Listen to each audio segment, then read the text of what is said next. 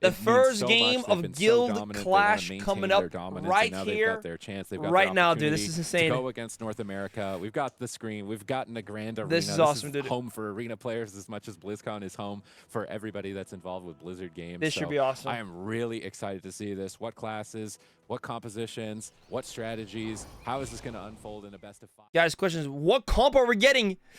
Okay, we got Arcane Mage, Arms Warrior, Wrestler Druid versus the Arsham Subrogue SP. I did not expect this either, but you know what? They want to win, and we'll see if it does end up working out for them. Golden Guardian's going to be leading with their best guys, foot forward. we got to see a mirror matchup here. Rogue We need a mirror matchup. Shaman, Echo bringing in Cubsy on the Restoration Druid, Waz on the Warrior, and Raikou on the Arcane Mage. Look at the camera, Jelly Beans. He's chilling hard. Waz's point of view, Raikou He's lobbing out chilling Arcane hard, Barrage, man. is charging right onto WizK, and typically Warriors can be tough to deal with, but Absterge here pulls Waz put my away, camera roots him up. He's going to have to Bladestorm to reconnect here, onto 'cause damage WizK is there. as soon as possible. But they may want to peel back. Peekaboo's going after Cubsy, a very aggressive opener from the Golden Guardians, but Cubsy, he's a veteran healer. He's going to walk that off, trading the Bark Skin, and be perfectly fine. He's getting peeled excellently as well. Waz now back onto the Shadow Priest, and it looks like he's intervening over to Cubsy, trying to Warbanner that kidney shot, and it looks like Cubsy He's arms, yeah, man. it actually and avoided that stun lock completely. Yeah, it was a beautiful intervene coming in from Waz into a Shadow Mail, doing a Someone great job told me like there. GG was not going to use add-ons for this, but I'm not sure that's true. Exactly what to do against Cubsy the make Rogue. trouble It is here. going to be, of course, Waz. Big swap here onto Cubsy. What is he going to be able to do? He's in tree form Iron right Bark. now, so with that Iron Bark should be more than durable enough. But these consistent setups coming up from WizK and Peekaboo onto Cubsy, they've been quite effective so far. And if they can get the trinket in the next setup, they might be able to actually make something happen. Bash into Cole, maybe Cyclone Cask is kicked instantly from self down Peekaboo. by Peekaboo. Peekaboo's just all over Cubsy start to finish. He's out of He's skill, been leaving WizK to the wolves right now, and Absterge is trying to help him with that static field, pulling Raikou and Waz away and rooting them with that Earth Grab Totem. Such effective. Man, I want to see a mirror matchup. Like, I don't know what comp mirror. Yo, Void Torrent there gets fakes here actually. WizK fakes the interrupt. He's going for big Mind Spike damage over onto Raikou, trying to keep up their pressure. Tons of Void Tendril procs. Peekaboo steps over to Cubsy, but WizK's falling behind. How is Absterge going to deal with the pressure? No Earthen Wall, goes for a Nature Swiftness. Big heal comes in, but Waz is still tearing him apart. They get a full polymorph. Sturge had trinket, by the way. Into another polymorph, and now WizK's desperate prayer has faded. He's trying to get aggressive, trying to get over to Cubsy. Waz is there to protect him. I'm not sure if this is going to be a clean swap. The Shadow Crash around the corner, but Cubsy seems to be A-okay. Peekaboo switching back over to Raikou, now going back over onto Cubsy, just trying to keep Cubsy. Kick on the Shadow, Waz going ham, dude. Waz doing a lot of damage, man. His next attack is going to be. I feel like Cubsy is one of the most calm, cool, and collected dudes under pressure, so it is very difficult to take him down. He's going to realize the situation. He's got such good awareness in the game, such good positioning. I think it's going to be a difficult task for the Golden Guardians to actually drop Cubsy. So compositionally, so far, I feel like this is looking pretty good here for Echo. WizK trying to get into a position for a full fear Honda Cubsy. Where is the damage, though? Where is the pressure? A little bit of damage here onto Raikou, but it just doesn't seem like enough. It's been difficult for Mana's very even, guys. In this match. Both healers going at the same time. Kick on Whiskey, though. Is at least even. Full fair onto Sturge, no pre-tremor. Dispersion has been forced. Disperse to reduce damage incoming to himself, and that's a major cooldown out of the way from Echo. Whiskey's increasingly more vulnerable. If Raikou is able to free cast at any point, it could be absolutely devastating. Peekaboo's chasing down Raikou to try and prevent that. They're going into Void. Whiskey's going to be in trouble, but he's still stringing swaps, so should be fine. Is Cubsy ready? Iron Barks. He gets the mage topped up, but now they look at Cubsy. Until Sturge can get back. Waz Bladestorms blind breaks. Stunned. Really good awareness there as he knew he was going out of line of sight of Cubsy. I believe the blind is broken. As well, just trying to predict this go as much as possible. That is quite unfortunate for GG there. Crowd control by Echo. Amazing engagement once again. Pushing guys, WizK in big trouble now, man. Kick on to WizK. Defenses are cracking. Yeah, definitely a really tense situation here, but at the same time, they're getting pressure here onto Waz. He needs to be very careful. Cubsy just in the back line right now with that tree form activated, using regrowth after regrowth to keep him alive. Instantly. But finally, with Waz stable, he's not going to feel confident to actually push in here and continue this pain onto WizK, potentially dropping him here. Absterge is really struggling. Yeah, Surge going Umer soon too, though. Still Link. Higher. Absterge is running out of mana, and WizK might just fall. He does. Waz and Echo claim victory in game number 1. Okay, they came to play here, man. This is all about legacy for Echo. They want to be known. Guys, what does GG do now? World of Warcraft. What do they do? Because this is not going to work, I think. Like, this matchup right here. Bringing in the Arms Warrior, bringing in some durability and tankiness. Like, they weren't even really shaking Echo. Get through that defense. Waz knew exactly what they were going to do at every moment. Cubsy knew what they were doing at every moment, and Raikou was like, I don't think that was going to happen for them. To keep the pressure going. Even if the game goes 2 more minutes. Victory and a winner's advantage. Like, they just weren't really scaring them. Now, if you are the Golden Guardians, are you taking any considerations here? Because I wouldn't actually feel, totally opposed to Peekaboo possibly playing something else, given how much experience he's got on some alts at this point. The Ellie Shaman. Maybe this is a good time for some type of wizard lobby to deal with the Warrior of Oz.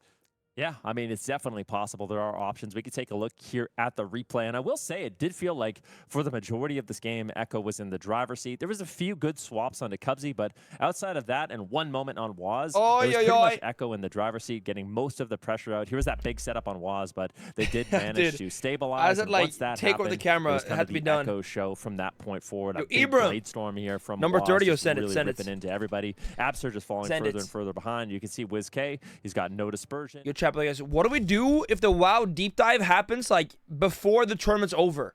What do we watch then? We gotta get like prepare for this moment. What do we do then? Too late. Echo pulls out ahead. There was some cooldowns that they had available. Yeah. That's a tough one. That's a tough outside of that, I mean, would you feel giving us one? Thank you. Don't do it. Okay, I mean, I lost everything. Small map. Waz is popping deep off. Dive, Huge both damage. Definitely well versed deep here dive. On the Arms Warrior. But like that wouldn't happen for like an hour 20 anyway. They trade the link there. They we'll trade see the void shift. When that comes. Definitely the game could have kept going. And maybe because they had just forced to die by the sword of the Warrior, there could have been an opportunity for them to take victory there.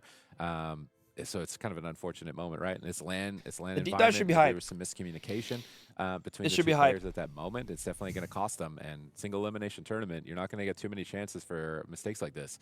Yeah, I mean, they have exactly 2 more opportunities to make a mistake. So after that, you're pretty much done. So we'll see what they decide to do for game number 2. Guys, if you lose earlier today, this series, it's over. You're out. You do have a bit of an advantage. You can choose the map that you want to go to, as well as the composition that you want to pick. So you get a little bit of an edge in that way. I think for Echo, they're probably confidently going to lock in blind that same composition and just see what Golden Guardians has in store for them.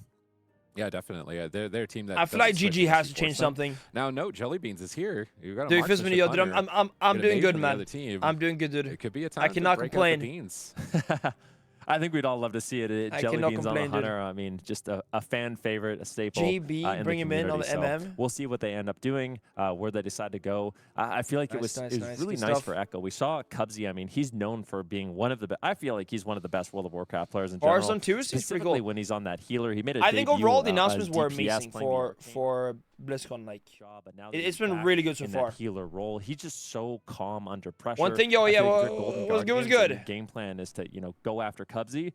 WoW 2? I don't know if that's something you can realistically actually rely on. it's not time for that yet. I mean, it's going to be the toughest druid. I mean, this is not yet. I will do though. Take down, and then he's also got Waz, who just has amazing awareness. Like, he's there for the intervenes. He's not going to let him die, even if there is. He knows how to beat a rogue. Yeah, there's going to be no holes from Cubsy, and you're going to have Waz just bodyguarding him on top of that. Like, there's so many layers of defense that I honestly wouldn't blame Peekaboo. We don't know, Jason. I mean, it's just speculation, right? Of options. And it's probably like many years away though. But Warlock, I could see into who knows? Not doing who knows? Too bad. Maybe like an Affliction Warlock Shadow Priest. And keeping dots on multiple targets could be an option to try and get through. Wait, you can change the mount color. That's cool. Yeah, I mean, there are a few different options here. We'll see. This is a bit of a surprise for game number 1. I mean, not really Cubsy on the Druid or, Raikou on the Arcane Mage, but Waz on that Warrior wasn't something that I was really expecting, and I doubt it was something that Golden Guardians was expecting. But I feel like Echo knew it exactly. Everyone going Echo? Never mind. Wait, it's going back. Right? Like, just leading with that RPS, I think is like, it's a standard move by them, and it works Cubsy on the Druid, often, but it does give Echo a little bit of an edge going into that blind pick, as they're probably pretty confident in knowing exactly what Golden Guardians was going to run. Dude, Liquid just like standing there cashing him. I'm just chilling out. That Warrior Mage looked impenetrable. Just chilling out, dude. Play and composition. So now it's up to the Golden Guardians to find an adaptation. Either they just where's Foxy, man? And keep striding forward with that classic Shadow. Where is Foxy? Clean up some of the mistakes. Go take it to like a hook point. Foxy Llama, is going to be the most likely to make a mistake that they can capitalize on it and just keep rolling with it from there. They're like waiting for their turn. We'll see what they do. Like we said, loser has an advantage going into game number 2. The Golden Guardians, they have the opportunity for their map as well as their composition. So we'll see where the battlefield's going to be. The grand is done. They can't pick that one again for game number 2. So we'll see what they do decide to do. But if you're Echo, I mean, even a lot of the Mythic Plus Echo players, they got to be really excited with that as result as well, right? Giving them a little bit of that early lead. Just overall, wait, dude, guys, it's a guild clash. Like it's across all the competitions. Like points are accumulated. Now the pool, our pool's for the whole series, and not for like for each round. On this map, I'm really expecting the same. It's for the whole series overall. Yeah.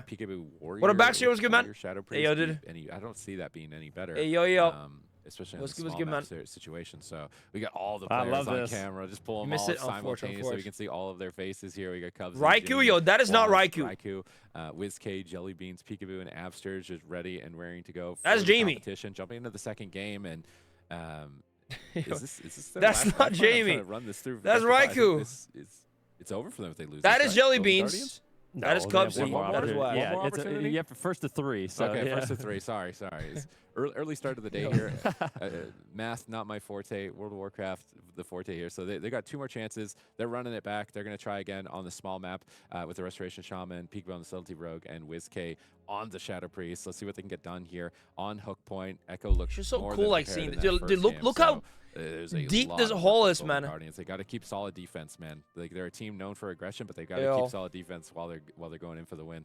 Yep, just a few little mistakes there in game number 1. If Golden Guardians cleans that up, I do feel like their opportunity is going to be a little bit later in the game, right? As dampening gets a little higher, the Restoration Druid healing is reduced. That's when they can start getting pressure on multiple targets. And I mean, they know that. The best way to play against a Restoration Druid is to attack multiple targets. It makes it much more difficult to have all of your heal over time effects on everybody. So you basically just attack whoever does not have heals on them, and that makes it really stressful. Dude, look how many to keep everybody alive. All just gamers gaming on PCs, like all the way there. Map. I'm really curious to see if Hook Point is going to be enough to put them ahead in this matchup. Yeah, because with that Warrior on a Shadow Priest, it's just a ticking clock until WizK is going to run out of options.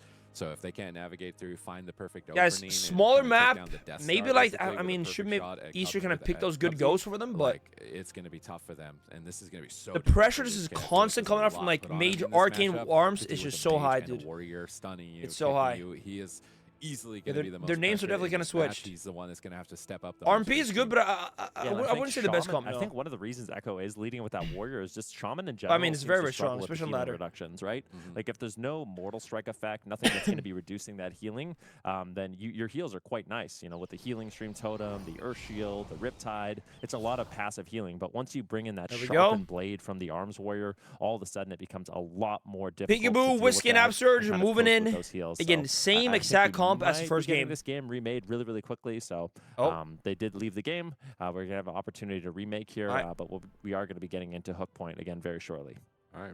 Maybe jumping in there. I can't wait for these teams to play out, not even just throughout this tournament, but into the future as well. Now that we've got the Soul Saga as well, what's going to unleash the kills with Warcraft Rumble for classes, and what's that going to open? Apparently, Rumbles are very, very fun. Strategies for PvP. Is it Cubsy? Is a Gold on Druid? The future in general for World of Warcraft. I mean, Cubsy is like insane. Yeah. Get going here. Obviously, some technical difficulty here. Great for Echo as they've left before the gates open. That's not a forfeit. We're going to be remaking that map as soon as possible. This is going to give a little bit more time for the Golden Guardians as well to just talk through, you know. The more shopping and dog walking, now time to take the Halloween stuff down. Hey, let's go. Yeah, dude. Halloween stuff down, Christmas stuff up.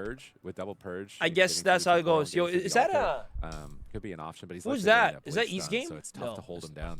Yeah, he doesn't have a really, like that, really difficult to go after a mage, especially as that Subtlety Rogue when you have an Arms Warrior and a Rested Druid. I feel like Echo basically built the perfect position here to play against them. So the small map advantage is going to be something the Golden Guardians need. But in this situation, is that Joe Fernandez? In a LAN tournament environment, is he at BlizzCon? BlizzCon, that's where mistakes can potentially be made. I feel like these teams are Joe just Mama, so veteran dude, at this point that's not something that you can really rely on. He's at home. Yeah, okay. It's going to be tough, man, for the Golden Guardians here, and they only get one lifeline. They need to win the series if they want to continue. Unbelievable. Moving forward. I guess we're back in. They're going to open. They got to have their defense. The arena. This game is going to go on for a while because they've got. Actually, I might just kind of commentate myself on this one here. Should we? But Peekaboo already gets. Yo, bash on the Pika here. Maybe a cyclone. No cyclone though. Up WizK already being pressured so heavily. Absurge manages to get him topped off. I don't know how. Like, I don't see Echo going it down. I really don't. For double shockwaves. Polymorphs are coming out. They're going to dismantle Waz. Sackfield comes down. Disarm with the Waz. Full fair onto Absurge. No pre-tremor. Good stuff.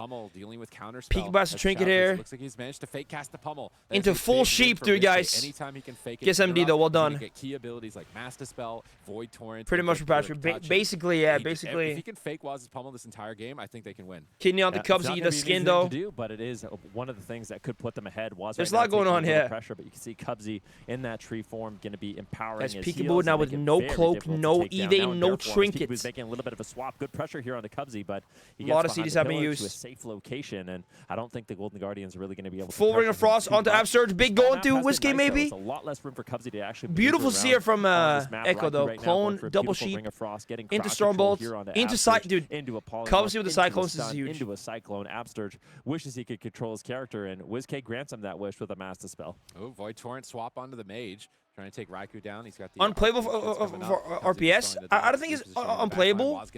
And they do have other comps, right? Like they should swap comp if they think it is. I think they can win, but it's hard for him to make plays. And I think the main win condition here is running Cubsy out of mana and stopping him from drinking. They're swapping to him. Peekaboo catches. Huge goal on Cubsy though. Holy moly! Be able to survive as Skin has been used by himself, going rogue onto Cubsy.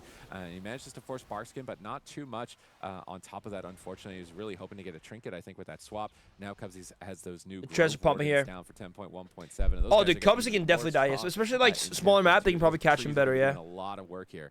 Guys, Whiskey in trouble here, though. Might have to do something. A lot of that comes down Stir's still unfair. Whiskey has the VE up. Here. Full fear onto Absurge, and Whiskey is getting chopped down. Cubsy go for drink here, now trying to recover that mana, but mana by just waiting and drinking. The pressure's really on GG here, man. Position for the late game. Oh no, Cubsy's amidst all that chaos is just sitting down for a drink and likely has I guess he got some good mana there, yeah. And yeah, he's already back up to like 80% mana from that drink. Really good communication. I mean, this is something that Echo have had to build in like what, just a few weeks, honestly, with man not being able to come to the competition. I feel like Ghost and Cubsy would get a yo. Kidney on Was here. Cubsy sees Peekaboo. No CC for it though. Bear form, getting ready for that stun lock. Cubsy staying back, not being very accessible here. He actually pre-evasion the bash there, so nice play from Peekaboo, immuning Cubsy's crowd control. Otherwise, he might be in a full clone right now. Yvork, yo, what's up, man? They blind Raikou. I'm curious. Maybe the Golden Guardians are trying to just play a stall game and get to. They're trying to damp him out. Like, I don't know if that's gonna work, man. I don't think it's gonna work. Cubsy just always finds these opportunities to get out of combat, drink, and this is looking. But the Golden Druid might work though. Here we go again. Huge go. Gouge. Cheap shot into Gouge. Cubsy doing what he can to stay alive. Nice X and Raikou gets the spell though. Tim shows up. Raikou actually taking some big damage here too. At the same time though, Raiku's yo, fist with hydrate. Thank you. Cubsy totally recovers, and now it's WizK on the back foot. He gets counterspelled by Raikou. Was all Peek over on the Whiskey here. Trying to generate some pressure, but that was a really good push there by the Golden Guardians, getting some. I guess GG are living quite well right now. Swap on Waz with the but mana, guys, mana's a problem here. Big heals coming out. Everybody's top. Peekaboo's now. Can Surge get a drink? I doubt it. Stromal Surge here now. Whiskey actually in big trouble. Might have to press Dispersion. VT coming through. He has VE up on us. Should be kind of fine with the self heals. Raiku's moving in. Wants to get a polymorph. He fakes the wind shear, going for the polymorph, and he gets it. Full polymorph. MD onto the sheep. Massive spell though from WizK is going to remove it. But look at the mana, man. Absurge is down at 20% remaining mana. We can check yeah, sure, link it. Yeah. You guys, Raikou in trouble here, falling very low. Ice block has been used. Holy moly, DR Sap the Cubsy here. Nice. Maybe testing the limits of how. Yo, GG actually being punished. Yeah, gave some pressure here. We had a full sheep Peekaboo on the Cubsy, and Raikou got absolutely punished. He's got no ice block, and that is not the Kidney onto West now. Ironbark back in 13 seconds. DR cheap shot on Raikou. He's playing Blinks on though. Blinks away. A little bit longer. Get another clean setup onto Raikou. They might be able to tie. Guys, the mana though, man. Mana's going down there for GG. They cannot lose here. It's going to be so grim for the rest of the series if they do, and Absurge has to work. Full sheep and Absurge here. Whiskey in trouble. Has to dispersion shortly. Maybe swaps instead. Gets kicked. He's greedy. No, he has to use it. He does. Force the dispersion and those major defensives out of the way. They might even full fair not coming through, going straight through. Storm Bolt on Surge now. Bladestorm coming through. Huge damage. Might have to swap, so Trinket Link has been used. Holy moly, dude. Surge going to as well. They have no more CDs there. I mean, they swap, but that's not going to do much at this point. Pressure on Raikou with dots, but Peekaboo's not able to find the kill and close it. I guess Raikou has to be the kill target now. Whiskey falls behind once again. Waz is just all over him. They can't get him off. He's blade storming onto multiple targets. He gets dismantled by Peekaboo. Finally, an opportunity. Cyclone on Peekaboo here. Sturge on his last few percentage of mana. Mana is basically totally emptied at this point. You can see him just sitting behind the pillar in this position. They blind Was, guys. Almost every blind has been going on DPS, on Raikou and Was. Putting the pressure on Cubsy in this is tough for them. Really put his team ahead. But Raikou still with the ice block. We have a full kidney shot on Cubsy. Crowd control initiated, making a big setup here onto Watts. He's got the cooldowns to retaliate if he needs to, and it's going to be life swap is there, but just getting pummeled here by Waz on that. Maybe he can hold it for a bit. Dispersion's back in 22 seconds. That might be something. Cubsy mana also falling low. Full sheep on Sturge. Kick Whiskey. That's basically the only thing keeping Whiskey going here for a few more moments. Full cycle on Peekaboo here. Cubsy fairly low on mana. They might be able to get a kill here. Cheap shot. Is Whiskey going to be able to get in position? Guys, Was has a trinket and parry. He fades in, gets the fear. Both Was and Raikou are kill targets now, but Whiskey in trouble. Dispersion back in now. It's back now. Trinket on cooldown. He's definitely a target. The mana is very even. Yeah, I mean, it's getting there, but Sturge will first, though. Full fair now. But another fear from Was could be the game-winning fear as he's right back onto Whiskey, forcing dispersion, forcing desperate prayer. Another. The thing is, Whiskey just had to swap again. He's stringing back in 10 seconds. In the next couple of moments, but this could be big trouble. They static field Was behind the pillar. Kidney on the Cubs here. Cheap shot Raikou. To try and create a miracle. Can they do it? Raikou is getting low. Temporal Shield comes up. Nature Swiftness comes through. My game's lands. Tree form, but the pressure is quite overwhelming. He manages to get Raikou. Guys, Cubsy will Umer very soon as well, but Absurge now is completely 0% mana. Peekaboo cloaks. DR Bash coming through behind him into a clone. Dude, beautiful cycle there, actually. What is he going to do? Whiskey so low and no CDs, no nothing. There's no way, guys. Blind again on Was, so nicely done. Create some space. Whiskey in trouble, dude. Taking big damage. Kidney on to Was. Coming from Raikou onto Whiskey, and they're going toe to toe right now at the. Guys, can Whiskey somehow live? He has VE up. Could maybe swap some pressure, but the man on Cubsy has the man on Surge. No CDs, no nothing. There is no way. Unless dispersion back in 15 seconds. Full clone on Surge. Desperate prayers up. It's gonna fall off soon. There goes. Raiku's blocked back now. 8 seconds to that dispersion. It's over. But it's not going to get there. Damn. 4 seconds away from the link as well. 2-0. Golden Guardians fashion. I'm trying to play that out to the bitter end, but the drinks are big. Yeah, I mean, they're looking incredible. That matchup, there were a few moments. There's signs of life for Golden Guardians. Guys, I feel like it's probably time for a calm swap for GG. Best of 5, yeah. So in the driver's seat, and one more game that GG can bring you back on. He is just such a master of slipping away, getting out of combat, recovering his mana, and it just puts his team in such a good position for that late game advantage. The thing is, I think it is playable, and I think if GG thought it was unplayable, they wouldn't lock it in 2 games in a row, but I mean, Was and Raikou with Cubs and the healer, it's very hard to make it happen. But I think at this point, it is time for a calm swap, though. But yeah. Bring Jelly. We're going to get Jelly in there in the MF. Healer that can play that mixed style, maybe aggressive and play defensive, both at the highest level, and it's really making it tough for Peekaboo to find opportunities. Cubsy gets a clone on Peekaboo here, preventing him from saving Whiskey. I think Cubsy's playing it so well as well, man. He's doing so good. Different modes of play, finding drinks when his team has pressure, and this is the moment towards the end of the game where Spiritling and Dispersion, they're 30 seconds away, and those are basically complete resets. It's going to buy them at least another 20 or 30 seconds. Guys, imagine the GG reverse sweep though. Be able to overwhelm Cubsy. That would be epic. To that stage in the match, so it's a real tragedy. I don't really see it happening here. I don't see it happening. Number 2 with how close they were to their defensives. Look at Absters doing everything, pulling out everything but the kitchen sink to try and get Waz off of Whiskey for even a moment. The Siphene to distract them, static fielding him away again, doing whatever they can to get. If Cubsy doesn't drink, and this is where the clock starts. I guess they actually kind of win on mana, maybe. So there's an earthen wall down. They're just praying. If they can stop those drinks, that's huge. But they got some drinks. I mean, they're setting the drinks up really well. So to be in if you are the Golden Guardians. But now, I mean, what do? You played on the neutral map, the Grand Arena.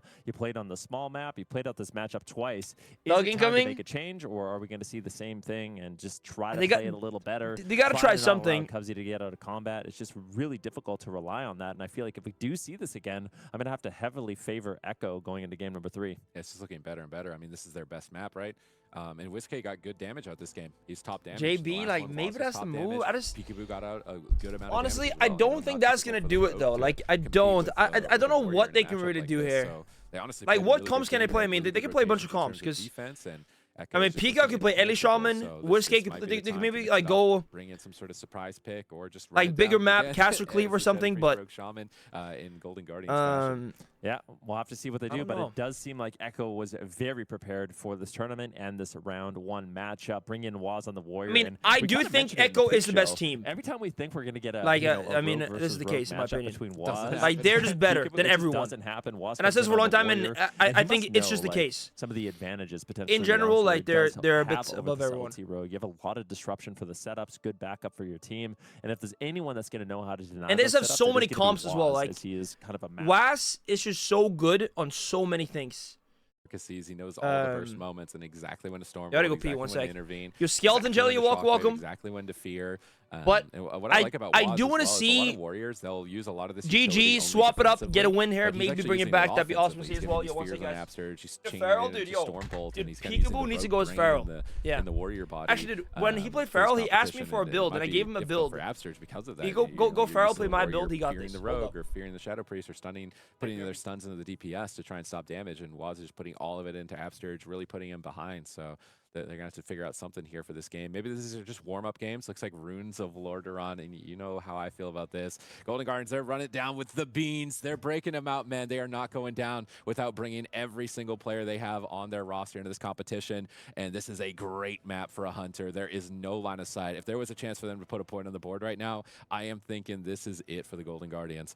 Yeah, Jellybean's one of the best hunters in the entire game, and hunters are actually quite good into mages, so there are going to be opportunities here where Jellybeans, if he gets a big rapid fire, a big aim shot off, he's going to be able to spike Raiku's health quite a bit. I think Raiku's going to have to play this matchup a lot more defensively, using the pillars, using line of sight, and that's going to maybe allow Golden Guardians more opportunities in the match to swap around and not allow Raikou to get out as much damage, as much crowd control, but I still feel like this isn't that bad of a matchup for Echo, but I do like the fact that Golden Guardians is going to be mixing it up, and I especially like that they're bringing in Jellybeans on that marksmanship hunter. Oh man, Jellybeans on hunter, man. You can't, if you're a hunter player right now and you love PvP, like this is the game you got to see. This guy has been a master of this class for so many years, and marksman's in a good spot now, particularly into mages that don't have a lot of places to hide, like Runes of Lordaeron. So for me, like, the last game, it was all about Arsham Thugcleave. What can he get done under Sub pressure? MM. Now it's going to be about Raikou. How is he going to be able to avoid the This hunter? should be interesting. How is he going to pick his moments? Because you got a shaman healer too as a mage. This should be interesting, you got man. that double whammy. You're going to have all the ground Runes of Lordaeron and the hunter just pumping massive damage into you. And this is a comp that you don't play I against guess, a lot. You don't like, see the Raikou could be in trouble here, man. I can see your Baxter. Thank you, man. Thank you, Baxter. I appreciate that, dude. We've got Big Mix the 100 biddies, but that's a completely different beast in Europe. This is a really unique composition from the what Golden happens Guardians, here, and though? they need as many surprises as possible. The 100 more, like 200 biddies. So prepared. Yeah, guys, I feel like they can blast Raikou harder. This is the start of a long journey here for Golden Guardians. If they can win this one, they're going to have to win 2 300 more. man. They're behind 0-2 right 300 now. But if there's a biddies. team that could do it, it would be the Golden Guardians. 400 biddies, dude. I like the map. I like the composition. Let's see if they can pull it off here. I Put appreciate a point that, on the board against Echo, who is looking kind of unstoppable at this point of the game. But they switched Raikou and Jamie. Really they did. Aggressive True, composition. fixed. WizK, I mean, let's just be honest. In these last couple games, he's been getting bullied in these games a little bit. Waz and Raikou have been able to put out a lot of pressure on him. It can be really difficult as that Shadow Priest to just have an arms warrior sitting on you and disrupting you and kind of just killing you the entire game. So the bits, I think this is going to be a lot better. Puts Golden Guardians in a better position. It's bits that's used there. Pick, I just love it. Hold up. Yeah, I can't wait to get it started. It's Runes of Lordaeron. It's match point, and it would be a fitting final resting place. Or like a similar thing. I did not think I would get to say that live again. What's it felt this? like it's been so long, but it feels good to say it live here at BlizzCon for the guild. All right. Hold up. Ticket riding as the dark horse for this competition to try and pull back a reverse sweep against Echo. They need to win 3 games back to back, but it starts Inspect, here. Jamie, report.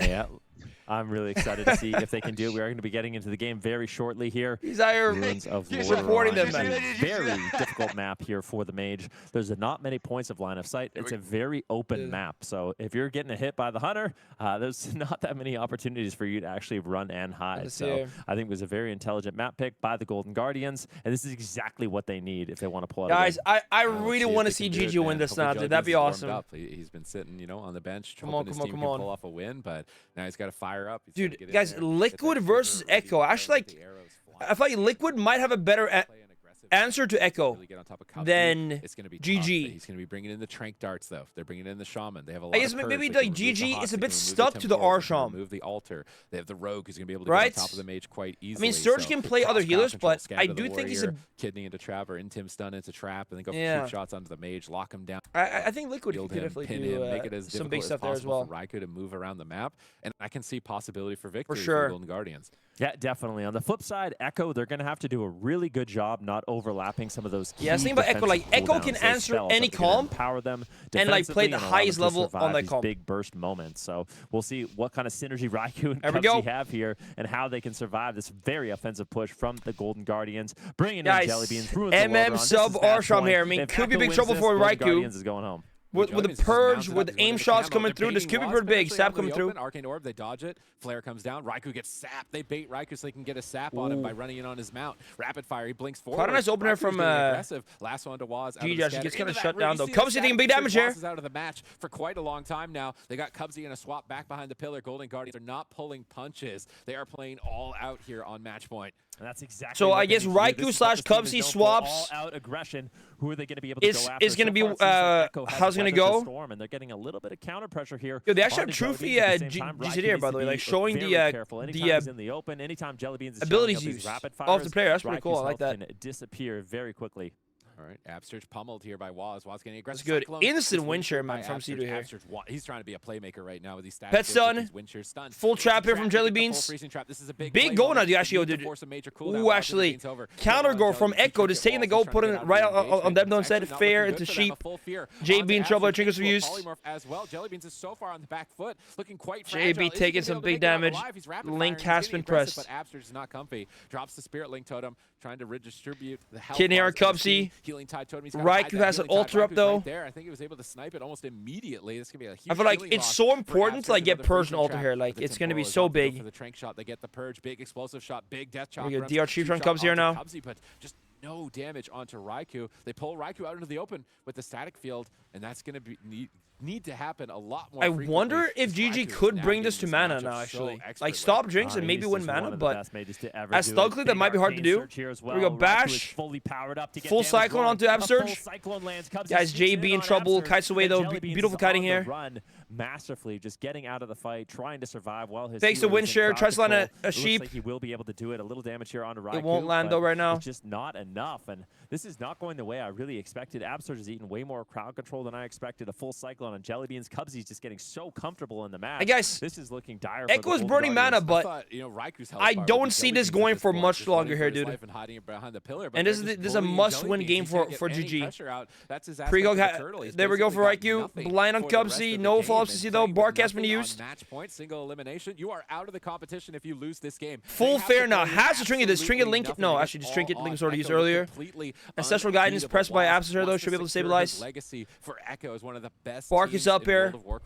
Onto Raikou. And they're so close to getting into the finals now. In Kidney. This last game, Kidney shot onto Cubsy. Can he trap? Gets DB'd. No trap. Top of the hunter and knocking him around. That is brutal, man. See this type of play very often as a mage versus a marksmanship hunter, and that is spelling a lot of trouble. They're scattershotting the warrior. They're trying to stall. I'd have to somehow get them more on the back foot, but it seems like they're just on the back foot right now. This is what they can do. Looking brutal. Half sheep lands here. Going to be trying to land here. There we go. There's a Kidney. Full Cyclone. There is nothing left. Into trap. Full trap. I mean, half trap actually. Dude, Raikou in big trouble. The ice block press. That's huge. A beautiful counter push there. Now they can get like a cheesy one shot going there. A great setup there by Peekaboo. That is huge. Really setting up his team nicely. At the same time, no Jellybeans is no bark for 30 seconds. No alternate. No temp shield. No ice block. This could be huge. Just running and kiting. Next setup here. Away from Waz has been working out here for the Golden Guardians. They're finally starting to get some pressure, and they actually do have a mana lead here, Sid. Ooh, Ooh, all hands on deck. Another kidney shot on the Cubsy. Raikou. Kidney here. Full trap lands. Raikou in trouble. DB coming through. Get out right here. He needs as much as possible. He's not. There's the rapid fire. They won't really force much. I mean, they get Raikou's trinket, but that's all. Full sheep now onto Absurge. No trinket, no turtle either. This could be it. Full cyclone lands. He has Feign Death, he has Sack, he has Exil, but this might not be enough. Use everything. Half fear coming through, dude. Guys, Link is back in 2 seconds. Will they have the Link? They do. Guys, Raikou could be in trouble though here. Like, they keep their fans with a clean go on a tilt at any point. They're playing with absolutely nothing right now. Deck stacked against them. They're facing down Sturge, trinket back in 5 seconds, turtle back in 10 seconds, so this could be good for them. They need the trap, but he gets shockwaved, and Raikou is there. Jellybeans can't get the freezing trap. He's They're making it so hard for Jelly Trap. It misses. He needs to snipe it with no stun lock, but he's not risking it. He's holding that freezing trap. He's just going for damage. He's not holding it. He threw it already, but I think it hit the mage something. Yeah, we'll see if he can do it. They do manage to weather the storm and stay alive. Jellybeans once again playing at max range, but Waz is just so unrelenting in this push, just all over him. Raikou going for an arcane surge. If he can get that off, his damage is going to be 22% dampen here. Cubsy going like the mana is very even now. The Thug could actually take this mana, I think. Lands onto Cubsy. Raikou getting low. He's got no ice. Raikou might die. Oh, guys, Jellybeans was what it was. Not looking good for them. Or is what it took. Jellybeans and Absurge, they JB on the MM, and they stay alive in this tournament, putting one on lord, the board against Echo. Oh man, that was looking bad. Almost. Damn, guys, dude, could they bring this back? Like, they're not gonna let it get to them. I wonder now, like, this is cool now, because now what does Echo do? Do they go again? We need something else. We need to play to survive. I think it was well done though, man. I think MM and Arsham into Archimage, they have the purge, they have the huge damage. The best players the best, and being flexible. But look at this crowd control, that double fear from Waz earlier. The thing is, yeah, I don't know. If Echo swaps comp, then maybe GJ swap comp again. For basically I the don't entire know. match, Cubsy gets into position for these polymorphs, change those into cyclones. Is an absolute crazy what a game though. What a game. Available from Echo that they are fully exploiting. Dude, JB, the absolute legend, guys. By the way, guys, I don't want to be that guy, okay? But DPS on his stream, he's been doing this endlessly. Guys, he really put we gotta look into JB though, okay? Hold up, user Jellybeans. They're gonna put a point on the yo, Echo are not getting through this tournament. Yo, hold up. Should we expose JB right now? Go completely undefeated. So this is the first time that they're going to be. I don't want to do it. Don't. Maybe it's the wrong time to do it. This tournament are just unbelievably good, and Golden they are not going to go down without a fight. Their team is looking solid. His chat logs are sussy. Jellybeans. We'll have to see what that's all I'm gonna say. But Jellybeans just defying death in that's all I'm gonna say, man. Peekaboo as well. He had such well-timed peels, good stuns. Maybe it's the wrong time to do this. Okay, I'm not trying to. Without that ice block immunity, you know, really not that much. It's just kind of sus. All right, here we go. Next game. Game number 3. Dude, JB, the absolute machine, though, man. You love to see it. Look at his damage. A lot of different options available to them as well. So look at his damage, man. Where are we going for map and where are we going for composition, do you think? I'm trying to think. I mean, what about, like, does Waz have his Moonkin up to speed? I feel like a Moonkin could be in a matchup like this on a big map. Maybe like Jamie, Moonkin, Elemental. Does Echo change comp now? Did you want to run? They did, man. With the Arsham, Sub, MM, Thug Cleave. They got the win. Ellie Shaman instead of Mage. Guys, really, guys, 1 hour, we get the WoW deep dive. That's going to be happening as well. Raikou just being caught in a moment like that. WoW deep dive is happening. I can see a Thundercleave being pretty good for Echo for game number 4. Yeah, definitely an option. Bringing in Jamie, he is a Pika player could. Roster, oh, guys, wait. They're bringing on DPS. Jamie now. Normally, that is going to be Chanimal, but we are bringing in Jamie here. Oh shoot! Known for that Elemental Shaman, giving them that kind of composition option with Waz on the Warrior could definitely be good for them. The Golden Guardians, what are they going to lock in blind? I can't help but feel like it's going to be Jellybeans once again. Just bring in the Hunter. That's what you won with, and I feel like at this point they need to at least test Echo to see what compositions that they do have to run. But just really exciting. It's a hard thing to come back from. But I mean, it can be done. It would have been a shame to see them go down 0-3. Yeah, no, 0-3. Jellybeans is at least going to get North America 1 point against Echo in the tournament, and one match for their guild as well in the guild clash. It's like overall a guild clash, so all the different competitions are all live at Blizzcon. connected. One game is going to feel pretty good, and it might be a morale booster. for their team and something that they need for the rest of the series. And Echo, if you lose 3-1, right? feels way better than losing 3-0 though. Maybe they've only practiced a couple. That could be a big opportunity for the Golden Guardians. And surprisingly, we're on Blackrock Arena. Going to a small map with a lot of line of sight, so they can avoid that hunter as much as possible, assuming that Jellybeans is going to be locked in blind here first. I honestly wouldn't be surprised to just see Waz, Raikou, and Cubsy play the exact same thing. Yeah. I think Yo, it's going to happen. 45 biddies. Either that, man. Thank you. Thank you, dude. On the hunter.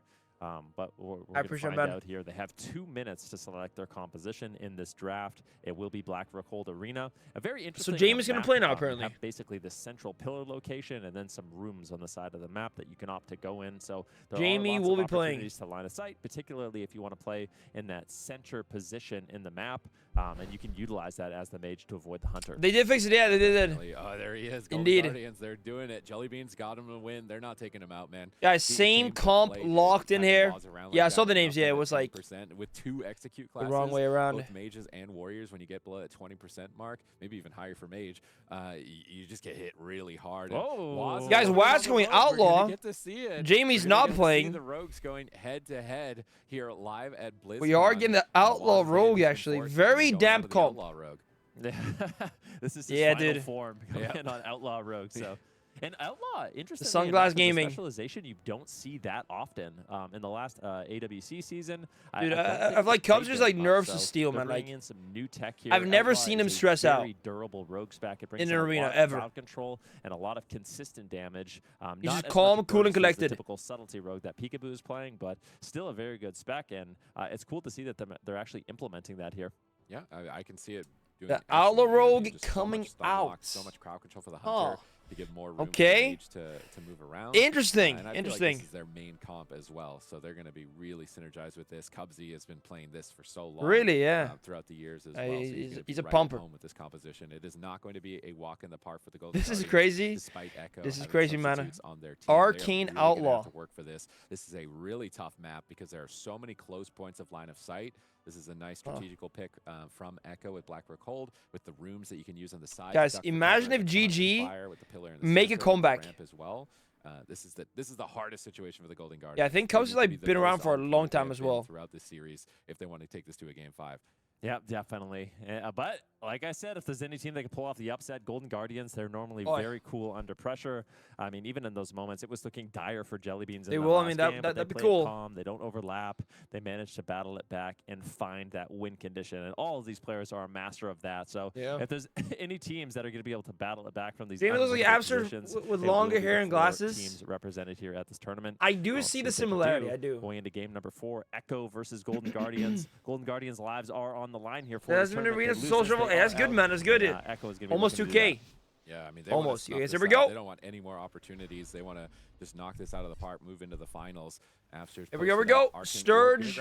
No, it actually JB. onto Raikou. Nice play from Peekaboo. Peekaboo. Still to try and find Waz. It doesn't look like they're going to be able to find him. They root Raikou. They're trying to find like the outlook could be very annoying here too. To try and soak that freezing trap. Nice tactical play on the rest of the Druid. Definitely something you want to consider doing against a hunter. But they're going to go open with a blind instead. Raikou immediately uses Ultra Time. He gets the freezing trap even through JB is so funny, man. To try and we actually played like last season on NA. It was awesome, man. We did double deeps. The pillar and that lightning lasso, but Jellybeans, he's getting low at the same time. Who's going to fall first? Big heals coming from Cubsy. Waz is recovered. Jellybeans hasn't. Kidney shot onto Absurge, trying to get a Ring of Frost. Gets kicked. Sheep on Absurge here. This is big. Sheep shot guy's big going. JB might shrink it.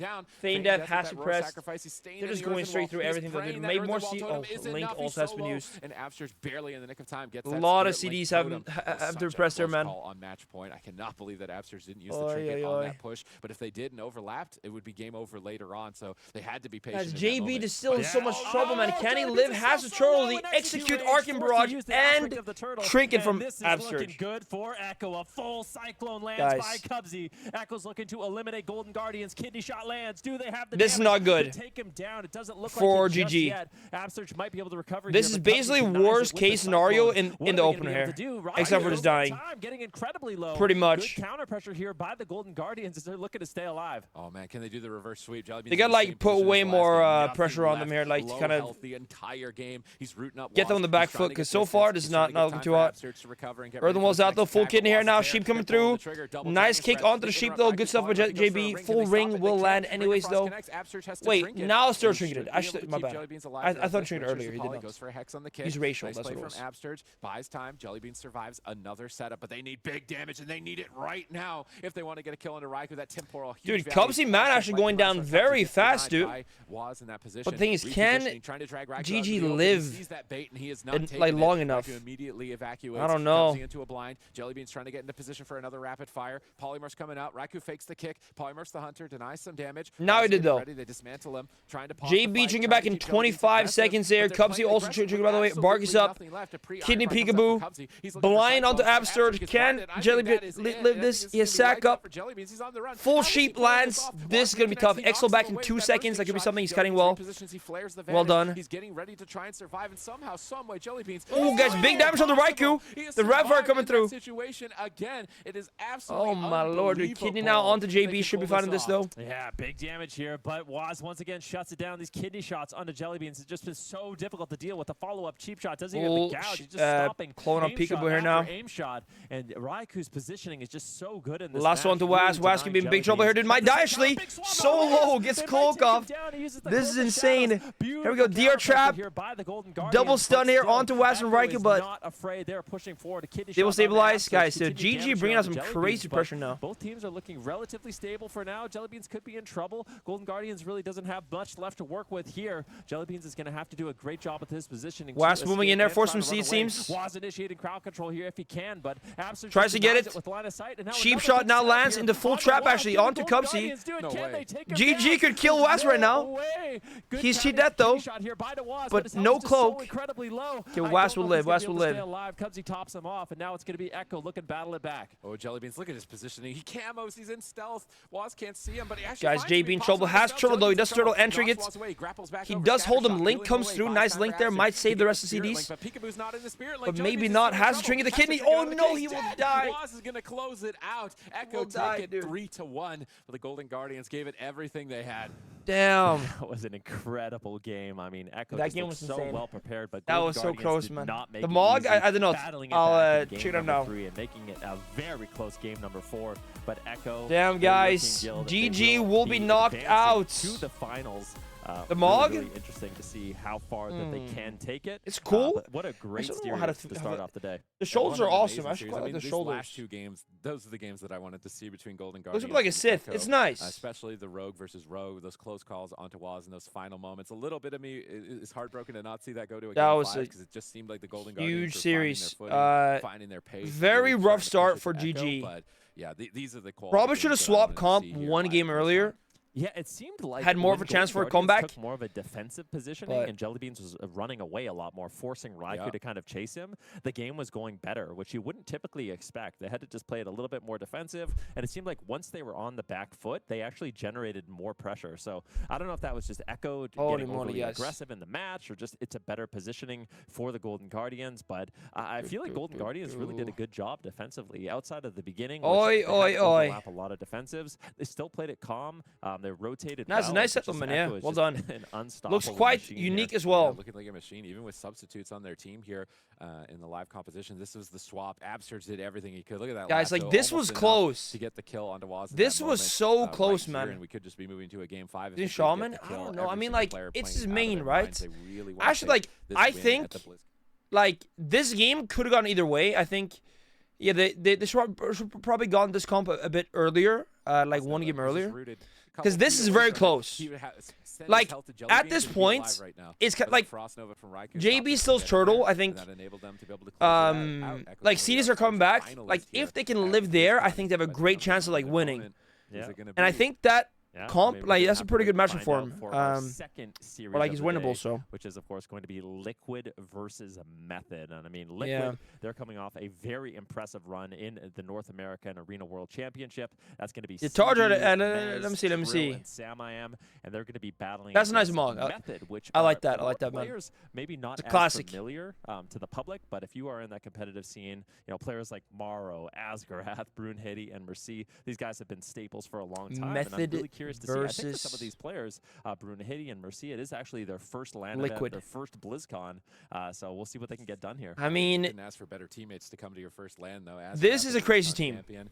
Maro been competing on the stage year after year. You know, he really wants to go after Raikou, I feel like. I think so. It's a big team. He wants to go down here. He wants to show who's the best mage in Europe and the world right now. So this is a team to not count out. This is. I kind of hope that Liquid win this because I really want to see Liquid versus Echo. Do not want to try and walk over them or underestimate them. We've already seen like Echo play versus like this method team, like or like those players. Best compositions, and like we said, it'll be fun.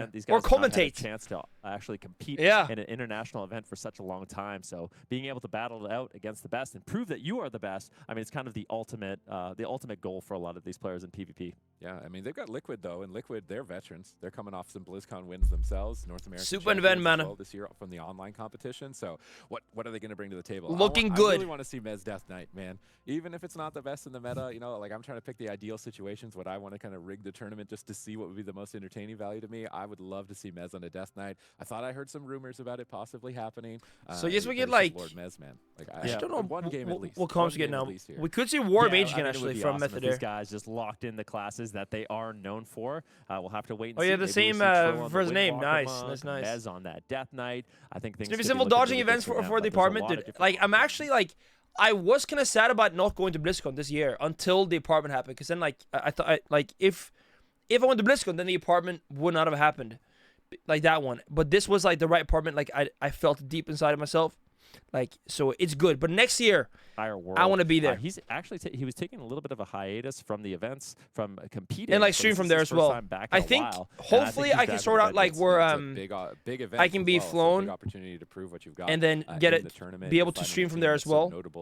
I really hope we can make that happen for the next BlizzCon, and I think we can. Their North American brothers. That's the dream. Off with a defeat there, but how deep? Hold your heads deep, high. I mean, very deep. Yeah, like it was just right. They're usually going undefeated, so to turn it around and keep it as close as it was in that last series was definitely a good showing. Next year, man, next year. Dude, my camera's very small here, by the way, guys. But to try and stay alive in the competition.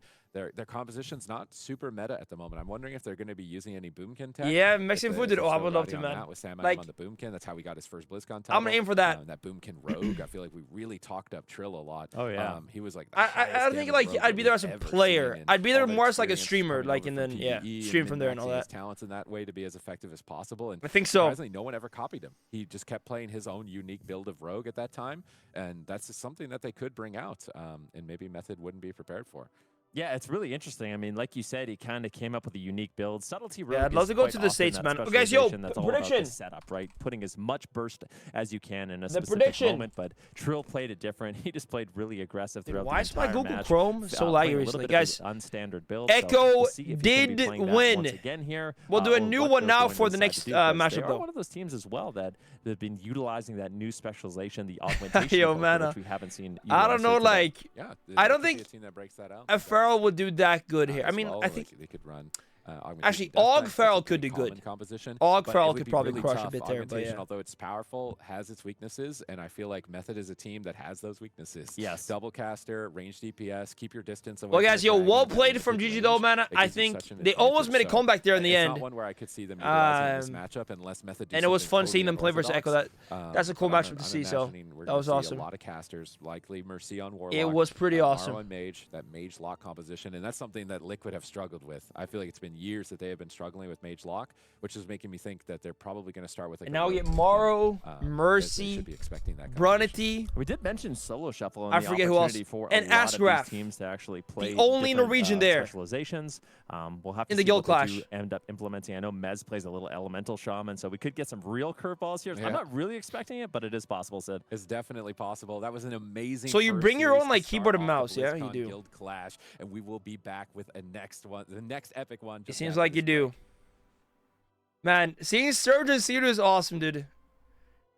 The two Arsham gods just next to each other. They got those Secret Lab, Horde, and Alliance chairs. Dude, like Lancer is so cool, man. It's just so cool.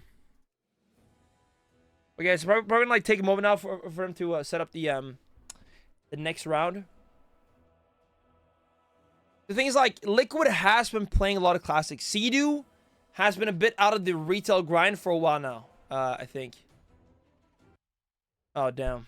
Damn reaction. Feels bad. Brun hitty. Like that. There's, like, fun facts that come over here, by the way, too.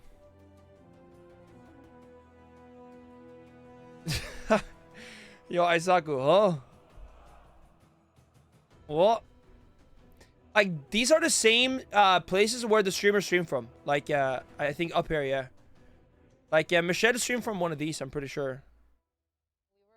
Quite sure that is the case. With attaching voiceover lines to the ping, one of our engineers attached the choo-choo, the train choo-choo. So every time they were pinging that specific choo-choo, we didn't implement that in this iteration. I guess we're gonna like take a moment for him to set us up, so let me go here. The ping system is a new feature that we are having in 10.1.7, where players who are in a party, whether they're out in a... Talking about the ping system. Cool. It's nice. We do like the ping system. We do. I've actually seen some people use this in arena now. My mic just cracked. Some people actually use it in arena. It's quite nice. I can shuffle. Alright, guys, we're going back into the next game. We'll do a new prediction, by the way, for this matchup. Man, guys, 10.2 is coming soon. It's coming so soon, man. The Gizmo still rank 1 on the nut leaderboard. This is crazy. Keybinds? Like, actually, like, that's, like, one thing I wonder, too. I guess you can, like, keybind it to certain, like, abilities. Like, if I'm a warrior, I could, like, set it, like, into charge. Like, if I charge someone, maybe, or something. The Flame Cat is awesome, man. Guys, like, I think the future of WoW is... It's good. Like, the immediate future, but also long-term now. Like, because, like, 10.2 is looking so nice. Beyond that as well, you know, the, what's it called? The Saga. And also the, Kata Classic is going to be fun. It's going to be fun, for a bit at least. I'm hyped for some Kata for Eldritch Gaming. 100%.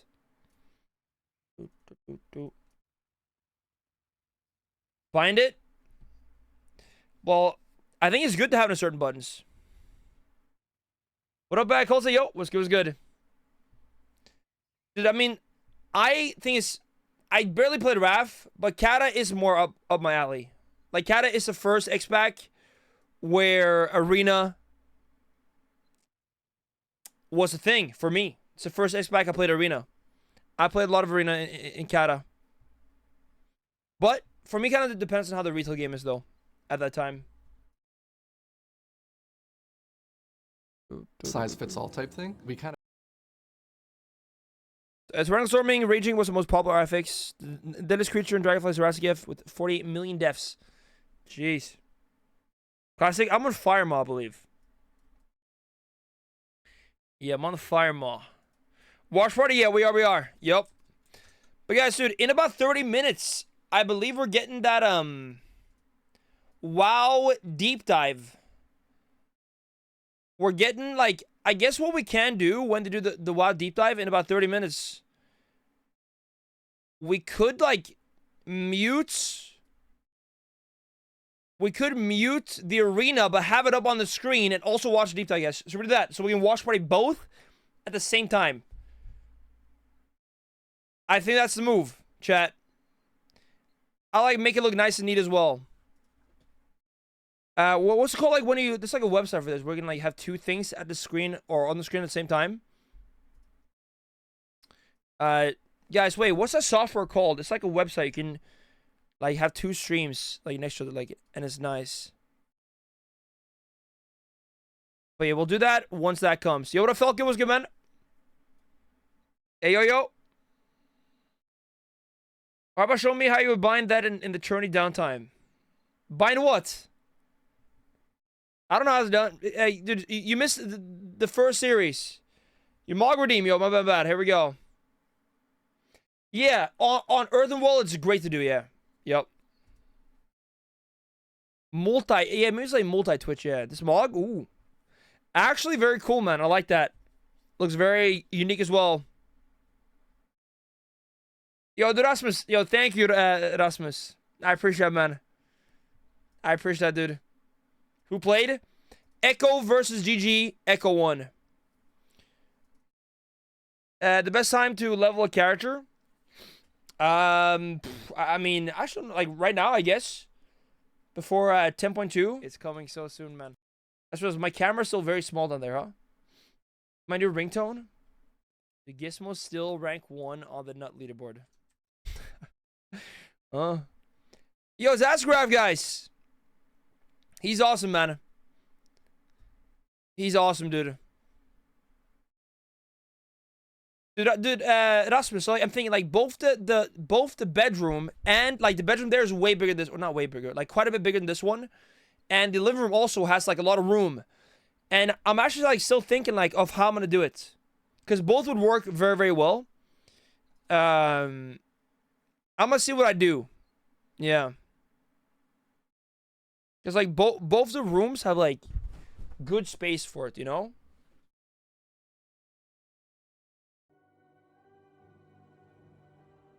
Damn Gizmo. Yeah, exactly, Rasmus. Yeah. Also, like, both places can work great for it, so.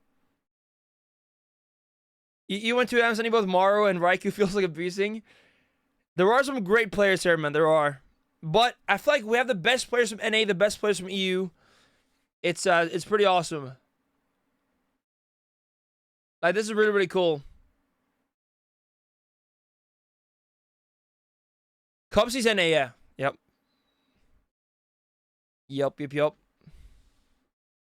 So, Echo did have an NA healer. Guys, like, this is awesome, though, man. Like, this whole thing. Like, this whole venue. Yeah. Once I get there, yeah, Rasmus. Yeah, what I will. I'll show it.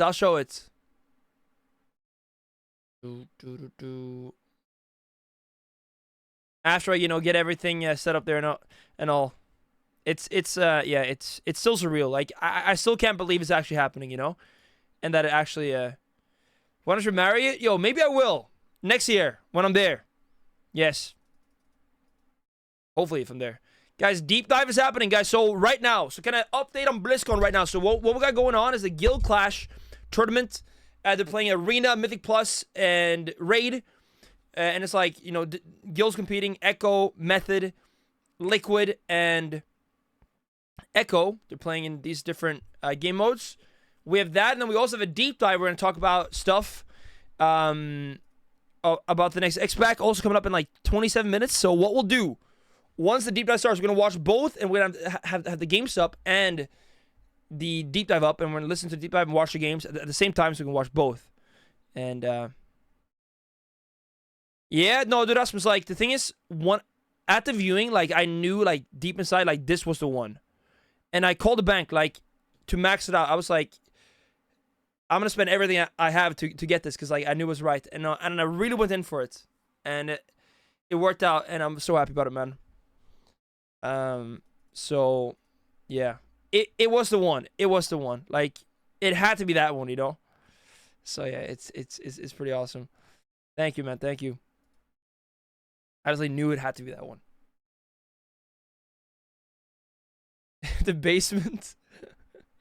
There's like a little basement actually there. They have like a garage and everything there. Ooh, thank you, Fistman. Thank you, man. No, so it's yeah, it's surreal, man. And like now I'm just so hyped to keep going with the streaming, the YouTube, and just try do my best with this and make it happen. And yeah, it's exciting times for sure. Coding you like make me weak cores, yeah. Hold up, I'll pay you nuts by the way, okay? Because I'm saving up for furniture now. I'm trying to save up for furniture, so I can only pay you nuts. Hopefully that's okay. Yeah. But I mean, keep in mind, nuts are very, very valuable currency, so you should be fine. Yo, Fox, come for the sleepovers. Yo, hold up. Hold up.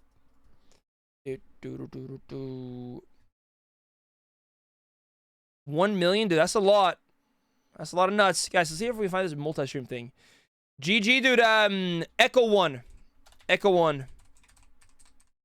Okay, wait. Multi-Twitch. Let me see, guys. If we can set this up multi-Twitch once it starts.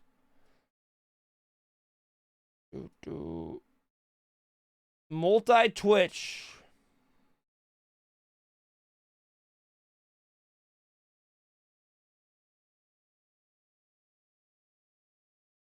Simple the streams you want in the URL, for example.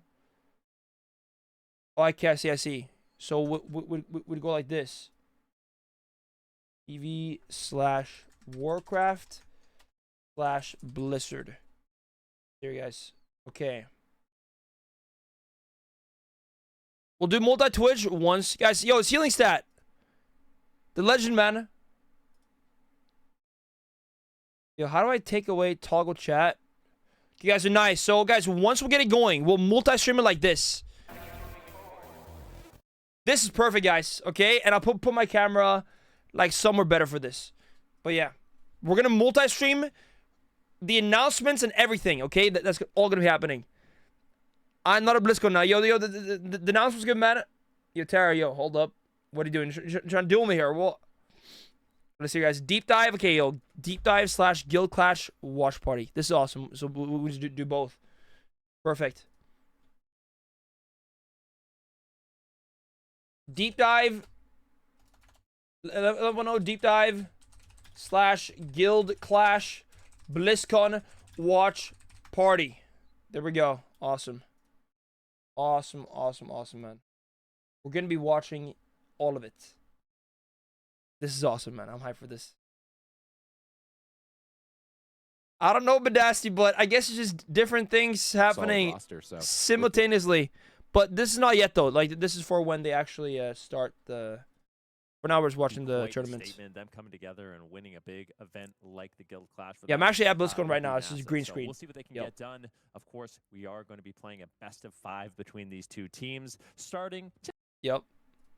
Two teams, and they're going to be able to have the opportunity to lock in their compositions. What classes? Guys, we're going to do a prediction, okay? So there's a little bit of a mind game there between these two teams. Prediction is coming up. I think both of these rosters are just so incredibly flexible that it's a bit of a guessing Liquid game as to what they're going to play.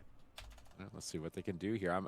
Liquid. He's a druid main. I'm expecting that, but Cedo versus I don't know. He's been flexing Method, guys. Healers. I mean, Dragonflight started with him on the Evoker, Please. being one of the few healers along with those Meth best to chat. Really pioneer that class, and he's had to flex over to Paladin. No nuts. Ride that train, and how about this? As well as Shaman Take mine, Tara. Points, but now it's the druid patch. Is he going to try and enter the forest with Asgarath, or is he going to just stick to his main? Is he going to go back onto the Shaman? How is Cedo going to navigate chat, this? Press this, pop it out, predict. Absurge. He committed to the Shaman. Just like this. Rough. It is rough. Your team is pressured and dead the whole time. It is hard to play a Shaman at the moment, but you can make it work if you're willing to deal with the struggle. Yeah, it's one of guys. those Again, this guy's Norwegian, and high reward. like me. So I'm going. Actually, I want to see both teams that Shaman do well. Use Andon in the background. Cedo in particular, he was known for that Shaman, but like you mentioned, he really has taken a shining. Give him back. Oh, thank you. Evoker, so thank you. Playing that dragon really aggressively. Let's see what he can end up getting done here in this match. Oi, guys. What he's going to play could be the Paladin, Asgraf is Norwegian. Priest. Lots of different options available for their squad. Asgraf is, yeah, definitely wanted to pick up a win for their guild in this guild clash. Yep, it's a really important competition for them here as they're fighting for. Is that Talbadar, by the way? For their region, for their. Was guild. That Talbadar? And this is the first time in a long time that we've been able to get them together. So they definitely want to prove that they're the best in the game currently. And this I know he works at Blizzard now. To do it, or I think he does. See everyone live. We've got everybody in, in the playtest in the field down there. So many amazing. Yo, what is that emote? Was Michelle emote? World of Warcraft player right now. There's just nice. So much content and so little time. And hopefully so little time for us look at Talbadar into this next match. And also Soda is there, guys. You know Alex Ringe, like Soda. He used to be like a rank one wrestler. Liquid. He also works in Blizzcon now.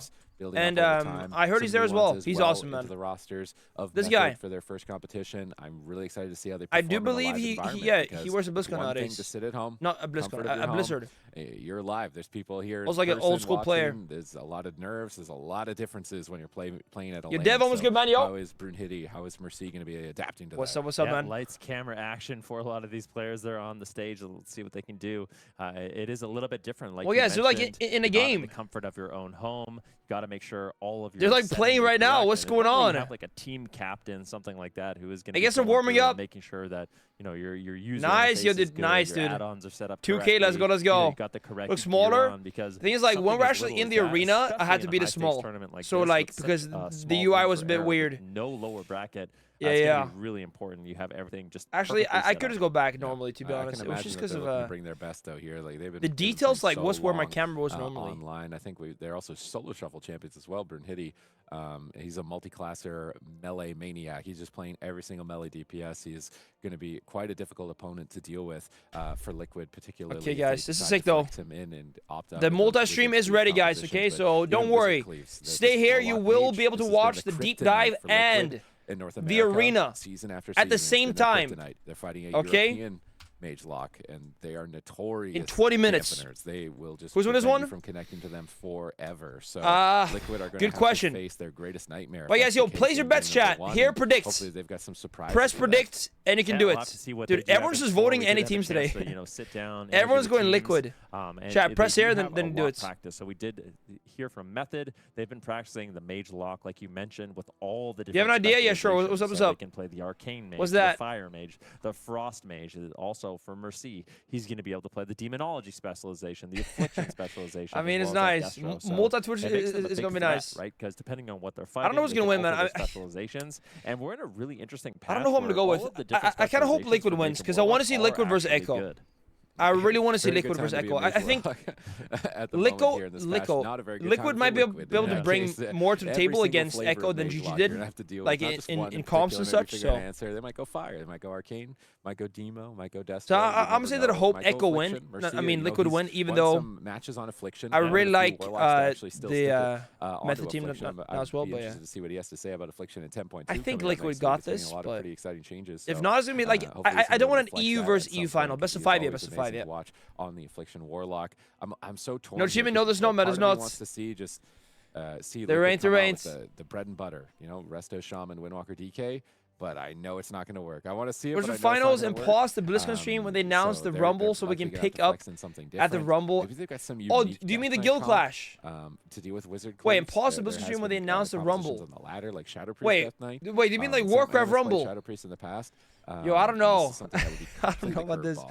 I think the movers is watching it all live. Never going to happen. And what we'll do, we'll mute the tournament and we'll listen to because this is one that's been a struggle for them for Warcraft years. Rumble, dude. Yeah, I mean, I think it's worth mentioning that this is the. Oh no, you meant okay. I see what you mean. But it's worth mentioning again that you mean like pausing the tournament then watch it afterwards. It's like both should work fine because like what we'll do is it's gonna be like this, right here, right, and then we'll have this on, but we'll have the volume from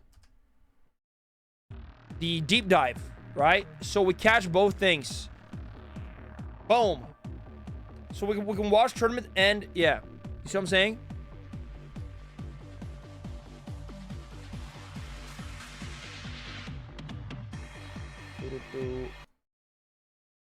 Yeah, it's nice, nice. Go back and watch some of them because there's been so many of them and try and pick out all the little details that has been announced here because there's so many key. It's gonna be good. It's gonna completely change the game, no matter what era. It's been meh. Game that you like it's like mobile game. I never really like mobile games that much. It's fun like for a mobile game though. But digest and consume and analyze and figure out what's going to be moving forward into the future. Hey, 2K's 2K, man. 2K's 2K is good. As the players are looking like they're getting closer and closer to getting this competition underway. It is not. The second match. It's not Tabladar. I don't think it is. The finals is going to be a best of 7. This one will be a best. I don't think it is. with those no second chances, it is very stressful. You know, you're down the first It game, don't seem that way. Going to be in your head. You can't let the nerves get to you in a live environment. You got to get ready to try and turn that around. I feel like the Golden Guardians did a really good job with that. They didn't just guys. Prediction has been locked in. It seems, by the way. Kind of just whiz out at the end. Prediction has been locked in. Not be able to pull it back. They really put on a show at the end. Yeah, and I mean, there's a little bit of extra pressure as well, knowing that you're just a part of a greater team, right? Like your entire guild. It seems like we're going to be going into the game now sooner. That we're going to be having here today. So this is the PvP method. With the arena. This is like a very new method team. Like this is a very new team. Dude, Ayatara, I think it looks great, man, dude. The cinematic. If you're one of these players, I think my favorite WoW cinematic in a long, I mean, definitely a long time. And of course, it is so. Whatever team is doing the Mythic Dungeons, a little bit of a lead with that one too. It's right, insane. Let's see what they can get done, man. It's an entire show. We're going to do basically everything in World of Warcraft in terms of competition. It's really quite epic. I love it, man. And I can't wait to see that moving into the future here with the dungeon event and then with the raid showcase. How fast are the best guilds? It was no action, but dude, like Metzen actually, the way he introduced it as possible. A little teaser for its was perfect. Coming just on Tuesday. Epic things often like start with like heartfelt moments, and the emotion is like what's behind everything. To check out, so and that's like what it should be. And I think even though like it wasn't action filled, it was just so good. I've been playing a lot of classes. It was like one scene just the whole time, and I can't wait to see what these changes are going to bring to the table for competitive play.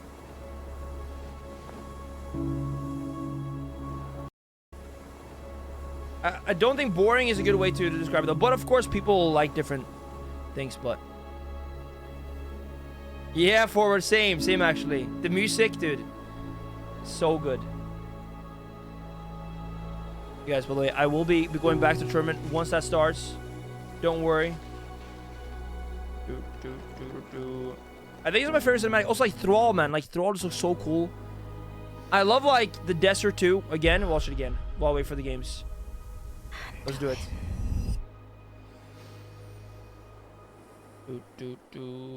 I got it here. Like it goes right there when it starts. The hair towels look cool, I think. Yeah, it looks fun. I watched it like probably 15 times now. I have. You're here to tell me we don't get to hide. Is that it? A lot of times. You needed time. We stayed away. But time by itself. Dude, Thrall's like voice is insane.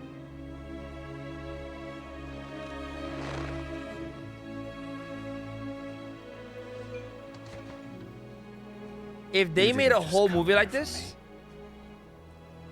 it's the visions. You've seen them. Imagine. I suspect many have lately. The music is so good, man. It's probably very expensive, yeah.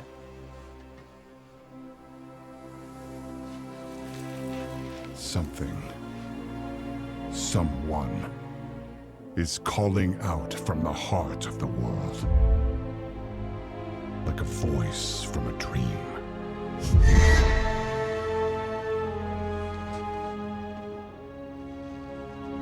Something dark is coming, Anduin. The world needs your light again. I do wonder how much this one costs to make.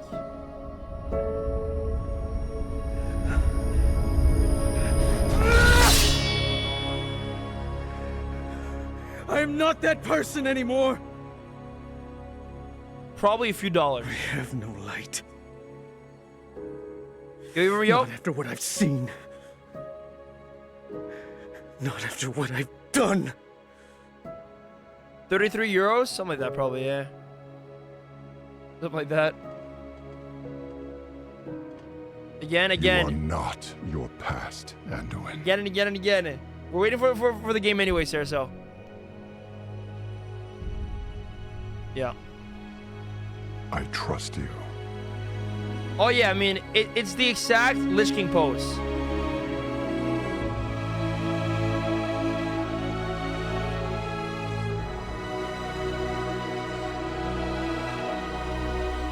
I've never seen CGI this good though.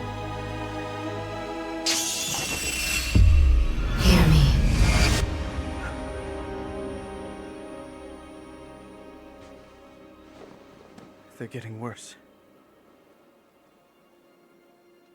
Avatar? Yeah, I have.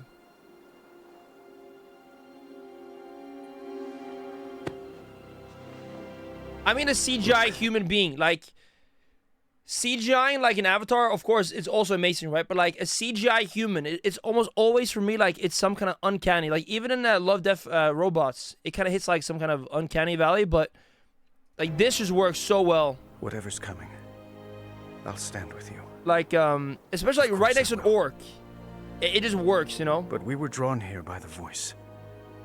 Who is it, Thrall? Who's calling out to us? I mean, it's like understated, Gizmo. I'm not sure yet. There's like a lot of things going on, but it's kind of more bits, you know, it's not just like right in your face, I guess. But that sword was aimed at someone. And there's the Dune. Holy moly.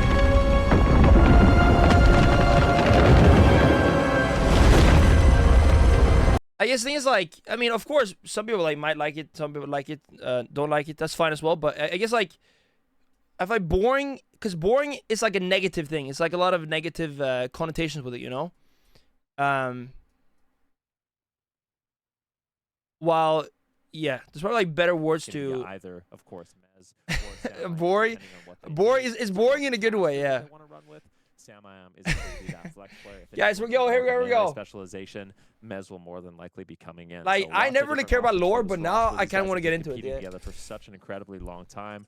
There's a lot of synergy. There's a lot of history, and I'm curious to see what they can get done here today. I mean, half this roster, they started families. They're starting to grow and expand, and we got Trill and Sam being the young blood for the team. So, you know, a balance of the old and a balance of the new for this roster, which is always great to have. The Trill playing in the arena and the Mythic Plus. I mean, and the raid. Balance of that, and the same is true for Method. I mean, their roster has two. It seems like the players were told not to smile. I say it's been a decade. In the photos. Close to a decade.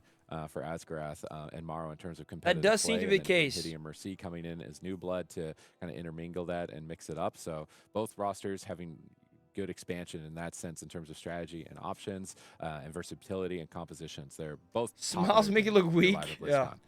Yeah, no doubt about that whatsoever. And it is just so awesome to see these different regions clash as well. You have Liquid. The Trill is awesome, America, man. Like, he's a legend, dude. And then, of course, a Method like, what a from player. Europe. And just stylistically and what metas they're going to be on playing. Twitch, Rip got it. Just little things can really change up the matchups. Who have been? This is on the Warcraft page. For this game? But guys, dude, we're going to be watching the deep dive, and round is going to be North like we're going to watch both of the things. These different guilds have kind of helped each in other 8 out, minutes. Right? Like how much has Echo been practicing with Method to try to get that first game win? Yeah, I wonder if they've been practicing against each other, if they've just been only like kind of sticking to their own niche, trying to limit presentation alone was just so awesome. A strategy, like when you're a team that runs, you're the only team that plays a comp, you starve the other teams of practice. It seems you humble. Don't queue into them. You don't let them know how the matchups Your Destiny play out. Welcome was good. So that might be a case here with Liquid playing some very unique compositions to their Yo, maybe Tara. names. They might have starved them of practice for the competition and trying to keep some curveballs. I think the biggest hurdle for them to jump over is that we're in a Druid meta. And Sidu, he's been playing every pre-order, guys. Step up to the plate, and can he deliver on the Druid? The pre-order is there, right? Like you said, we're in a Druid meta right now, but in North America, a lot of the time we do play those more aggressive healers. So yeah, we'll I think it was going to be locking great. in that restoration. Thank you, Destiny. You as well. You as well. Thank you. We're going for a more defensive-oriented composition. Hearthstone with that restoration Druid. So we'll just see what they have prepared because. Do you mean like the announcement yesterday? There's lots of different classes that are viable and strong. Yeah, the 3-day early access. It's a bit weird. It is weird. Like there's something about it that feels wrong, but I can't kind of see like why they would do this. Well, one of course is money, right? But it doesn't really matter, like, for competitive edge, really, because it's like season doesn't start for a while anyways. And then you also have, maybe it's going to help servers, right? Like, to have it kind of split up a bit. And, honestly, it's on Wednesday. Like, so on Friday, people can play. Like, everyone can play, but it's a bit wonky, I mean, definitely. That they actually have practiced or prepared, but As someone who plays a lot of Mage Lock myself, that can be something that is very But a crowd, okay. So you and I are literally. I didn't like noticing that. When we're playing our no excuse. I'm not like talking about like excuses or whatever. I'm talking about like trying to like rationalize like why, you know, the map, it's and loading, and what it does. But I mean, it's not a good thing, no. For game number 1, a best of 5 as every series has started on this since the dawn. I do think like arena history. It feels actually, bad to have. It used to be random map maybe at some point, so maybe not the absolute history point, but for quite a long time. Yeah, of course it is. Arena is a staple. It's a classic. Sell more, but I mean, there's also a few more reasons, right? Which I should have said. But entertainment fans, so I am really excited to see what compositions are coming out. Are we getting those nostalgia trips? Is Sam I Am coming in on the Balance Druid to try and be able to beat the Kryptonite? Beta access as well, yeah. Mage Warlock. Yeah, I mean, they're absolutely deadly as well. And Method, I mean, their roster, we haven't seen them compete together in a really long time. So Maro kind of coming back. He's been a staple in the European community on that Mage for such a long time. I'm really excited to see him compete once again. And he's going up against such a seasoned team like Liquid. It would be Liquid versus Method. Well, let's see if they can do it here. Liquid versus Method, guys. For half their roster. They got old and new veteran players here. Here we go. Liquid as well, advancing through, but they've got way more comfort in this environment. I feel like Liquid are probably going to be much what lower comps stress, do we see here, though? Actually, that could play a factor into possibly winning this series and keeping North America. Like we've not seen any AUG yet. I mean, what is going to happen? I guess Liquid might bring out the AUG. Out here, is that going to also happen? Guys, Cedo's been playing a lot of Classic recently, though. What is going to be going on for the day? Is Echo going to go undefeated? Who's going to be their major rival? Who's going to be able to beat them? Yeah. I'm always going to buy the Epic one for sure. Events and showcases throughout the Guild Clash. This is an important series if you're a North American fan. Yeah, and there's no doubt about that. Liquid kind of has to carry the torch here. Can they do it is going to be the question. We'll be getting into a Grand Arena very shortly here and seeing what blind pick these teams did go with. For Liquid, it's hard to say. For Method, we're expecting some sort of Druid, Mage, Warlock variants. I do believe maybe bring in the Elemental Shaman, but for Liquid, they have Mercy, right? Mercy could play. So many different options. He's a great warrior. Do have these kind of random compositions. Also, the Mage warrior in there. I think it might be a wild card here. Yeah, I mean, absolutely could be. We've been talking a lot about Mage Lock. They don't have to play that. They could come out with something entirely different. I just feel like I wonder what Liquid will play, man. And with Maro on the roster, I imagine he wants to be in like every game. He's been, on hiatus. He's coming back, and he's kind of. Dude, I should love Ven and super commentating at this event. So, but like in the game, I'll turn it like down a bit, and I'll also kind of commentate a bit on it. But yeah. Also Rogue Mage. If that ever comes up to the table, maybe they even just play Rogue Mage. I mean, do we see any AUG? Talk to them in preparations for this, similarly to Echo. Do we see any AUG? That's a question. Casters, it's been so tough for Liquid in the past that I feel like they've got to be bringing them in here. I feel like Mercy and Maro are likely going to be the starting roster with Asgarath and Liquid. What I feel like Cedo, I mean, I guess Arsham is great, but bread and butter compositions that they've played that are not really. He's also a great Holy Pala. Like Cedo is so good on Holy Pala. This level of play. And also he plays like every healer pretty much. BlizzCon championship. Yeah, I mean, Residrude, I'm not sure if he's really played. Method, I feel like one thing I'm kind of a whole lot, but Maro's going to play. I feel like for DPS, what about Adish Boomy? One of the more seasoned players. That could happen. That could happen. I feel like if he did have to sit off, it wouldn't be that bad to see Brunhilde and Mercy team up. Good chat, but guys, dude. Like a Rogue Warlock could be pretty good here in this blind pick. Guys, we have the panel. Guys, I think it's time to go over here now because we have the WoW panel coming up. From Liquid, and their roster is known for running those things, right? Very soon, and we're gonna watch both of the things. So what we'll do,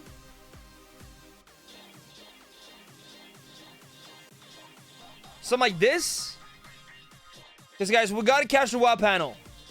We do.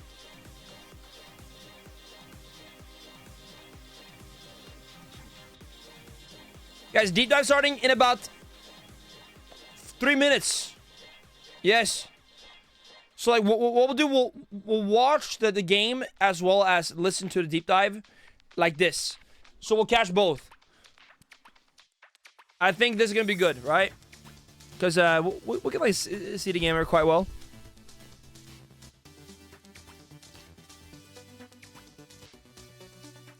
This is fine, I think. Subway surfers on the bottom. Yo, Suffocation was good, man. Yeah, they're gotta have like something going on everywhere. Family Guy, I don't think we'll do more than this. I think these two are good. Yes. Oh man, this is kind of hype actually though. I wonder what's gonna be happening here. I wonder what's gonna be happening here, man.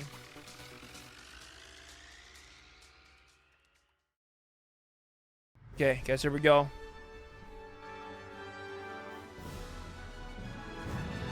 We're moving in. So they're all, it's like a deep dive. They're gonna like, I guess, talk about more things, maybe some PP stuff, hopefully. And yeah.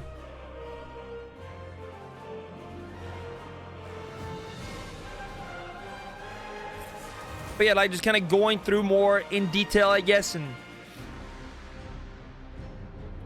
dungeons, new BGs, maybe. Who knows? Who knows?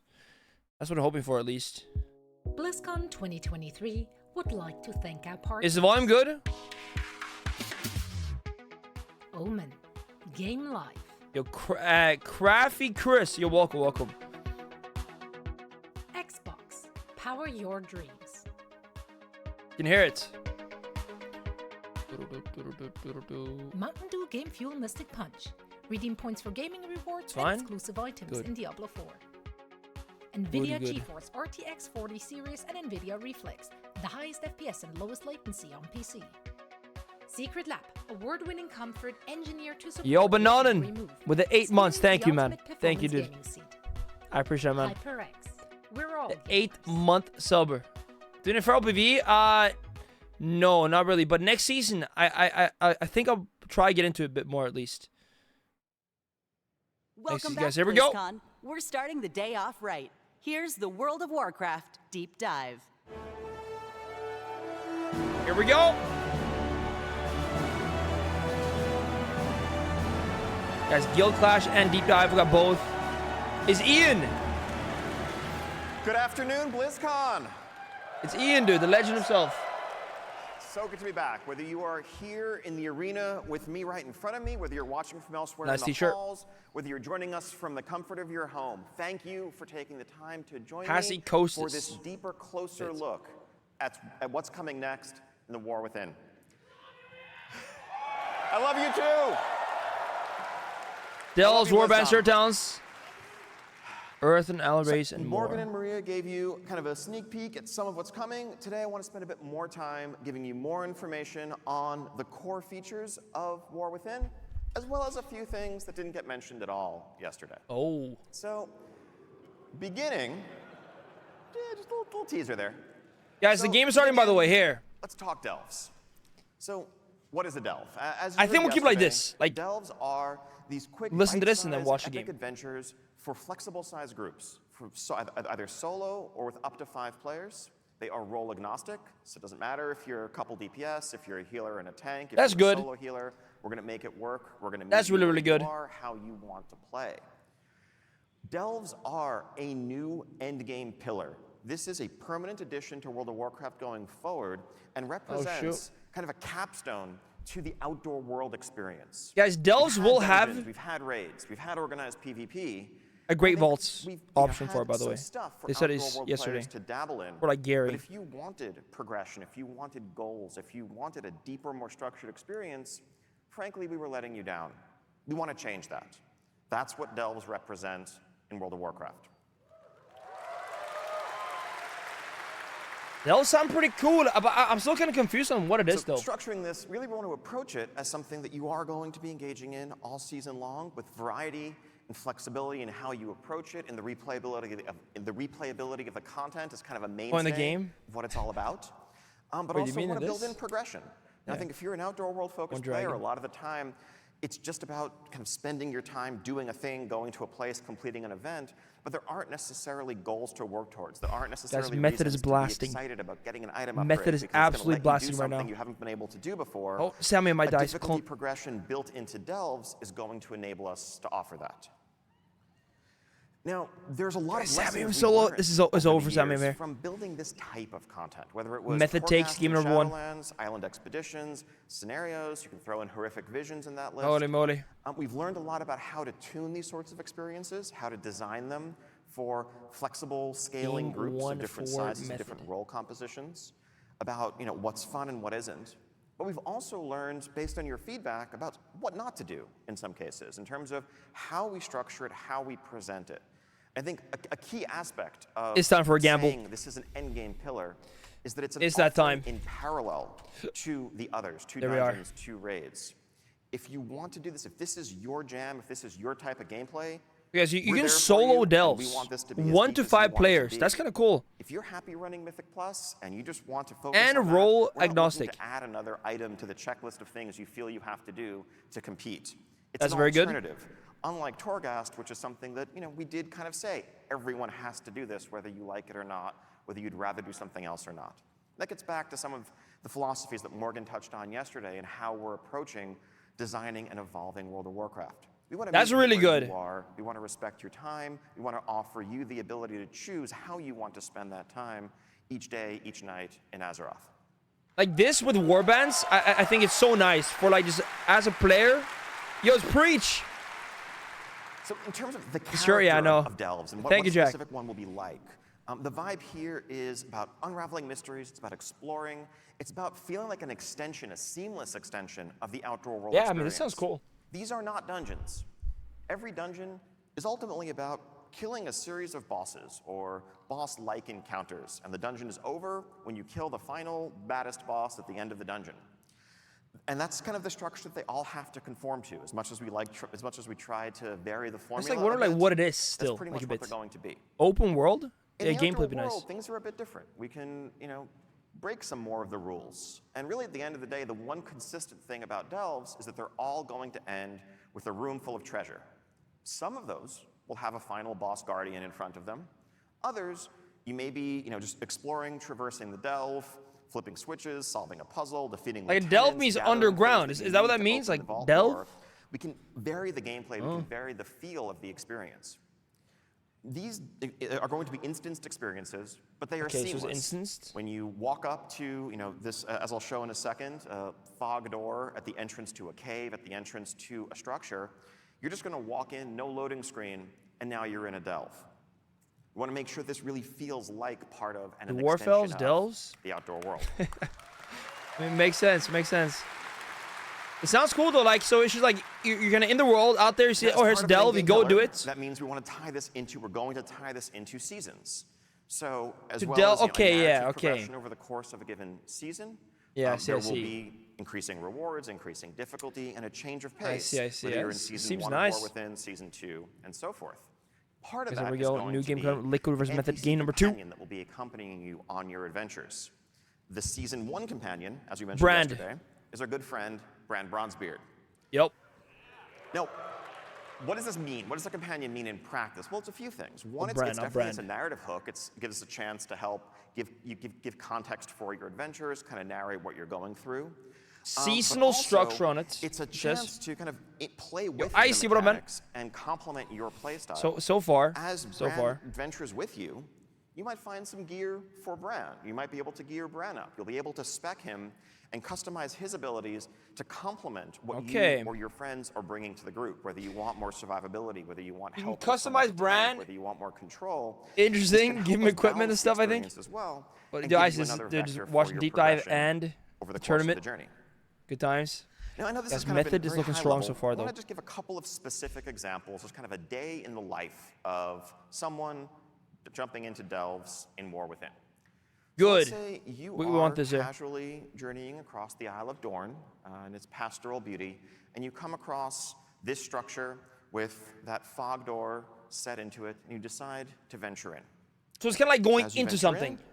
You are, as I mentioned, seamlessly in the delve. And searching for things in there. Just huddled inside the entrance, a group of expedition scouts who have come to this place. They've heard reports of great secrets, great treasures, powerful relics stored within, but they've been unable to proceed further. Because, they tell you, and Bran is among them, mind you, they tell you, this place, there's an unnatural, there's a disturbing darkness that has settled over this entire vault, and we can't proceed. Fortunately, they have in their possession Preservation, a relic Boomy Outlaw versus Ardred Outlaw, Arcane, double Outlaw matchup. Around it. What's going on? If you think back to the Vault we love of the treasures. Dungeon, if you remember that in Legion, what we the do love treasures, like, where it really felt like just like a dark, scary place, but you could have this beacon. Maybe the One Piece will be in a delve. Hold up. you have one of those. But, they tell you, it has very limited fuel. They dare not proceed on their own because they worry they're just going to get trapped in the darkness and destroyed by the terrors within.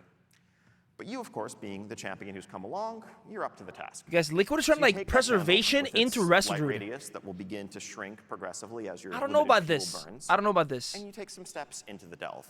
You'll find a Glad in And delve. what do you find in here? Maybe, man. Well, Who knows? as it happens, you run Maybe a across Glad mount. fellows like this guy. More jacked than your average It's a Cobalt. But there's a lot of kobolds in here.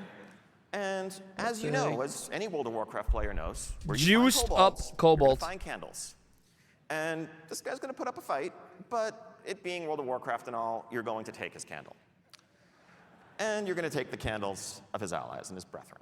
And, you know, that will help fuel this magic light that you have, help keep the light burning so that you can traverse Sammy, I'm taking so much damage here. He might die instantly in the opener. A couple of lieutenant-type enemies, bosses. Look at this, guys. Solve a puzzle or two. Look on the left.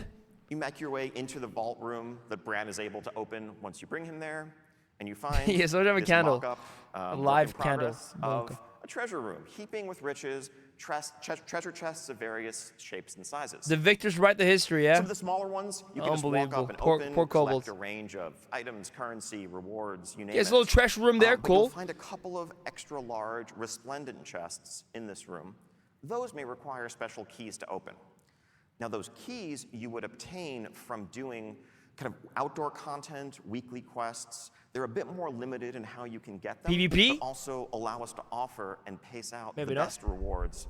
They're on par with some other endgame content. Watch him win. I'm actually not quite sure. We'll see. Grindable or anything Wait like and see. that, but it's an extension of your outdoor world loop if this is your playstyle. Now, let's say you come back to the same delve on another day. You might find that there isn't a magical darkness settled over the place. Instead, there are earthen locked in battle with kobolds, and you can help turn the tide. Sammy, I'm in so much trouble. As you work your way through, dealing with some different challenges along the way. Variety, replayability, lots of layers Cedar to the trinkets. experience.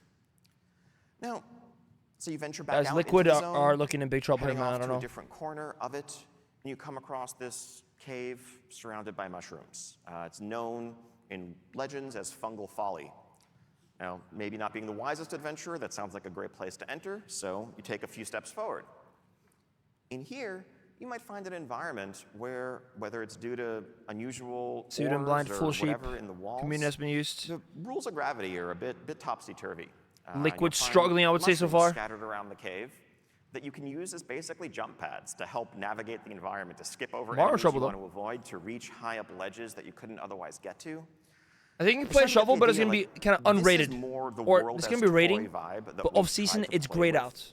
But you still play it. Outdoor events, outdoor spaces. Guys, as These I are say not that, mechanics Liquid you take necessarily out find in a dungeon, but I the think Rogue. team really Brunity is unshackled goes and down. freed Guys, to Liquid taking a explore a much 1-1 right wider now. array of gameplay Liquid taking a when we're building 1-1. delves. Holy moly. So let's talk a bit more about the loot. So actually, before You I won't talk be able about to the get loot- Legend Tag, you know. Sorry, these are the 12 delves that we currently have planned, scattered throughout the 4 zones, each themed around the ecologies, each themed around the settings that you're going to find. Now, some of the attentive among you may be saying, wait a minute, Morgan's slide said there were 13 delves yesterday. He might be right, but there also might be a secret delve that you have Not to sure what's going on with Cedar right now, but this discover. PC seems to be acting That up. awaits you. So yeah, loot. Wednesday's reset, yep. Seasonal pillar means going to the Great Vault every week and getting then a season share ends. in that That's disappointment that you're raiding and So, dungeon playing. be so brethren cute, but you can't get have Legend. Also had the pleasure to enjoy. Just but wanna cool. make sure you don't feel left out. So, Guys, we're you're welcome. PvP. So you'll know this isn't a Delves row. This is a world. Raids, row. Dungeons, And World. really that is enshrining these 3 PvE pillars. Wait, Raids, did he dungeons, make a and joke world. about it? You'll be able to unlock some of these slots doing select outdoor world activities, as well as, of course, Wait, what did he delves say about with it? better rewards from higher difficulty delves. I missed the think joke. In terms of the rewards here, this is all subject to tuning, is that this should Dude. reach to, let's say, end boss heroic raid, mythic 10 to 15 type range, accessible just via solo progression. It's gone. Far better loot than you've ever been able to get before. But guys, did they make a joke about it? Did they say something? And now, I'm sure this is, I know this is the delve section, but I'm sure there's folks looking at this and being like, wait a minute, what about the PvP row? Yes. Yes. Don't worry, we got you. We are removing the PvP row from the vault. Okay. We're doing that. That could be a good thing. On feedback that we've heard that randomness and PvP gearing maybe are not the best combination. True. You know, it took a few years to get that message through to us. True. So I mean, true. The way this is going to work is instead, you're going to get a whole lot more conquest. You're going to gear up at the same rate overall, but you will have complete control over your gearing path, just spending your conquest on the items that you want. With easier catch-up, if you come in late in the season, you don't have to worry about having missed certain vault weeks. Also, if you're someone who PvPs a lot and you raid, you don't have the awkward choice of that raid trinket versus the PvP. This makes sense. It's a good change, yeah. That's a good change. So that's good, actually. Very good. Because, like, early RNG, if you vault the weapon first week, it's like, oh, I'm on top of the world. If you don't, it's like, oh, shoot. Now what? For everyone. Very good. Aside from, you know, just power. Very, very good. Also, you get what the heck is that? Nothing more to say here. What the heck is that? Dude, Mask. It's going up, Mask. And Mask with 26 months up. Thank you, man. Dude, they are going up. This is awesome, man. I'm so hyped. Few examples of, you know, the I'm so hyped, man. Rewards that will be True, Matt. to delves, reflecting deep water fish hat, whatever that is. Candle hat as well. So, silly hats. World of Warcraft. Less silly. Ooh. Just as, let's say, Mythic Plus players. What the heck is that? That they can earn over the course of a given season. This customizable flying mount will be exclusively available. Dude. Thorough completion of the delve experience. It's steampunk. The customizability of it. This will be customizable the same way you can customize your current dragon riding drakes at the rostrum. Just modularly. That's pretty cool. That was it? Yeah. Hopefully not. It's pretty cool. I love our artists. They probably like to talk about Blitz, because like Blitz would probably be added as a rated game mode in the War Within, right? Which is huge. Guys, Warbands. That was really cool, though. Delves? I'm going to delve in some delves, definitely. 10 minutes this panel by just saying account-wide everything and like just click through the next slides. But it kind of that. So I don't know if you guys know this, but turns out y'all play a lot of alts. I'm sure that actually the number of characters per person in this room in particular is like some. I'm talking about the delves and WoW, yeah. But the Hold up. average WoW player today plays multiple characters. The two-thirds of players who have a level 70 have multiple level 70s. Half of players have 3 or more. Most people are playing multiple characters a week. I actually have a lot of alts now as well. A lot of them. Something the game, you know, it's no secret, has always done the best job of supporting. Now, part of that is because World of Warcraft 20 years ago was built with very different assumptions. And I both mean design-wise, but actually engineering-wise as well. The infrastructure and the architecture that was built. Back then, it took hundreds of hours to level. No, I actually have a lot of alts, like actually different classes now as well. Was far from the norm. But we've kind of inherited. We're still working. Let's talk about an reaction there. Working with those foundations to this day. And so when we guys, get third game on 12 Run Arena, 1-1 so far. Liquid locking in the same comp. We try to do it, but we're often working against. We're swimming upstream, given the underpinnings of a system that were never designed for this. And that's why you get some, frankly, pretty clunky solutions. Yeah, like, HRO. if you want to transfer this currency to your alt, go to a vendor and spend some to buy a different box that contains account-bound currency that you can then mail to yourself, log out, log back in, take the box out of your mailbox, and open it on your alt. Congratulations, you have moved 300 supplies. Elegant design, ladies and gentlemen. What if you don't have to do that? So I actually have many alts. Warbands is, what if we just rebuilt the those furry foundations and created a new future, both for the things we want to offer today and the things we'll be able to in the future, so we're not fighting against the nature of the system, but instead it complements what we want to do. Now the focus here is really making it convenient, removing barriers, removing awkwardness in playing alts. We don't want to actively necessarily encourage it. People already want to do it if they do it. One thing the system is not going to be. But like now they're actually showing it though. What they're doing. Because you have done things on other. You're not being there as well, yep. Or anything along those lines. If you want to play alts, do so. It's pretty awesome. I think this is awesome, man. That shouldn't feel wrong either. Now let's talk about some examples. Nice. Okay, so I'm going to run through these pretty quickly. They're mostly Warband Bank. It's a bank. It's an account-wide bank. Dude, that is sick though, guys. Hopefully, that is actually awesome. You should never again have to mail something to yourself. You also might notice that is actually insane. Giant, lots of storage, extra tabs. That is so sick. Side, so account-wide bank. You can organize them as you want. That's pretty sick, very man. Observant, the eagle-eyed will notice a little checkbox mentioning reagents. If you deposit reagents here, you can craft from the account-wide storage on any of your characters. There's so many times where, like, I wish we had something like that.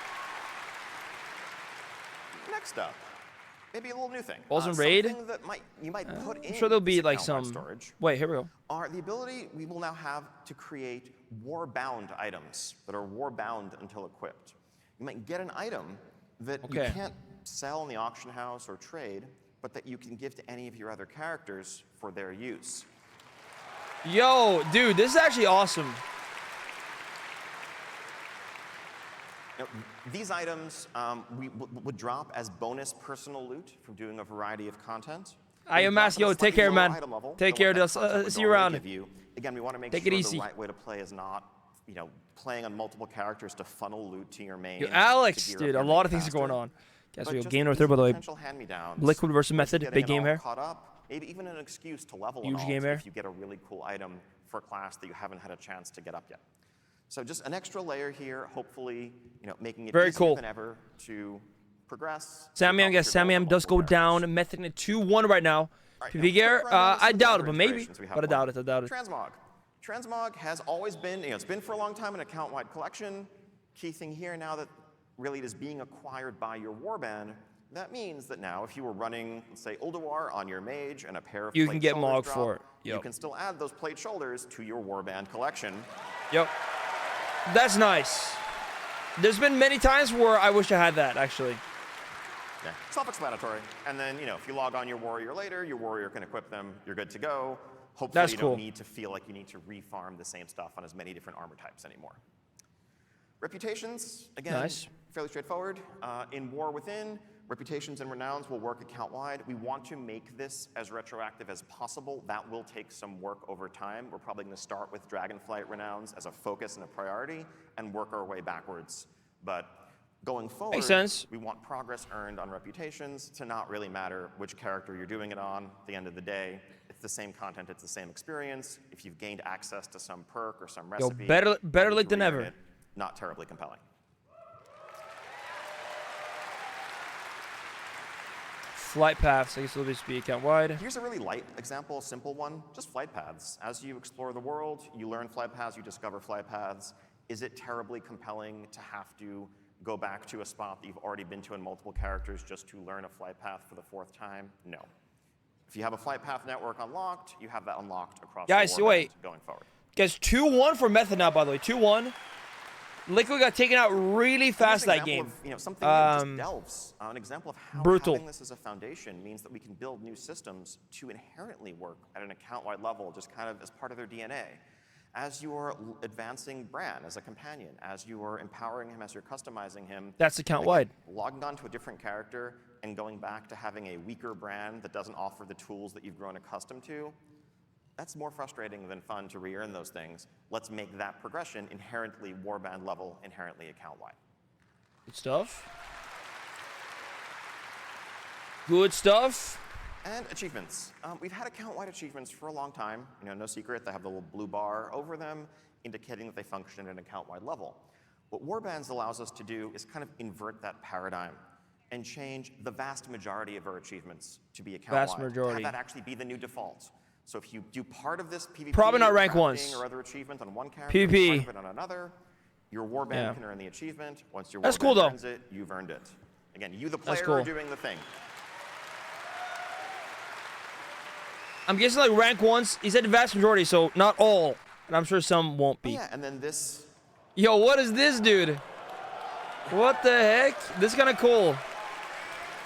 Yeah, Glad probably won't be at least like rank ones. Yeah, dude, look at this, man. Signal this shift up front. There's no like mechanical functionality here, but just in terms of presentation, what you'll see when you log into World of Warcraft with multiple characters is a selection of your favorite characters. That's pretty awesome, man. Or another setting. I just like that. Have your fullest accessible. Like seeing your own characters like next to each other is just awesome. Have this cast of characters that if you want to dress them all up in consistent transmogs, go wild. You like you have a crew. You can like make the Straw Hat crew. If you're very eagle-eyed, you know, you have your own crew. Very eagle-eyed. Don't read too much into things. And like you have them together. Evoker wearing leather. All 7 druids. Yeah, great. It's internal mock-ups. We're not changing anything crazy there.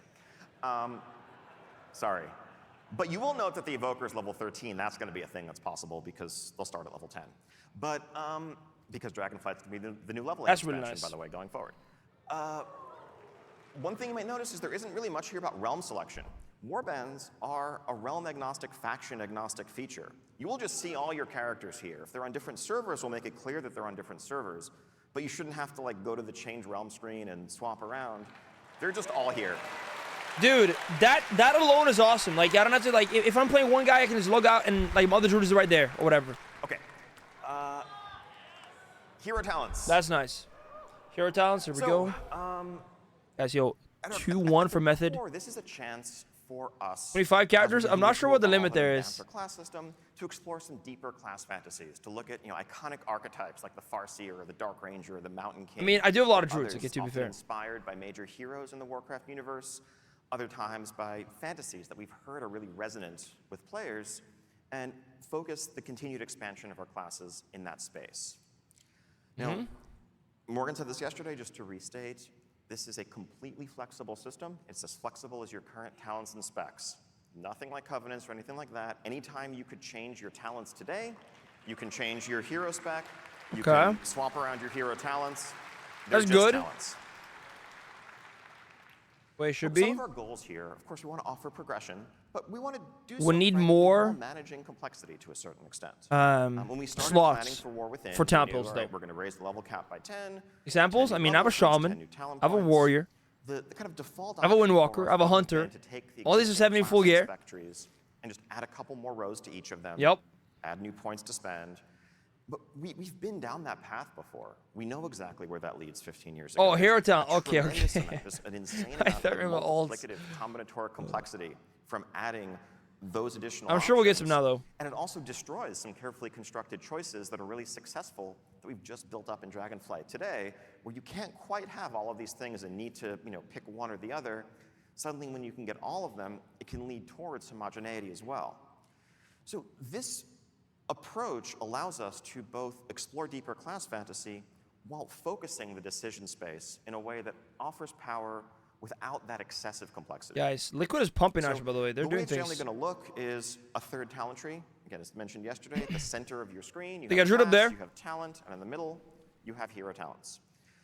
You'll note, so there are 10 nodes. There's an initial node that you get as a starter node at the top that you'll get initially when you unlock the system at 71. And then 10 more nodes to unlock. So like instantly what level is there? To 80. At level 80, you will have this fully unlocked, similar to Legion artifacts, let's say. So you don't have to agonize over, where you're placing any choice along the way. Buttons. Now, the choices that you will make are which hero spec do you want active, and also there will be choice nodes within the trees, just as the class trees and the talent. Maybe it's more passive, but let's see here. Which you can toggle, adding quite a few permutations to the system as a whole. If you want, as a kind of simpler collapsed view, once you've hit max level, you can just condense it down to only show the choice nodes for easy swapping back and forth to customize your spec for whatever activity you're setting out to do. You can swap very easily, apparently. Now, I want to take a little bit of time. Guys, Trill might die. It's so close. Quickly walk through Trill in big trouble. To give a sense of the sorts of things you might find in here. Again, all of this is subject to change. Liquid's in big trouble here. Subject to iteration and the extensive feedback we know we're going to get. I'm going to use druids a lot as an example here. I'm going to focus on the case of a balanced druid. Nice. Part of why the team starts with druids is because y'all are complicated. We figure there's 4 specs, 3 roles.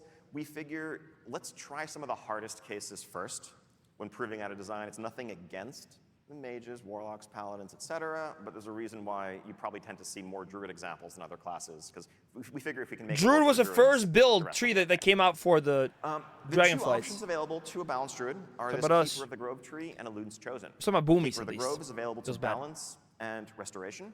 Elune's Chosen is available to balance and guardian. The former focuses on calling the forest to your aid, on summon treants, and augmenting their abilities and what using that cooldown means for your gameplay. Elune's Chosen focuses on augmenting your lunar abilities. I want to see like the Pharaoh version of this. For both specs. let's look at the Keeper of the Grove tree first. The first node that you're going to get as you just opt in, Harmony of the Grove. Baseline improvement to your throughput. Each of your force and nature trends increase damage your spells deal by 30% while active. Each of your Grove Guardians thematically what increases healing down by 30% while active. Pushing that button. So it's passive. I'm guessing most of these things will be passives. In every regard. Some of the nodes in these trees are just going to be simple, straightforward passives. Not everything is going to double and triple. Transcast Moonfire number targets about once every 6 seconds. Like this, regardless of what spec. Your maximum mana is increased by 5%. Your maximum astral power is increased by 20%. If anyone's worried, wait a minute, but what about the auto taunt? That's a mess in dungeons. We'll let you opt out of that. Cool. Don't worry. Or passives could just augment your abilities, your resource pool, and just make you a better druid. An example of choice node, again, this Righteous can be Bloom, about doubling choice down node with overflowing potential. More out of having the treants active. Transgenerate 4 astral power every 2 seconds. Trans healing increased by 200%. Even though you are going into this tree, Overflowing potential. Starstream damage increased by 8%. Starfall damage increased by 4%. 100%. Efflorescence healing increased by In 8%. that window, you'd rather just have some baseline improvements to all of your abilities, or to some of your core abilities. So like, it's not going to be like more keybinds. But the idea is 4 different opportunities to nudge your gameplay in one direction or another within this tree. Yeah. Like, Capstone talent, again, is often 2 specs will I think, have one in common. What the initial point was, just reinforcing the last one. Having the treants out. The benefits of Harmony of the Grove persist for 10 seconds after your trance expire, something that you're going to plan but at half effectiveness. And just Okay. amplify the overall benefits that you're achieving from that. Pivoting to Elun's Chosen, again, this is lunar themed and shared with Guardian Druids. So the first point here is going to call out 3 specific. I think Feral will get the Ardred one, but one Guardian. I guess we'll see. Them, meaningfully more impactful. I think that this can be fine to balance with PP. Probably easier than like a lot of things that they've had in the past. A pretty powerful defensive cooldown, especially in dungeons. You have a big pull going on. But we'll see. You're leeching a lot of damage back from what you're doing.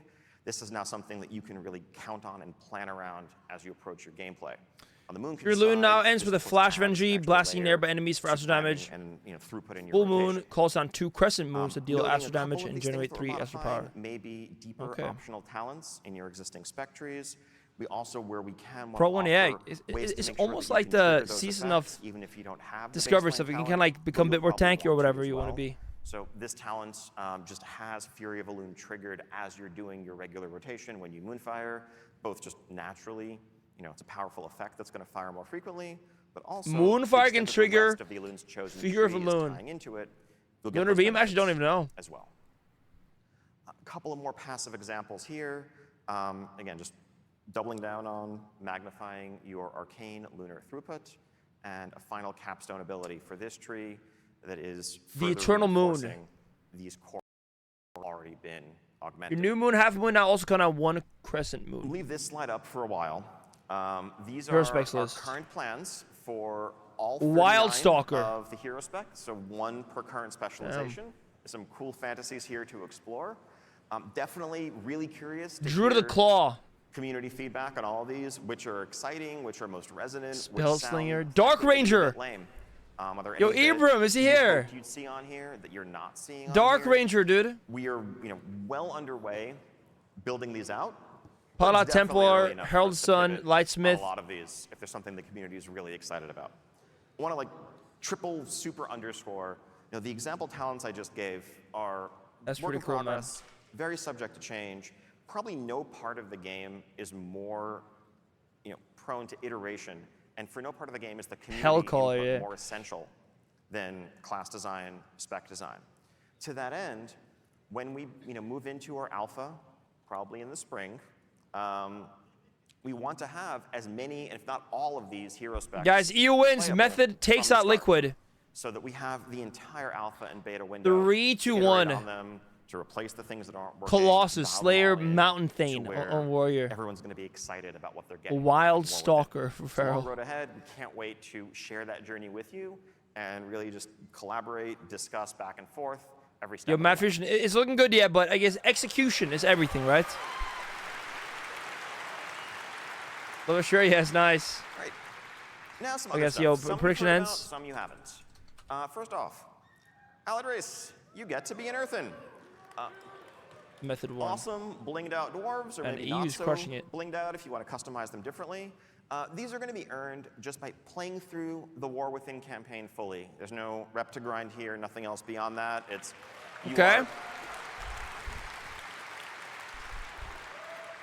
you are meeting the Earthen as, you know, it's a first contact in essence. Wait, did he say they could be both problems, the nature of their factions? Did he say that? Going to work with them to overcome those problems, win their trust. And at the end of that journey, it will make sense. It will be a natural next step for them to lend you their aid and join you as either Horde or Alliance. Like Panda, really? So yes, Horde dwarves.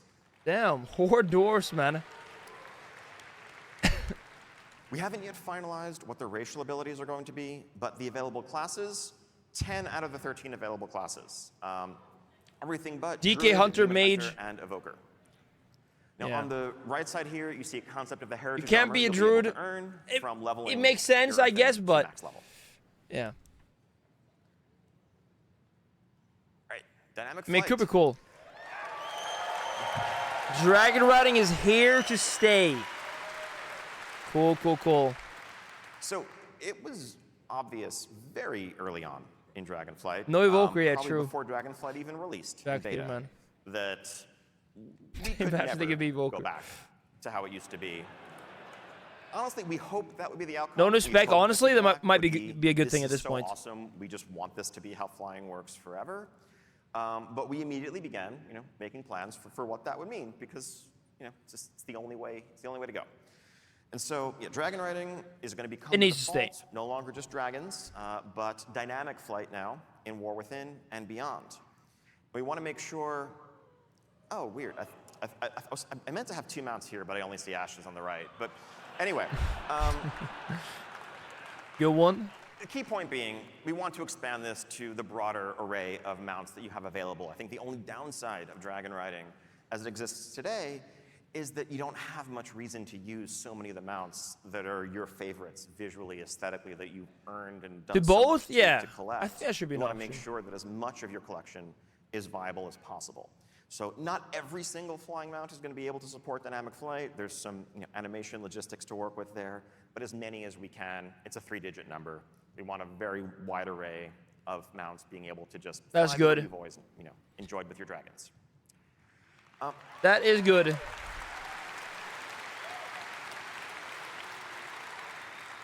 just to clarify, like As this Mar is the was future pumping. of flying. So everywhere that you can fly today, you will be able to dynamically fly or dragon ride.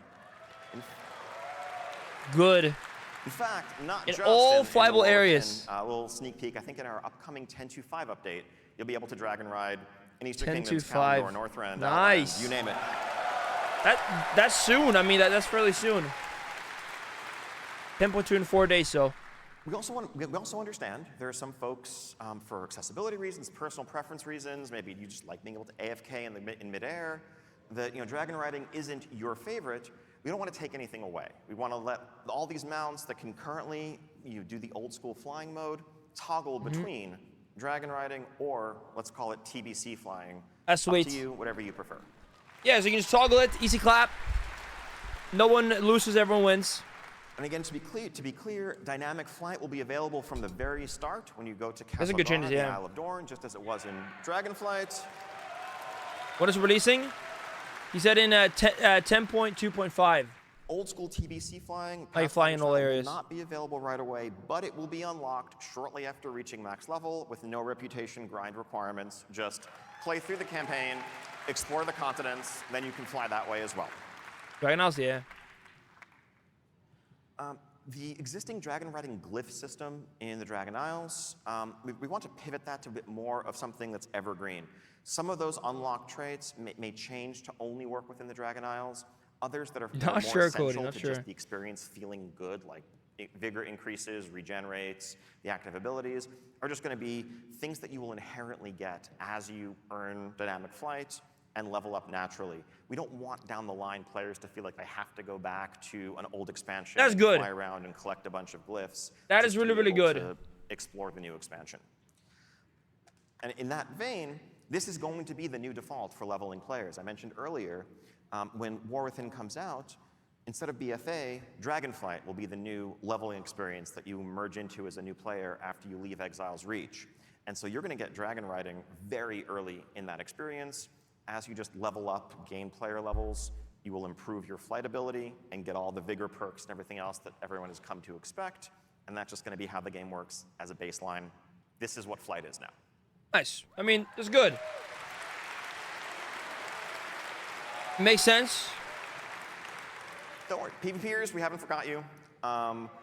This is long overdue. Yes. We should have been doing this earlier. Dude. So there's a new battleground coming in War Within. It is a 10v10 map set in the Ring. And probably Deeps. also going to be in Blitz 8v8, I'm guessing. Inspired by Silver Shard Mines with a few twists. The Ring Deeps are a place that's full of natural resources. That's very sort of thing that the Horn Alliance would be likely to skirmish over. I'm going to show you a very rough, early kind of like more symmetric layout. Mock-up of the layout here. The idea is, unlike Silver Shard Mines, which is radial symmetry, split screen? This is more, mirrored. We can go full screen here for now because the tournament isn't actually push their on. own mine carts to collect resources. I can go full screen here for the time being. Point that's going to change the outcome and the momentum of the match. This is something that the team has actually been playtesting. Because the P isn't playing right now. Couple of weeks, having a blast with. When we make battleground maps, we don't really artify them. Look at this, new BG, yeah. I don't have any good images to show just yet because it really is all about the layout. There's no point in making it look pretty if the spacing isn't correct, if the exact paths. There's gonna be finals now in the Guild Clash. Can't wait to get this in front of everybody to start testing in alpha and beyond. And that looks nice though. I mean, one-off. We want to keep adding new battleground maps going forward. This is an essential part of the game. And guys, keep in mind, new BGs, battleground blitz, right?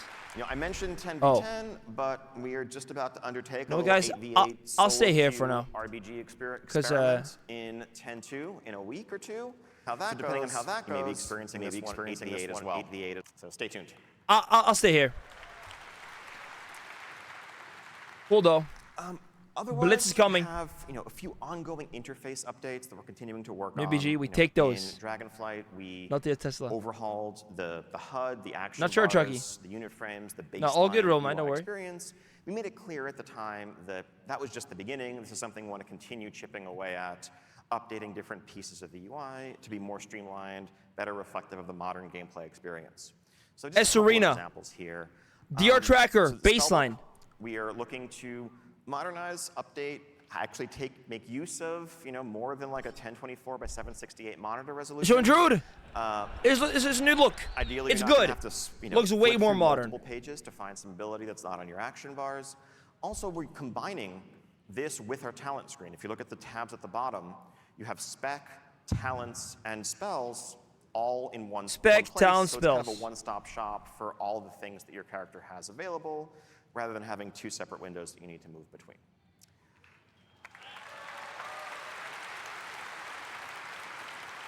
Nice. Some light updates here. I think improving the overall aesthetic of the quest log, the quest window. That also looks nice, guys. It's harder to show Look off at that. in a single screenshot, but we are adding a bunch of filters to allow you to like hide these and videos show good. different Make objectives, it look to see newer, more make it look quests that are clean. available at once, to filter your log for the things you care about most. We also have a full pass in progress on our quest iconography. That's good. To make it easier very to good. differentiate between daily and weekly quests and remove our reliance on just shades of color as much as we do, which really it is a color blindness issue. Yeah, it's great. The like, range of quest bangs where the spells have been the same for forever. Again, this is just a couple of examples of ongoing efforts. This is a project that will never be done. We're just going to continue improving and updating different aspects of the UI as we go.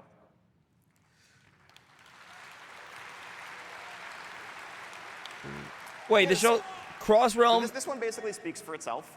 I've mentioned earlier, your warband is a cross-realm construct. Cross-realm guilds activities that players engage in socially is here. Span multiple realms. You have a raid group, you have a Mythic Plus group that you run with, group that you PvP with, but you can't be in the same guild together. Not any longer. That's a thing that will change when War Within comes out. Apply, recruit, I guess you just can't host all players in one realm. I'm not sure. When it comes to being in a guild, when it comes to accessing the perks of being in a guild.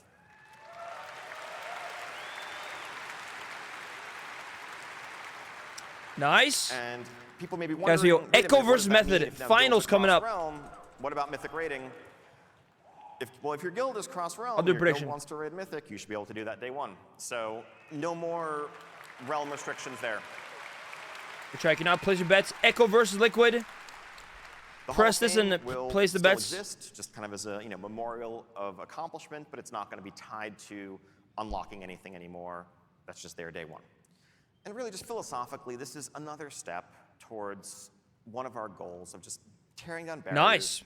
Making the game as social as possible, making it as easy as possible to play with who you want to play with, regardless of your server, regardless of your faction. As much as possible, if you want to play WoW with somebody, let's make that happen. Good stuff.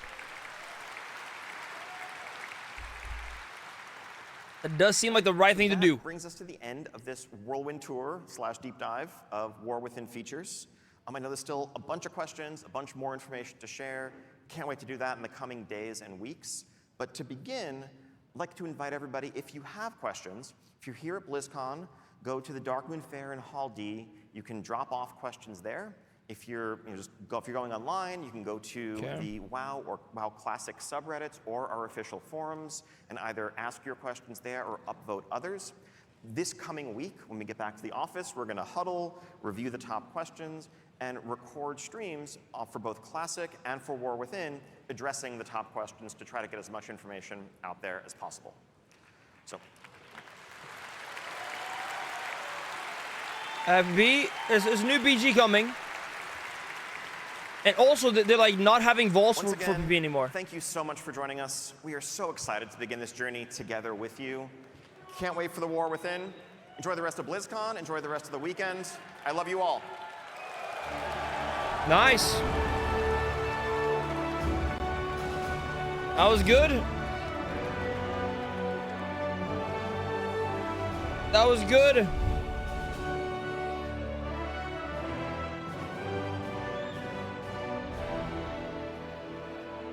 Is there any more things? Presenters? I think it did great. I think they all did great, but I think Metzen might. BlizzCon 2020. Guys, yo, that guy plays Farrell. The guy, the dev was there. He's actually in my stream a lot. He was on here. Xbox. Power your dreams. He's the dev that fixed the illusions and put it on like both daggers on the Fangs of Ash main. And he's a Farrell main, and he's actually in my stream quite a bit. HTC Vive Mars. Virtual he was there. Made simple.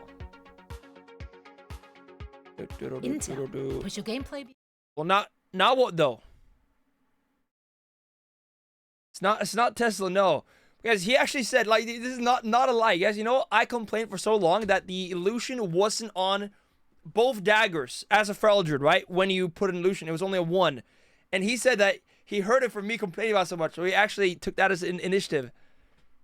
This is real and true. This is not a false story. You know, like when you illusion the Fangs of Ash main. Can I be like like this before? Like it was only a 1. It still is here, but like, if you apply it's on both, right? Sure, this is actually a real story, man. And yeah, he's a dev on WoW. Yo, this is real and true. No one's ever gonna believe me, man. Basically, so I fixed it. Okay, basically, yeah, that's what it is.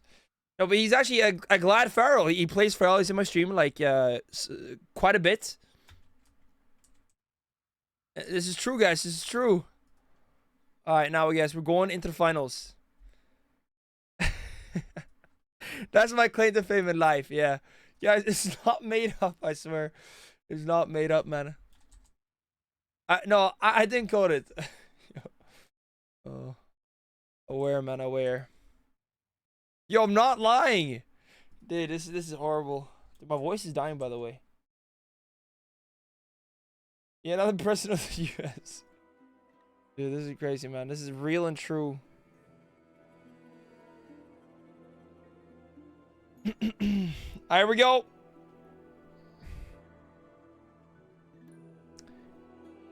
Another best rip out in the world. Okay, now so what? Now that's taking it way too far. No. That's a different level. Okay, come on, Swa.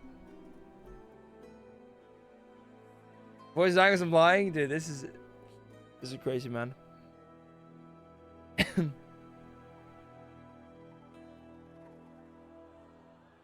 Guys, grand finals are coming up. They're coming up right now. No.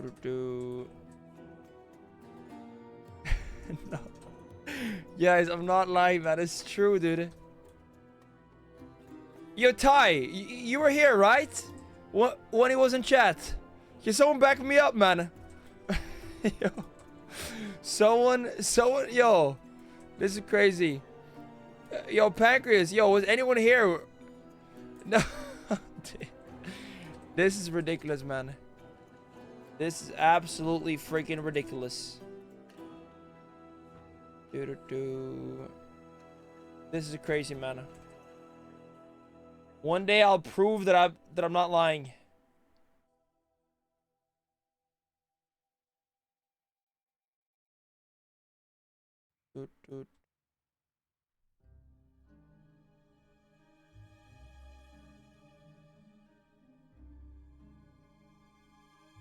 Anyone? Was I summoned? I was saying, were you here when the kitten, I think Twitch was like Kitten PhD or something? Who's the dev? Who was there? Was in my stream?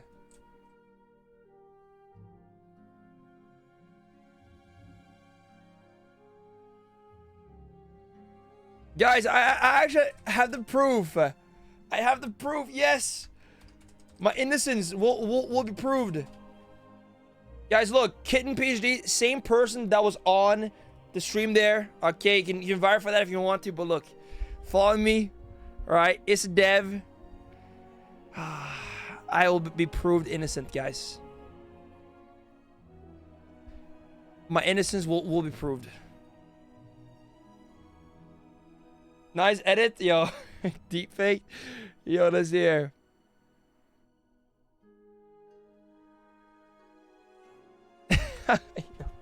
I actually just fake this account, yeah?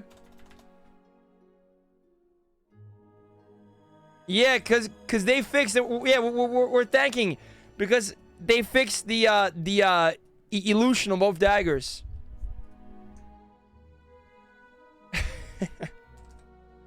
Yo, Ty was here.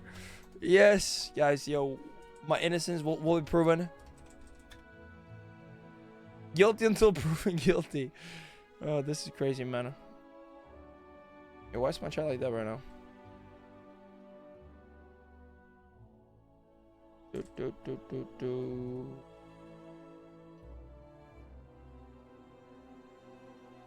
Friend? I don't know a friend, but he means Pharaoh.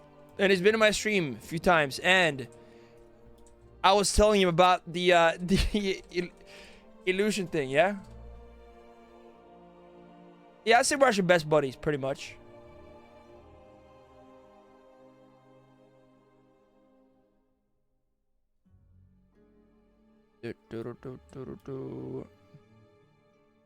Yup.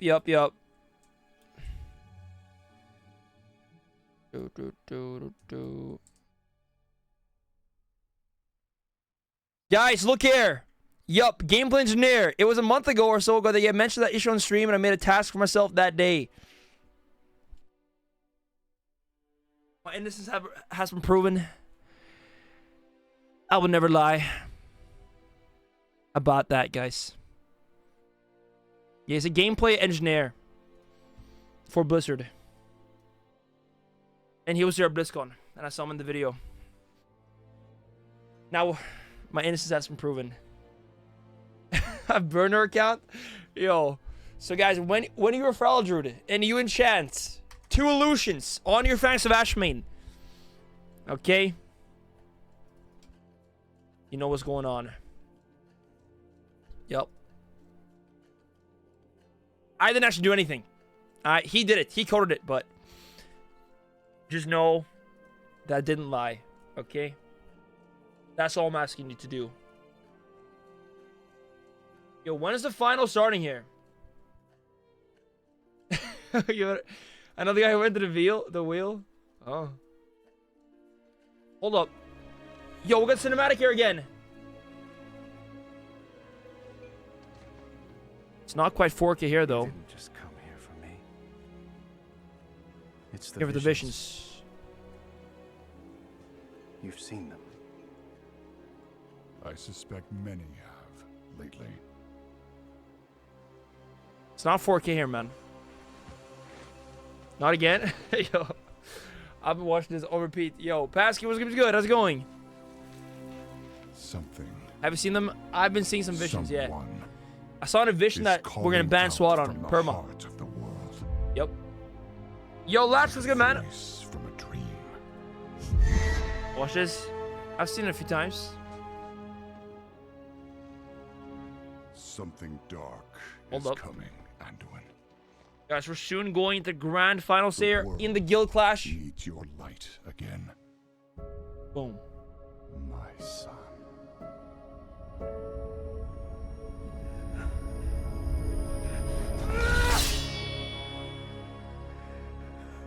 I'm For not me- that person anymore. I have no light. Not after what I've seen. The thrall's awesome, man. Not after what I've done.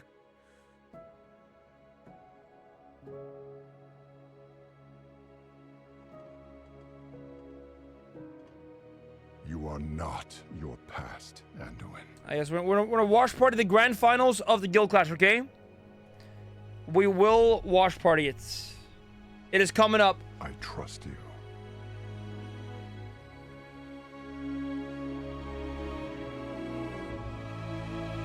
Should we watch it again? In 4K this time. This is not 4K right now. Yeah.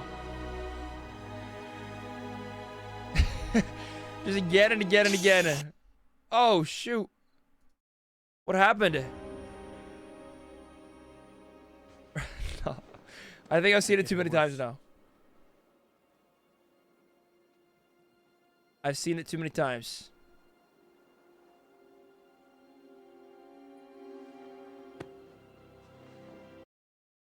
If I watch one more time, I will die. I guess there we go. So BlizzCon tomorrow. Is there like anything we gotta catch there? When it comes to BlizzCon tomorrow, guys. I think BlizzCon tomorrow, not really. Like it's community night. I'm not quite sure what that means, but celebration, passion, talents, and amazing cosplay. Oh, it's like cosplay stuff. Okay. Pre-recorded stream. And we have a K-pop performance. I think tomorrow is like the close ceremony. You want to dance? Wait, is there a close? Oh, this right here. Oh, the K-pop. Yeah, it's pretty insane, the CGI, man. Oi, oi, oi. I wish I have a dance off. Guys, maybe we can fly in still and be there by tomorrow and do a dance off live on stream at BlizzCon. Hold up. This could be the move. Alright, well, let's finish watching the grand finals there, and then we'll see what's going on. Then we will see. I have seen it, man. I've seen it a few times, actually. So is it also a Titan, or does it belong to Titan? I think it's Astaroth, isn't it? Or am I tripping out? Guys, have you seen this, by the way? Check it out. Boom. Don't show it again. We'll watch it again. We'll do it. Yep. Please. Yo. As of 10.1.5, if you go into Battle for Azeroth, you can follow the story much easier, and you can pick up where you left off much easier.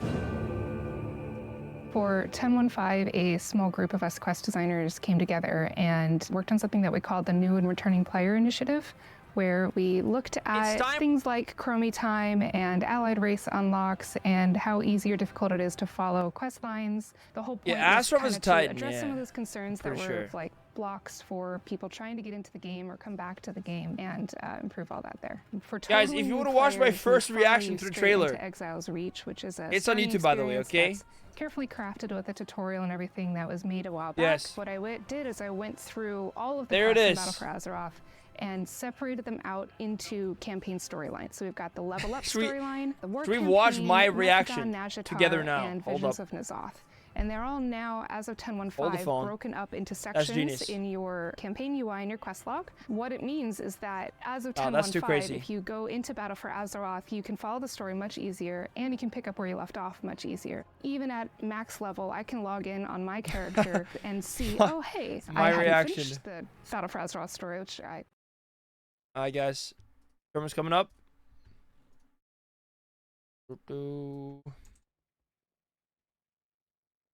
Guys, 10.2 coming very soon. 10.2 coming so soon, man. Guys, gonna do it. I'm planning a 24-hour stream, I believe, this weekend. Right here, the 17th to the 18th, probably. Or maybe Saturday, Sunday. We'll see. And in that stream, I'm planning on doing a 1 million gold 1-on-1 tournament. So, Swag, you gonna join that, yeah? And you're also gonna do a 24-hour stream. Do a stream? Hey, dude, feel free to join. And we'll also do the tournament.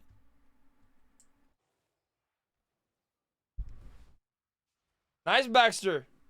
Happy birthday in advance, man. Lore Master, yeah. I gotta catch up on some lore, I think. I might have to.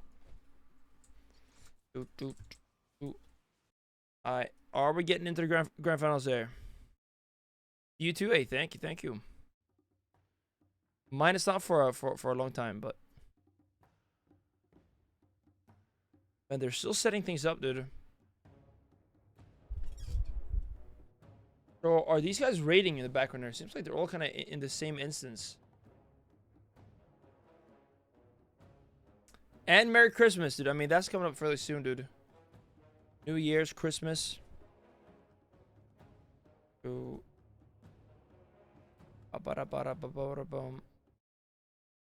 Alright. Classic Discovery thing. Season of Discovery. I'm not sure if I'm gonna play that, man. I don't think so. Like, it looks pretty cool, but I'm not really into raiding and 10-man raids and stuff like that. I don't know. Or Classic in general, so. Cata Classic, though. How about that? Turkey, I'm not quite sure what's happening this Christmas, man. In Norway, we use that pin and shuts. It's like... Pin and shuts. I'll show. Me when Snupy sees the War Within trailer. Pointless. I'm watching it again off stream, man, yeah? Like, in Christmas era, we have this. It's like quite salty, man. It's so good, though. It really hits differently, man. Yeah, it's very nice. And yeah, so we have that on Christmas, and I love it. Dude, it's like, it's so good, man. I actually cannot wait. Yeah, yeah, for sure. Panda, yeah. That's nice with it. Wait, it's just like so good, man. Like, oh, dude, I can't even think about it. I'm actually kind of hungry right now. Yo, Sila, what's good, man? Hey, yo, dude, thank you for the raid. Thank you, man, guys. Go give Sila a follow. Sila Umahara. Boom. There we go. Pork? No, it's like sheep, right? I think.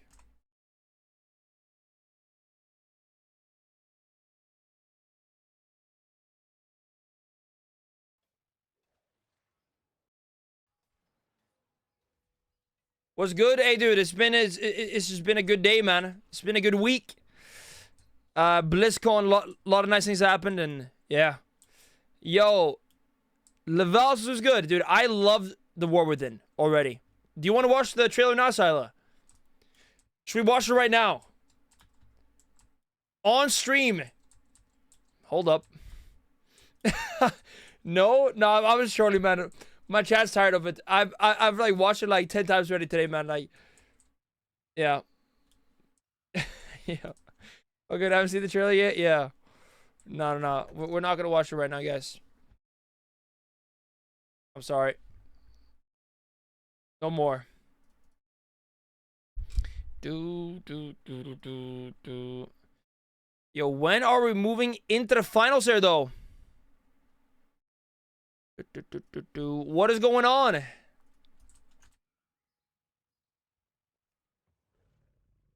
Yes, grand finals of Guild Clash is coming up very soon, and we're gonna be watching that. So stay tuned for that. It's gonna be good.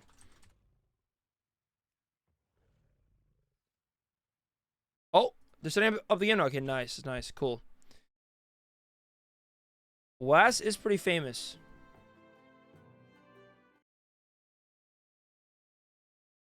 With this trailer, actually true.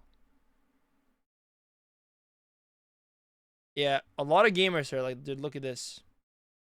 Man, I want to be at Blizzcon next year. I want to make it happen. I would love to go.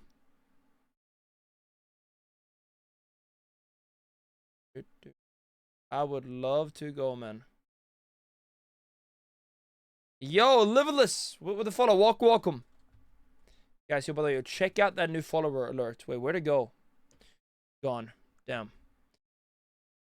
Yo, any non-followers that want to make it pop up, guys? The best alert on Twitch, made by Sekar, by the way. New alert. It's up here somewhere. Somewhere up there. Yo, Raikou or Cubs? Raikou OP or Cubsy OP? Both. Yo, Dipsel. Nice, man. Let's go, dude. Well done. Yeah, I can actually show the alert right here, guys. Check it out. We got them in different colors, though, but yeah, look at this. Boom.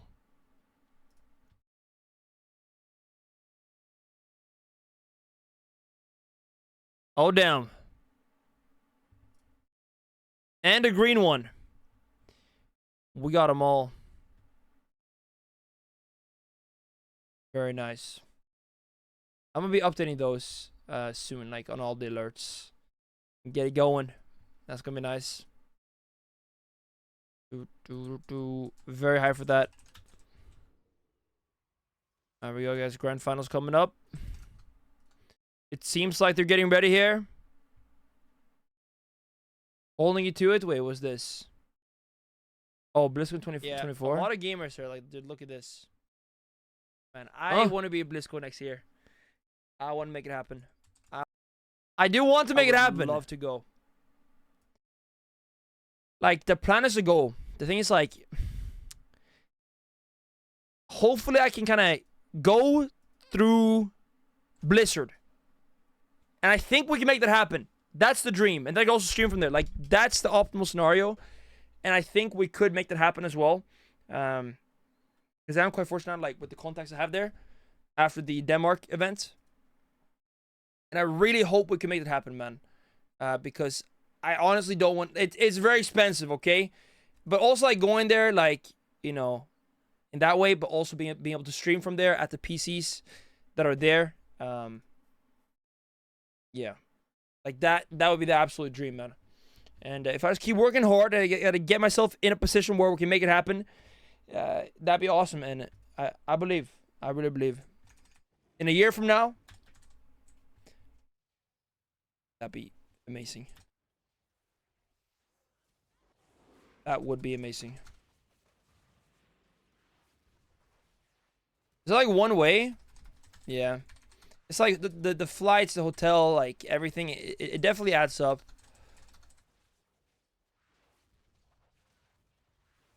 Make it volume so low. Ashcraft chilling hard. Not like... What's going on? It seems like it's soon starting, though. Airbnb. Yeah, I mean, true. But yeah, like, so if I get to do it, like, through Blizzard, then it would most of it would just be, like, covered. Like, hotel and flight and everything. Like, that's what I'm going to aim for. That, yeah.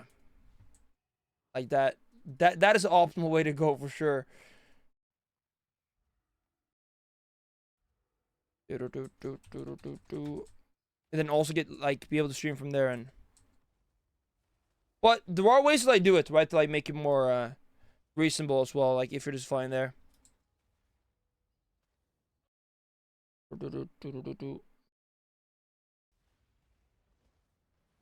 Yo, huh? Shipping it to Blizzard. Let's go, Ty. Let's go.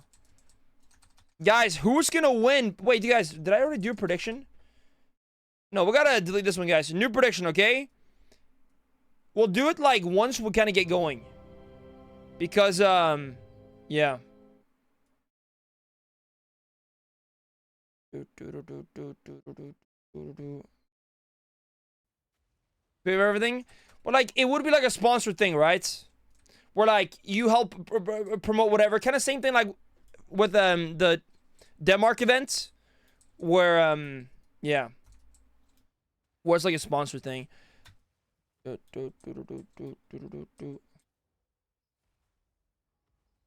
sleepover? Wait, where? Huh?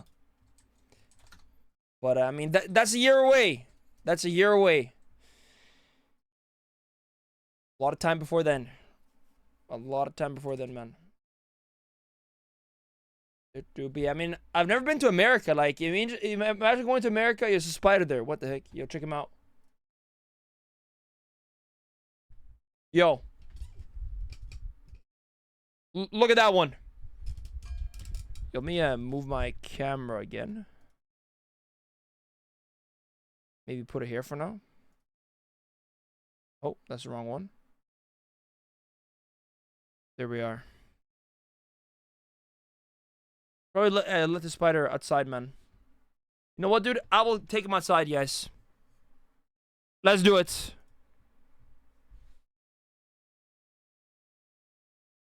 You see him? He's there. Oh, shoot. Hold up.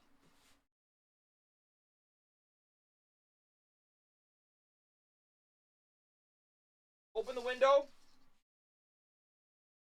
Get my Spider-Man comic book.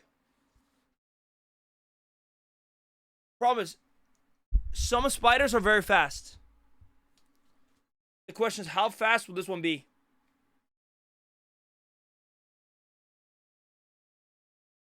Oh, he's quick.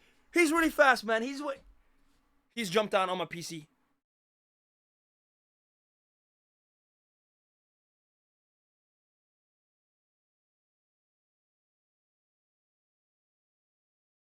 Oh, God.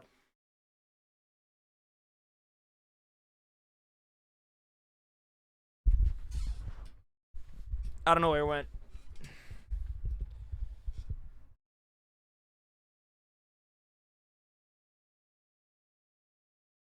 I don't know where it went, man. He like jumped behind. It was, dude, some spiders are way too fast.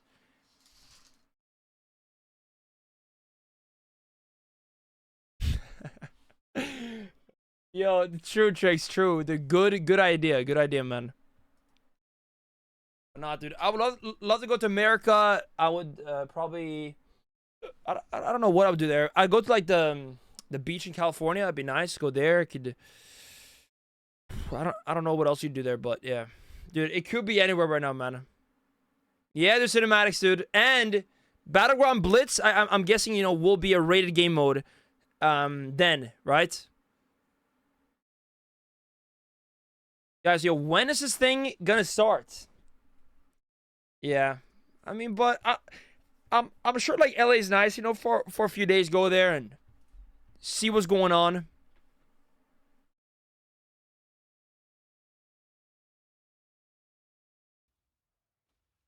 A car? It do. What's going up on the West Coast? A freak out? I wouldn't call it a freak out. I would not. Yo, Litos Romano. What's good, dude? Let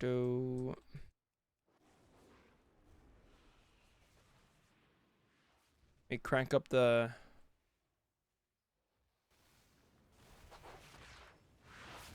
audio. Dude, I cannot wait for temperature file, man. It's so nice, dude. It is so freaking nice, man.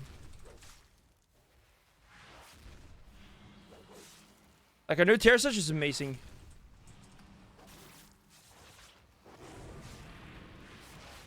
On Rogue, Litos, or you're in a guild? True, but I mean, I kind of have my own guild, though. You know, huh? That's my guild. The big guild. Yeah, you gotta gear up. You gotta gear up. Cyclone.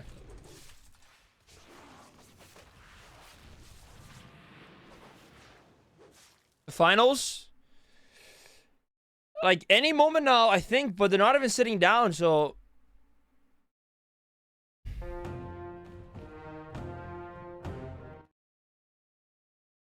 But it should be. Same country, I see. But yeah, when are you gonna start though?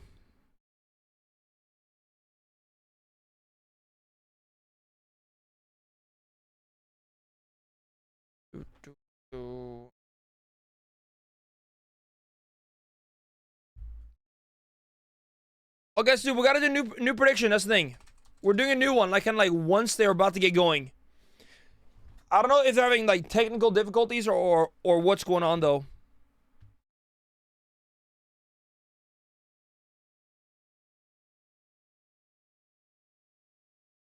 I'm not sure like who's allowed to play on all these PCs.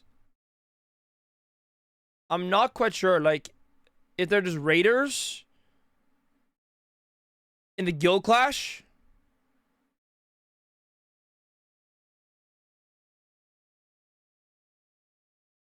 They flew his PC? Really? Did they actually fly over the whole PC?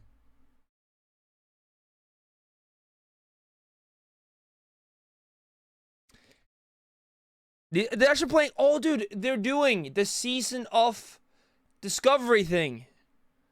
They're playing Season of Discovery. Level 25, yeah, working like mix up and everything. Guys, are we hyped for Season of Discovery? Is that Pog? No?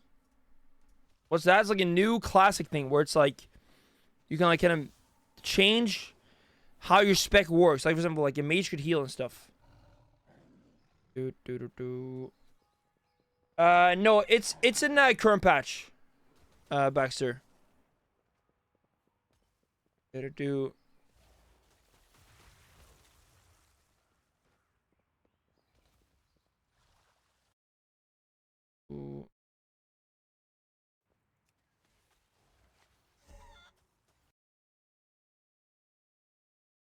yeah. Hold up. Yeah, like Kata Classic should be interesting. I don't know. I feel like Raph would be a good point to like stop it. Cause like now you do Kata, I don't know, man. And then do Mop. Yo guys, look, yo Cyber, he got some pictures. Blizzcon pictures, man. Let's see here.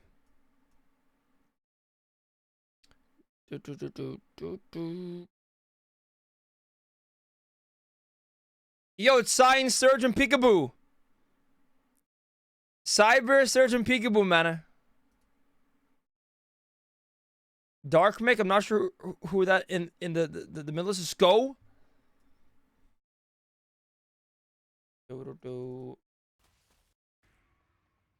Nice.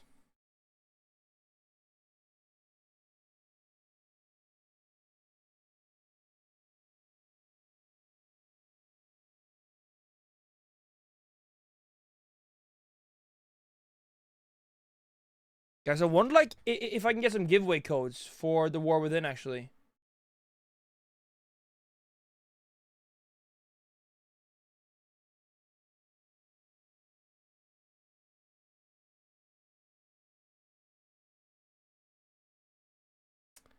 I could probably get like the War Within giveaway code, guys. Eventually, yeah. Be nice, like Epic Edition even. Yeah, random. I believe so. Duel me. Here we go. Accept. I have a giveaway with Blizzard coming up for 10.2, which you'll know about soon.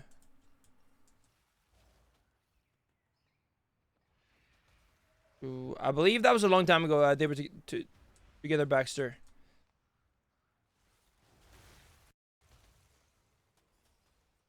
Guys, when is the final starting? It seems like they're having some kind of technical difficulties, but I don't know. Like, they're not even sitting here, like, the whole team.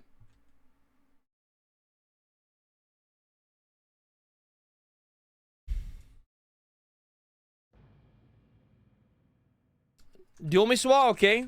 Alright, alright, there we go. Accept. Just like that. Huge.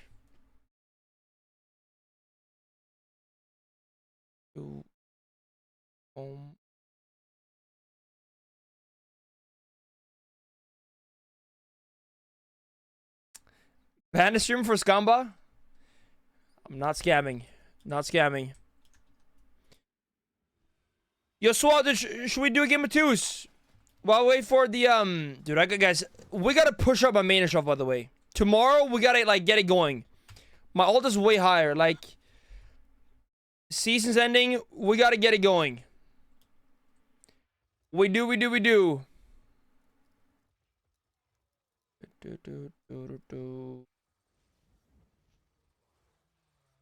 Yeah. Go for swap. Why not?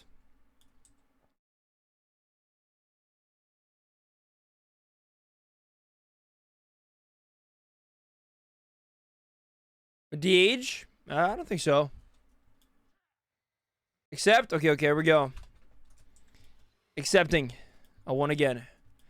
Nice. But like, I gotta like really kind of focus up on the main and start pushing these shuffles. That's where like, Blaze Edge Arena going out of the map pool is very bad for all though. Because it's like our best map to cleave on. You can cleave anything on there, man. But now it's gone. It's not good. Not good at all. Not very nice. But yeah, we're just gonna hope for the best here, man.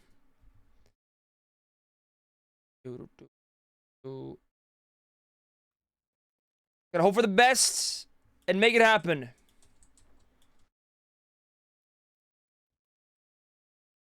We're giving twos. We are. Nice.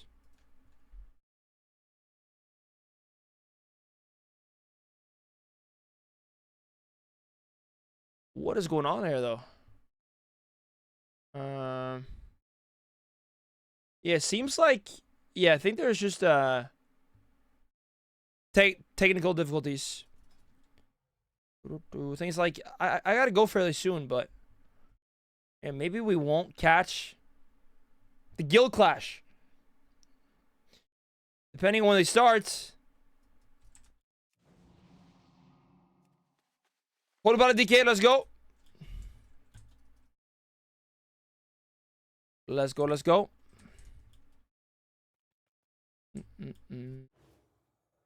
All right. Kill DK. Let's get him.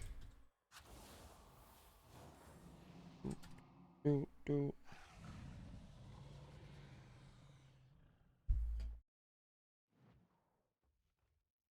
we are. This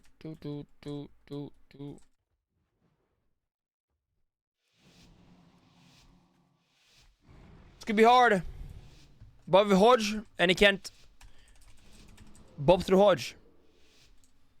That's something. To be honest, like, even Pala could die here. Also nice. Not really. I'm just gonna go grab food and have a lot of YouTube editing to do.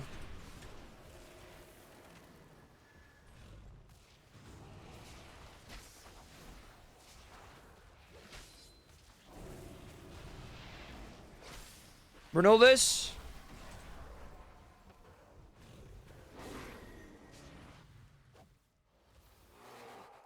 Bash, Cyclone Air, Clone, Maim. There's a Bob. Yo, Malcolm, what's good, man?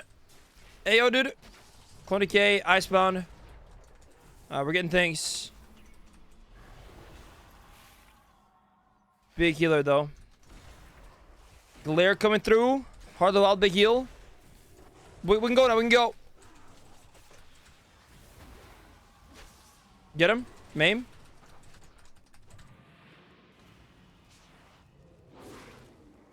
Bubbles. Originaire. Big heal.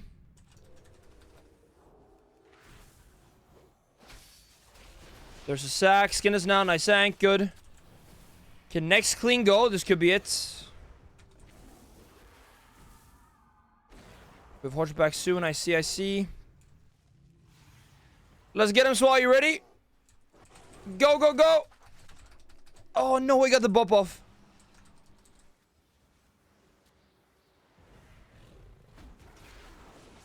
It's fine, maybe. Oh, no.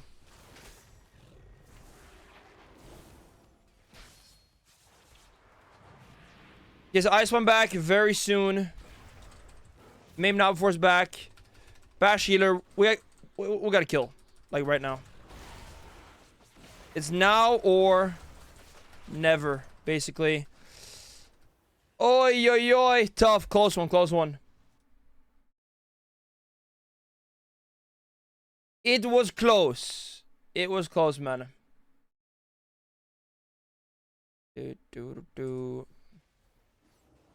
Guys, any gamers with Lidos in the building?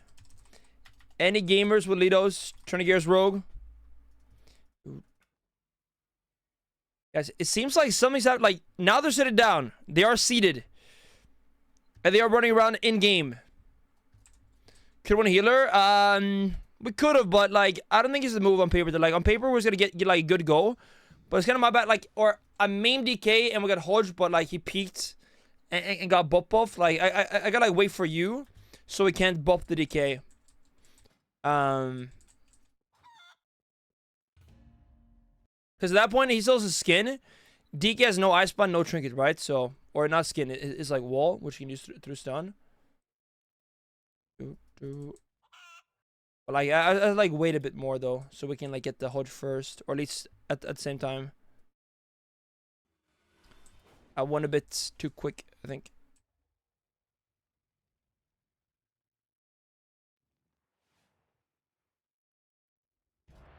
It seems like the PC that Sea-Doo was on is the one that has the problems.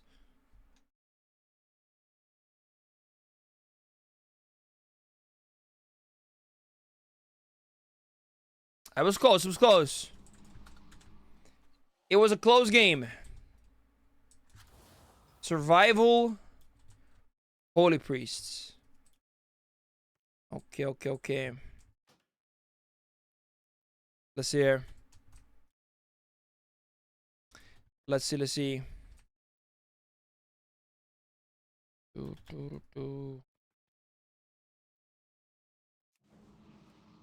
get him.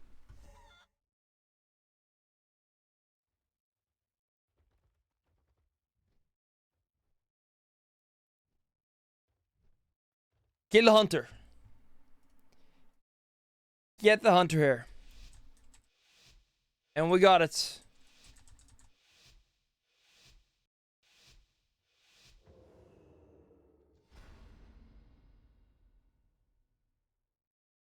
Alright.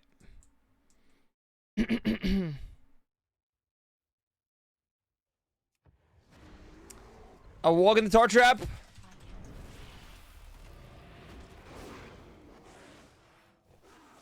He fades the Hodge. Death's the rep. Oh, actually, no, Tring is good. Insane. Full Cyclone. Kill.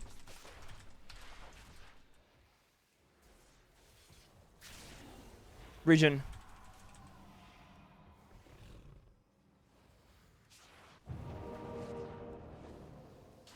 Angel form. Are the wild. I mean, they have nothing left now. They got nothing left, dude. This could be huge. Nice rep. Clone early here now. I'm gonna meld. Oh, God. Come on. Don't let him swap. He's gonna swap. So close. Wall. The mind games. Skin. Keep it going, keep it going. Swarm, double region there, double region now. No, he faced the Hodge again. We can rep this anyways, I believe. Oh, so close, but not quite. New season is the November 14th after a 1 week off season. That's when it is, guys. It seems like the game is gonna be starting now. By the way, the grand finals there. Yo, we gotta get a win first though. This priest was on points. Guys, it's happening now. They were not able to follow through on it, and this does. Okay, let's lead the queue then. We have at least one North American though with Cubsy, the last Canadian hope.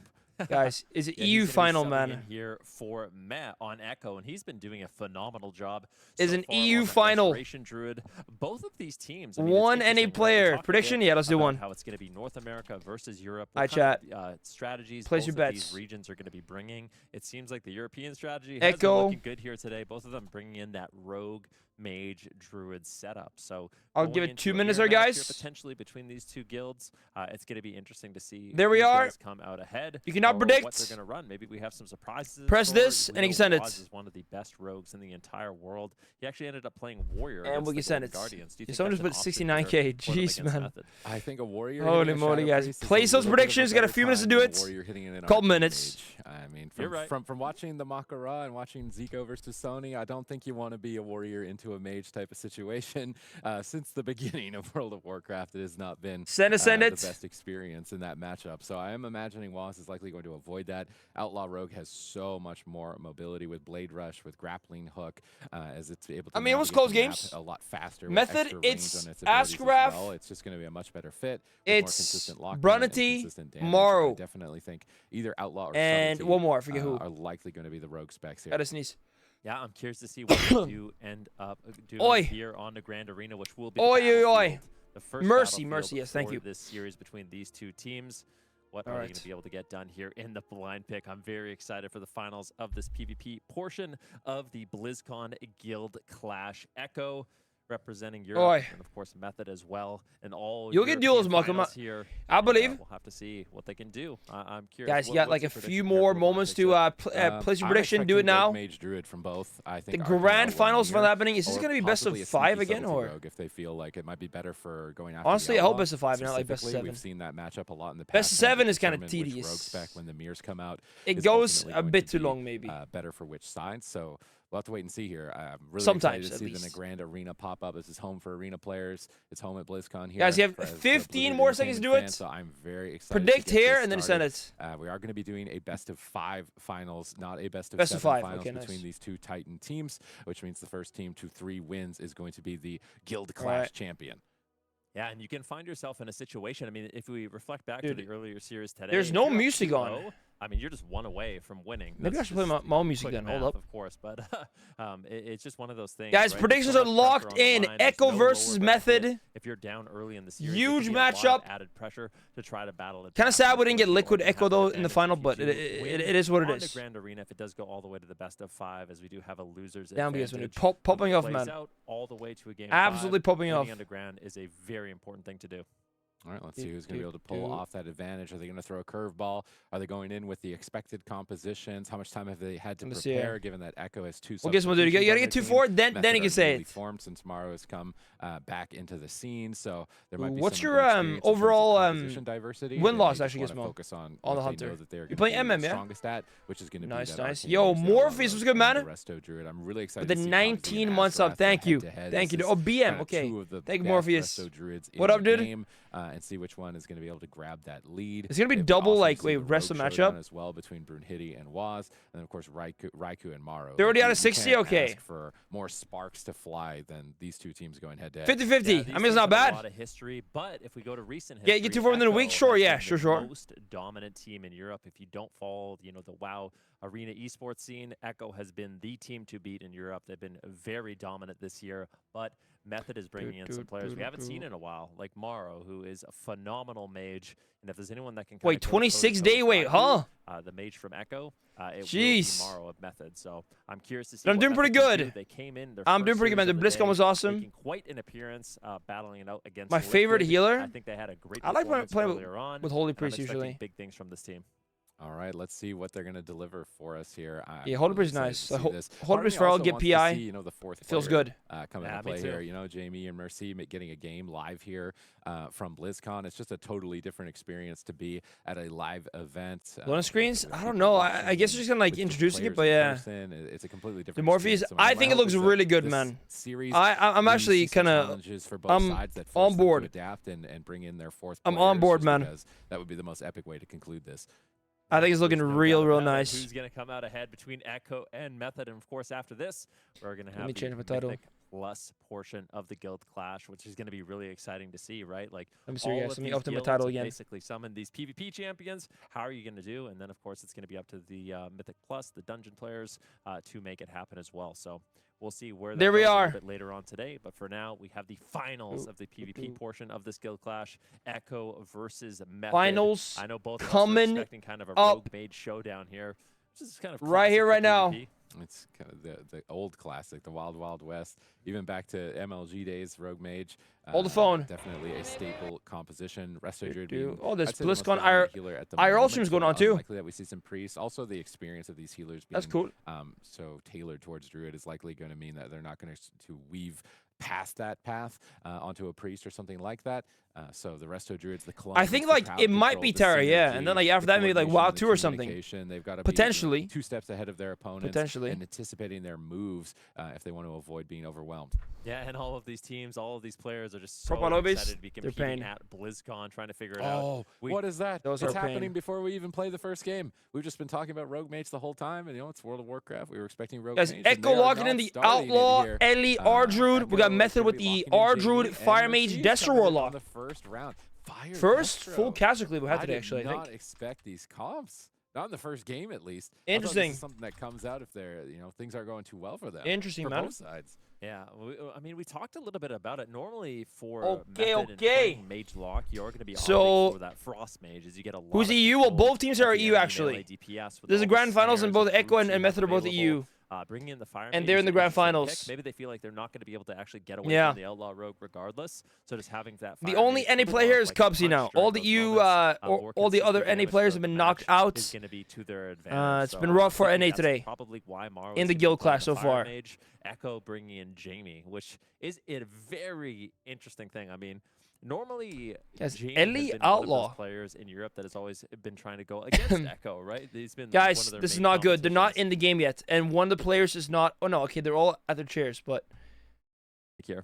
Yeah, definitely. I'm really interested to see this play out. We do not see Fire Destro pretty much almost ever. It's usually Frost Destro, Frost Emo. It's kind of the staple. Yeah, the R-Druid Fire Affliction occasionally matchup, .com, but very rarely, if ever. So Maro on Fire Mage, hyper aggressive, likely playing the Glass Cannon build. So he's gonna be really squishy, but he can be a major playmaker if he gets any sort of distance. I believe the Calvish plus Nick plus Palmer would win all. Those fireballs get pretty high. Would they beat Echo? Them from maximum distance, and a Destruction Warlock is similar. If you're not keeping them locked down, and they're getting. To be honest, I think Spheres and Chaos Bolts, they're both major. I think no one beats Echo. To be honest, with dealing with both of them at the same time while getting pressure. Yeah, so we know what compositions that they're running, but this was actually a blind pick. So I have to ask you, Sid, who do you think came out ahead? Actually, there's one team that could beat Echo. That's a tough call. I mean, we're just talking about how Outlaw Rogue is really good into the double caster. But I can't say who it is. Pretty tanky and difficult to take down. Ellie Shamans are, top champion wizard at the moment. So if you're queuing into a solo shuffle lobby with a lot of casters, you're usually pretty happy as an Ellie. So Echo in that sense makes sense on paper that they might be more favored here. I also think that guys, they're still not in the arena. What's going on? For Outlaw Rogue because they're lower armor. Yeah. So I'm kind of favoring Echo for this first round. Yeah, this makes me think that Echo knew they were going to run some kind of wizard setup.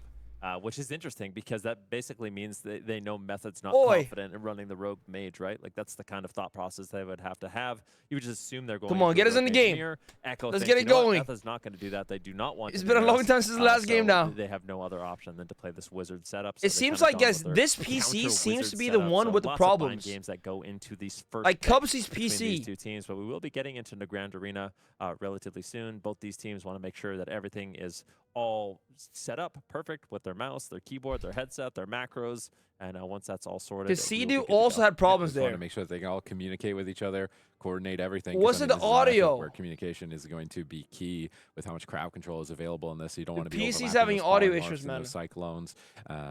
Or overlapping your interrupts. Oh no, one person has come up. Definitely want to make sure that the players are able to perform to the top level that we expect from them here in the finals. This is when there's like 3 people trying to fix something, you know it's not a good thing, okay? This year going head to head, they are the best at this moment. I think it's been proven at this point between Echo and Method. They're absolute monsters. Yeah, there's no doubt about it. I can't wait to get into this match. Just seeing Maro on the Fire Mage. We're not going to be seeing Raikou for this game number 1, but we are seeing Jamie tagged in on the Elemental Shaman. Like this is the finals. I mean, this is it. They gotta really show. This is not the actual game we're going into now. Made quick work of their North American opponents here today, and that's why we have. Latch, I think you would probably win the whole thing. See who does come out ahead between the Method and Echo. I think you would probably take home the gold. The players. They fix their tech problems, and hopefully they are ready to go. It looks like we're zoning in right now with that epic guys, it's happening. We've got him. Cubsy, Jamie, Ardrude, Ellie, Outlaw. Echo, Method, Asgarath, Maro, and Mercy on the right. Is going to be an explosive matchup here because these classes are volatile. Lots of damage and what a free was good. Yeah, especially the fire. Wait, what's that emote? TwitchCon hype. Called Glass what is Cannon. that, dude? It removes a lot of your max health. So if they do go after Maro, he's going to be pretty there we easy go. to take down potentially. But it looks like they are going to be starting. Was opening up onto Mercy gets faked. It's a pre-cook instantly. Caster setups. If you go after the Warlock, the Mage can do whatever he wants in the match and get a lot of control. If you go after the Mage, the Warlock can get a lot of cast out. There we go. Case balls flying through. Spot to navigate here for Echo. The Fire Mage Jester. This comp has crazy damage potential, but can they get off? Dude, Maro actually taking so much damage in the opener. Getting blasted. Bark has been traded here. Double Shadow Fury. Beautiful setup. Here's that. It's a vendor. Huge case balls. There's a vendor in the middle of Stormwind.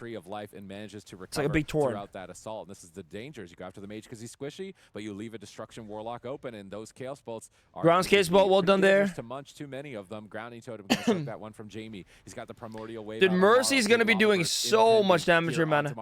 Jamie lines him up. But Maro in some trouble though here. Asgarath blocks it with Nature's Swiftness. Case Bolt's flying through, fakes the Winter here, well done there. Chaos Bolt's incoming. Jamie Asgarath getting kidneyed, gets hit hard though. Hellstones and skins. And his Bark Skin. He's likely only going to get one charge of that if he can't drop combat for the rest of the game. Yeah, I'm sure he can drop combat at some point here. Big down Mercy here. Deathbite has him traded though. Ports away out of the smoke bomb.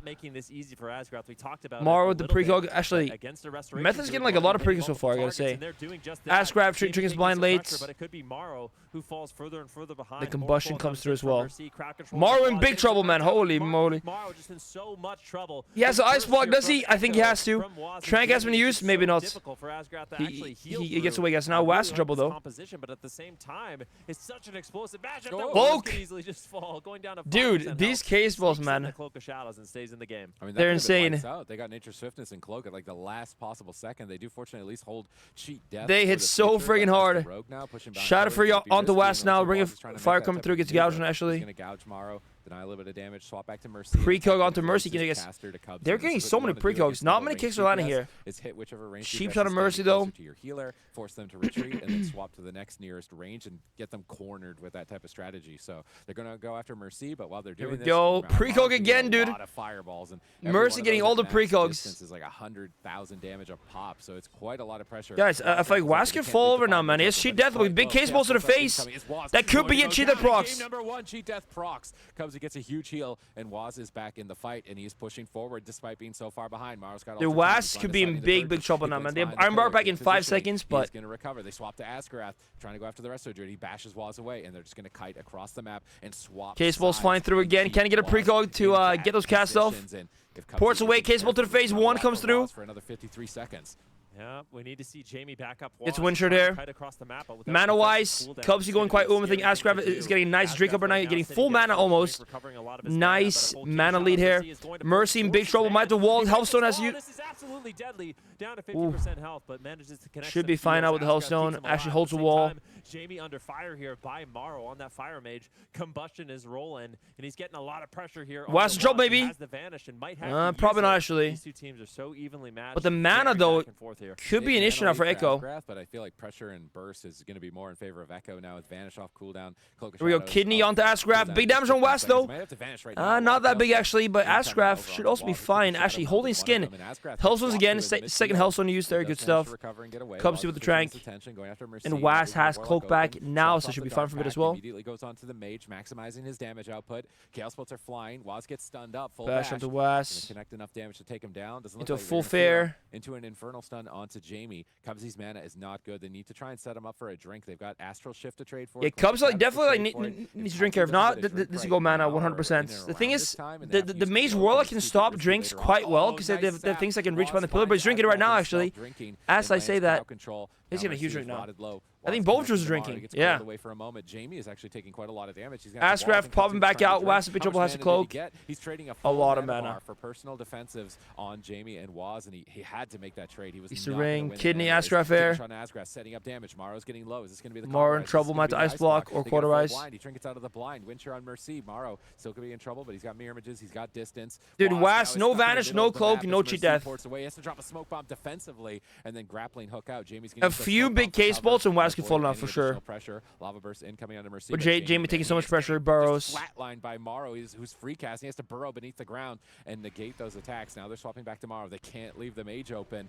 Altar time is up. He blinks forward. Can Jamie get the purge on the altar? He's not even going for it. Asgraf no trinket though. But like Morrow's block, Mercy has Death Pact, Wall, Hellstone. Put him behind. Ironbark's up. Jamie's gonna take no damage. They have to swap off. They're going on to Waz into the coil. They force him to vanish. But now Waz is gonna be in big trouble, I think, man. Because no bark, no vanish, no nothing now.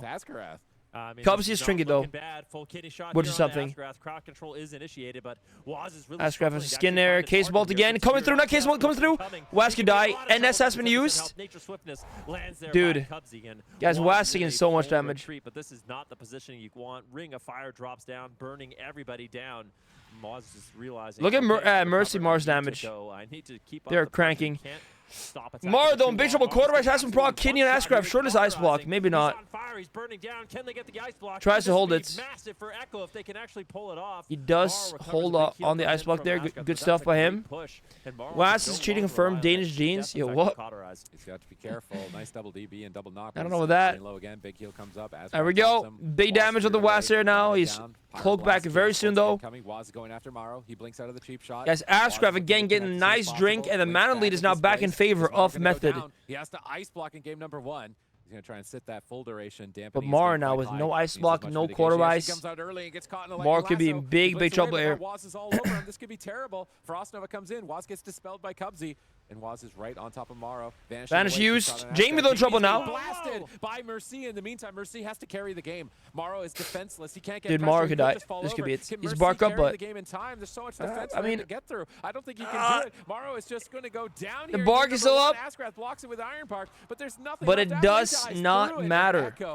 In a dominating finish, take game 1. Yeah, man. I mean, they brought the composition. I feel guys, like it seems like Echo might be the one to hit Hellstone. I believe it's bugged on the UI here. Like, it shows CDs going down even if you actually didn't leave combat, and then you won't have it. But yeah, the Outlaw Ellie but the one thing that Waz does is really well is taking game number 1. Play aggressive. He knows when he's going to be in danger, and he's just such a master of. But yeah, like I think Hellstone is quite bugged because I like noticed when the Ardred Hellstone earlier on when he had like the CD started resetting instantly, like when he was still in combat. So. And as soon as those became available, just started running down Morrow. And that's really the downside of the Fire Mage is you're kind of relying on your opponents to ignore you to maximize. And I believe that's the case with Mage because I don't think he left combat. It's just become so difficult to stabilize in the match, and that's ultimately what happened. This is where Waz was low. His cheat death, I believe, procced on this push. And he almost died through it. It was a really close call. It was very close. The open. I could see this type of composition. Like 2 times there where like Waz could have probably died. Waz behind the pillar. He knows like we don't have defensives. I'm going to recover, chill behind the pillar, and then make my push in just a moment after that. We're focused on this cooldown reduction, trying to get some important defensives going before making the push. And then this I like wonder if Method will change anything now. Between Earthshock, Because, I mean, they have a lot of comps they can play. They can play Warrior Mage, they can play... I mean, they can play so many comps. Just moments later, Maro's recovered, right? Surely he's going to be able to turn this at a very, very high level. Into an ice block after that cauterize proc. They're ahead on mana, but they just don't have momentum. I mean, look at the end of the game. Astral Shift for the Shaman, we'll see. Cloak for the Rogue, Iron Bar. 3 buttons Fire Mage doing 100k hits. Fire Mage hits hard. Down and run Maro over. Yeah, Fire Mage is very, very hard. Dampening's high enough, and they're able to do it here at the end of the replay. Asgrath, even though he uses the Iron and this was back in 5 seconds of mana. To actually keep him alive. Jamie and Waz are more than 20 million push there by damage. Echo. They played it calm, cool, and collected. This does mean Method has the opportunity to pick their map as well as their composition, and this is a best of 5. So every single one of these victories is going to be so. Yo, Alex, bathtub viewing. Yo, what? Want to win it here in the finals. Heyo. Let's see what they can do. What's up, Alex? I wonder if we are going to be seeing it mixed up. So was good. We've seen basically teams stick to just maybe 1, maybe 2 compositions. Maybe. Guys, will Echo do the 3-0 right now? Is that what's going to happen? I kind of feel like if there's a series where the team that's what's going down right now, because I feel like they could just always bring out Raikou as well, and it's going to be so hard to beat him. They seem to have fully fleshed out options here and counters for each other to consider. So this is likely going to be a series that could go. I wouldn't be surprised. All the way to a game 5. And also to quite a large amount of maps. I don't think any particular team is going to be too biased. Damage isn't anything that's set up. You're right. You're right. I think their double caster comps are a bit better. Does matter a lot. They are going to go to Tolvaron Arena. So, or sorry, Echo, safe. All right. Is going to go to nice. Arena. Echo. They have to make the decision now. Like, are they wait, one camera's gone. Map? Because it kind of was looking scary for them on the ground. And yep, they are. They're just saying, all right, you got something to beat. The Cubs camera's gone. That's what it is. Yeah, I think it was Method. We did do some interviews with the teams to get their feelings on some of the matchups. I mean, sometimes pure damage can kill, but like having a stun at least, right? They said the best for like case balls and such is massive. That's maybe where their head's at for this one.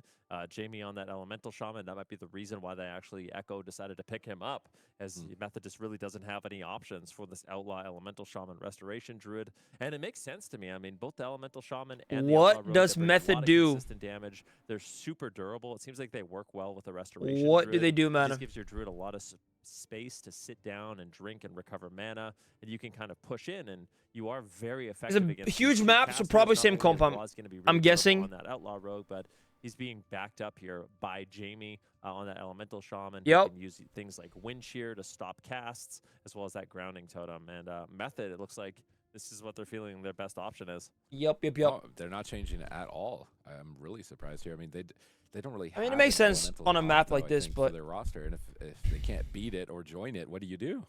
Yeah, I wonder what you go on a big map process is and pump fire over big like damage. Arcane or Frost. Like, I mean, think it's harder to shut down damage-wise. Yeah, you get way more damage as fire for sure. You can just do all instants while you're getting trained. If you get open, you spam Fireball. If you get kicked, you can do it. Yeah, but like mana as well, like on this big map, it's fairly easy for the Druids to like get nice drinks throughout the game. So like mana can really swing either way, like throughout the whole game, like very easily. So I could see that as the advantage.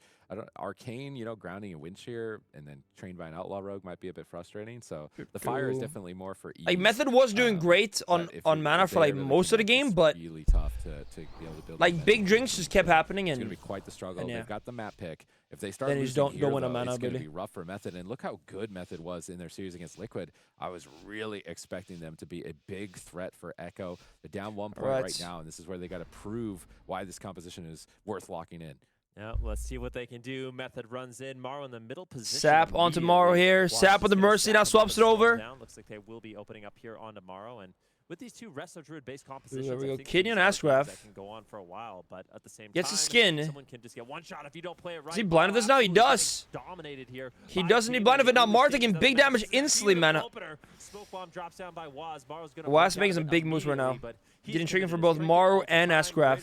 Hellstone to stay alive during that opener. That was a Iron Bar, Casper not pressed. All right, let's see if they can keep them up. By Cubsy. Jamie in midfield, just pressure onto both players. Big Primordial Wave Lava Burst there. Can Mercy find those cases? Like one thing that went really well for Method earlier last game, Mercy found some big case balls and like really put on some crazy pressure.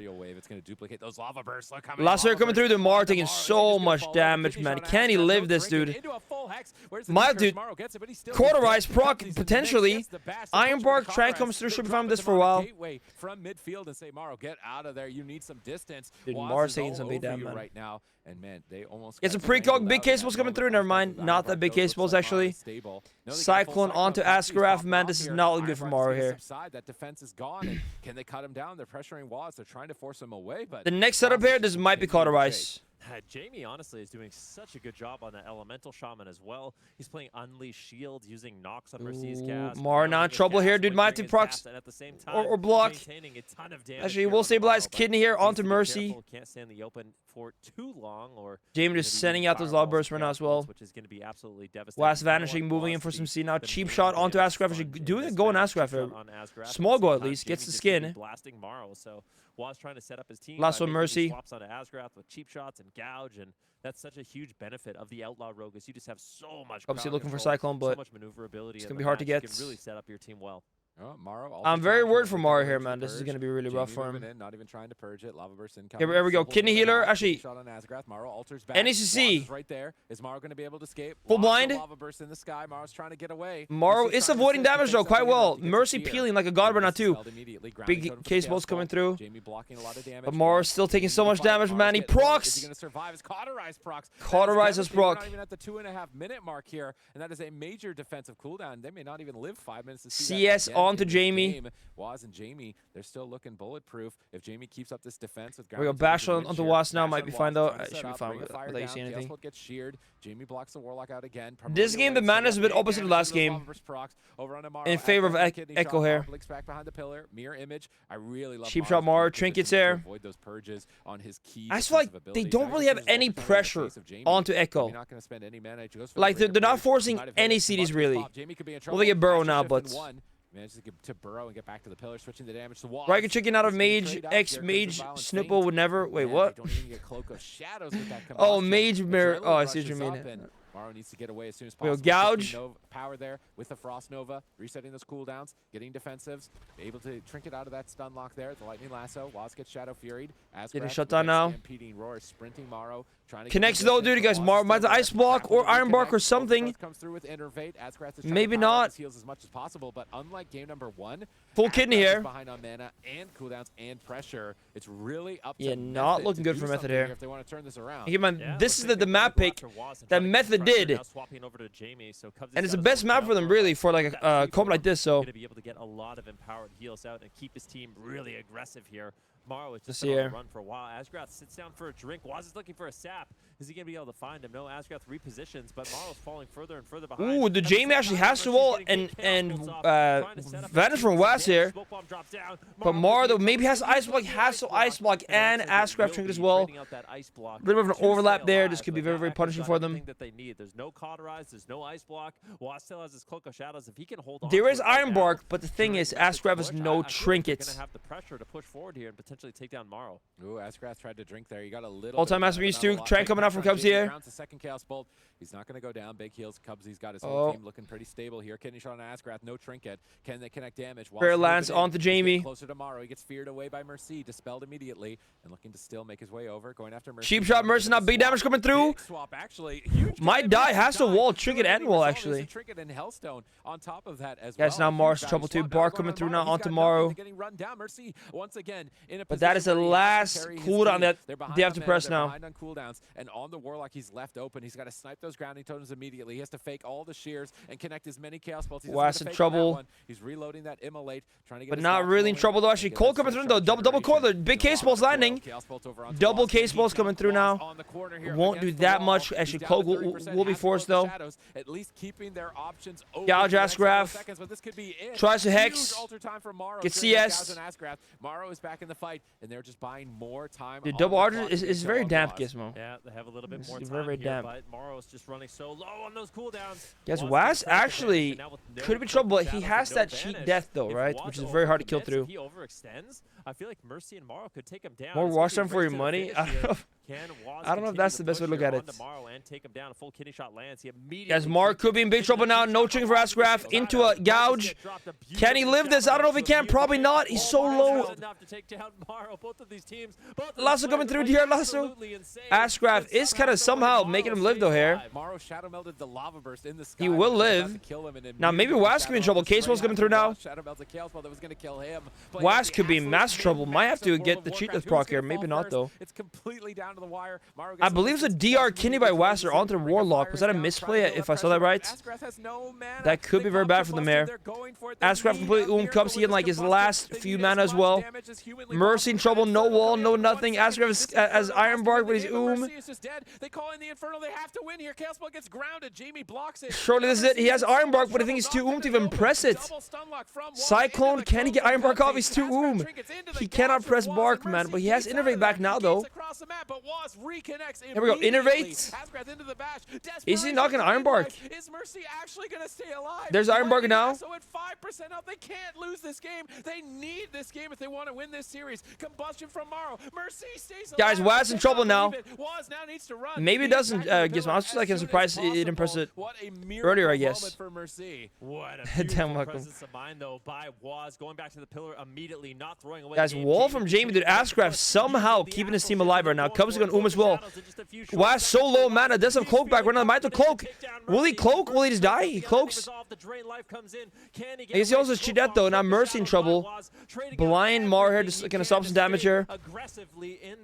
Both heals completely They are tapped. Guys, Was is cheat death, but that's basically all. I see like right now, Meth looking very, very scary here for Echo. At this point, it could be hard to like even get to the point where we can really push in without dying. But let's see. Yo, what up, Sep? What's good, man? Hey, yo, dude. Yo, you guys, Jamie. Actually, Was in trouble. He has cheat death. Will it proc? Mercy in trouble too. Everyone's in trouble. Sheep onto Jamie. Chaos Ball's coming through here. Guys, Morrow has Cauterize and Ice Block back right now too. Just step in 40 degrees. Jeez, man. You're going back? Dude, best of luck there, okay? Guys, Jamie in trouble. Case Ball coming through onto Was. This will be cheat death shortly, but will he die though? Cheat death procs. Can he die through? Cubs completely Fair on Jamie, guys. Was will die here, dude. Down goes. Method making it 1-1. I can't believe that Method. Holy moly, Asgraf. That was insane. Keeping them up. But I don't think they're going to be able to get it. That was crazy. Will tap out. That was crazy. Ties it up. Unbelievable. What a game. For most of that game, it was not looking good. The Method, they play. What a game, dude. Collected. They're able to get out the cooldowns when they need. Keep up the holy moly. Even being on the back foot. Yeah, deep dampening coming through there. Game, but if it's that close on your map pick, where it's supposed to be your advantage, that's the thing. It was the map pick of Method, right? Like on a smaller map, it will not go down like this. Absolutely no way. It never will go down like this. But I mean, this is the quality of at least not like not this deep and damp. But I don't think. So close. These Restorgers are absolutely insane. Just healing with completely zero mana, finding any sort of min-max moment that they can to be able to survive in these key moments for their teams and give them that extra leg, the extra 20 seconds to survive through a burst window and get to the next. The fact that like we saw Cauterize almost immediately in this game, and they do have mini comps that can play. Like I would love to see Mercy maybe going to Warrior as well, man. Like bringing out something different on a smaller map, and I think that could be huge for them. Just playing an excellent game of defense as well. They also have Outlaw Rogue as well. They have Brunity, right? Really difficult. Great Outlaw Rogue. On target, especially if Waz was they could even mirror them. And actually, they don't have Ellie. Never mind. So they couldn't actually mirror them. Reconnects. It's a big heal here. You can see at least not in this configuration. On Morrow in this match, and then they go for this all in here. I mean, dude, this game looks so doomed for Method for so long. Ardruid, I don't know about that one. To flex the kill. Don't think I'm going Ardruid, man, to be honest there. Managed to turn it around with this combust, and this is where Waz is just forced to play defensive. He gets reconfident in the match once his Cloak of Shadows comes off cooldown. He zoomed it on Jamie? Wait, do you mean like he's at the event, right? Are able to just get Cubsy out of mana and secure a win. I think Waz like bash right there. with his phone. Trying to. Asgrath actually didn't have his bash for 4 seconds. He tried to hit another insane Shadow Meld. Like these guys are min-maxing absolutely to the limit. That Shadow Step to try and get out, but there was just no mana left. And you can see Maro was able to do way more in this game based on the map and based on his ability to get away and forcing them onto Mercy instead. And that is the advantage of the Fire Mage. That's what they're trying to exploit, is if they can get Do you mind if I just do we? Like you're gonna top the meter. You're definitely focus. He's like they're like watching the games. I mean, Mara was just wait. Awesome. Hold up, that's kind of cool. Going to be the advantage to Echo, and we did talk about it. If you win that first game on the Grand Arena, you put your team, you put your guys, in a really good spot to actually win this series. 1-1. Michelle, I actually just saw that, man. I just saw. Have that advantage. It's like they're like watching the games from there, right? And I guess they have a big screen to show it on. Similar compositions, but more than likely, I'm guessing going to a small map. I think Blackrook hold. Yep, there we go. All right, Method coming in. They're gonna lock in. It's more fun seeing like 1-1 than like 2-0 and then 3-0. You know, even on a small way map, more interesting. Like, so you know, it's cool. In the pregame that it's coming down to who's the best elemental shaman. It is cool. It is cool. They lock in the mirror. I would like to see a mirror at some point, just for ego reasons. I would love it just for entertainment.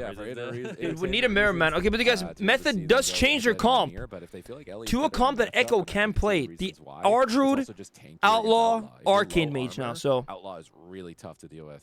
Yeah, no, there's no doubt about it. We could see a mirror matchup here. I wonder why Method wasn't leading with this composition, because Echo's going to confidently lock in the Elemental Shaman once again, and normally when Echo but they don't mirror it. Typically very confident in mirror matchups, so they must feel like this really does have a solid advantage here against Method. They stay on the Ellie Outlaw. Ellie Outlaw into Outlaw Arcane. That last game, like defensively, they're looking good. I guess like I don't know. The overall like pressure from the Ellie's hard than the Arcane, but just that one player that can make a squad and actually compete with Echo in these tournaments. Yeah. So we'll see if they can do it.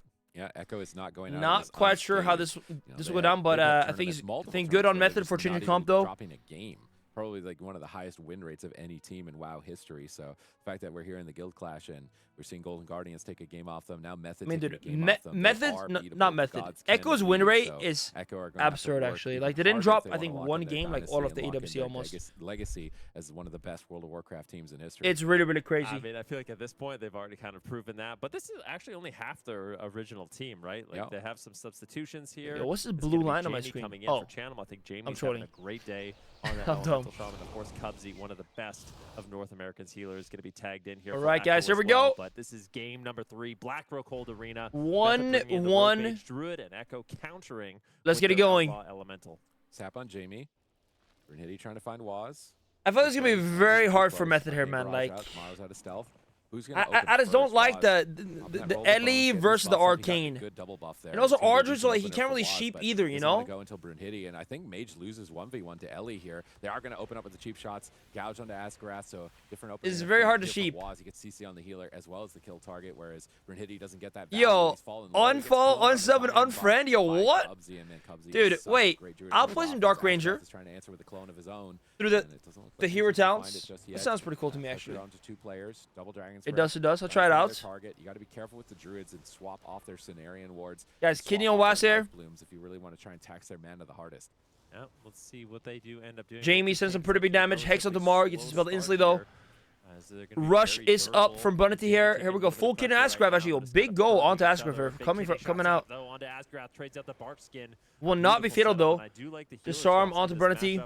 It is something I'm going to want to see consistently here from Echo, and I think actually Maro keeping up really well with the damage, but overall I think the Ellie will kind of be doing more damage for sure, onto Waz could be absolutely deadly. So which is probably going to come out on the Druid's mana, you know. Here we go, Kidney Brunt here. You can find those moments to really burst someone down. That's when you're going to have that advantage on the Mage. And that's just fun, yeah. It's fun. Up at lots. He is getting cleaved apart right now. This is a lot of damage. Jamie knocking them back here. Kidney shot on Jamie, knocks Waz away. They swap to Waz in the cheap shot. Maro blinking the stun. Jamie waiting for that primordial wave, an earth shock, getting a lava burst proc. And as soon as that primordial wave comes up, that's when you're going to be... Here we go. Ascendance comes through. As he gets one right now at a key moment on Asgarath in that kidney Huge jam on the Asgarath here, dude. But this could be it. Could be it. Ascendance comes through. Should be fine. He lets Jamie now also falling very low. Has the wall.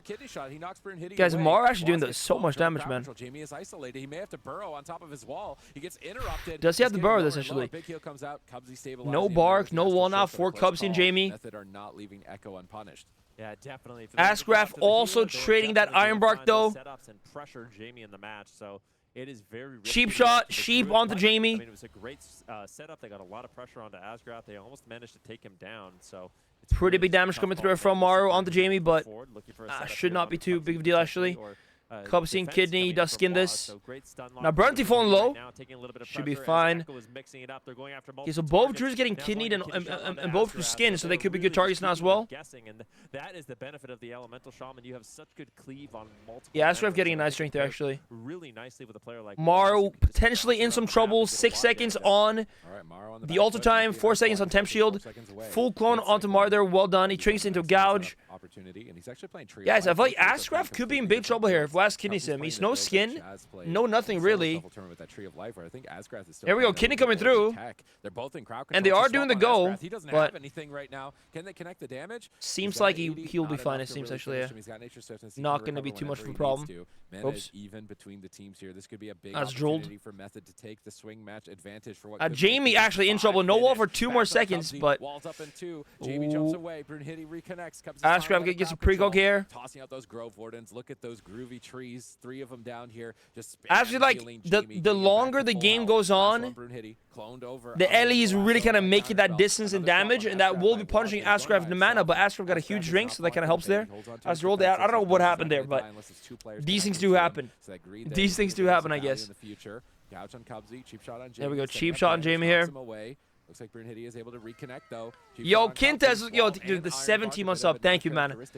Who am I rooting for, dude? Good question. I don't really know. Yeah, definitely. We'll see if they honestly, like, I was just hoping for Liquid versus Echo in the final, but I don't really know. Oh, yeah, Force, probably, yeah. Probably Beast PC, but Quintez, thank you, man. Yeah, I just want to watch some good games. Yo, guys, Jamie in trouble now. No wall on him, no Iron Bark either, but they're just going to find an Asgraf, the one taking big pressure from West now. He does skin. Yeah, I mean, it is cool to see an upset, yeah. And I feel like unless you have that crowd control on the Restoration Druid, they can heal. There we go, blind Asgraf gets Maru in trouble now. Might have the Ice Block. Ice Block has been used. Beautiful push here by Echo, and they get the major defensive cooldown out of the way. Maru could definitely be in trouble. Ooh, lasso on Asgraf, 2 seconds on his trinket. Maru's got distance, though. Waz getting low, trying to force a Cloak of Shadows. Biggest kick gets a pre-cook here, nice. If they don't get a trinket or a cloak, tries to get a sheep out. Really rough. Think about, like, the Arcane can't really land any sheeps, right? This is really tough because there's R-Druid and grounding and everything. Beneath the ground as low as you can go. Because Jamie might die, actually. The method looking so scary here for them. Gets Cyclone, semi-low, Bark back in 6 seconds. Wall back in 50 seconds for Jamie here, too.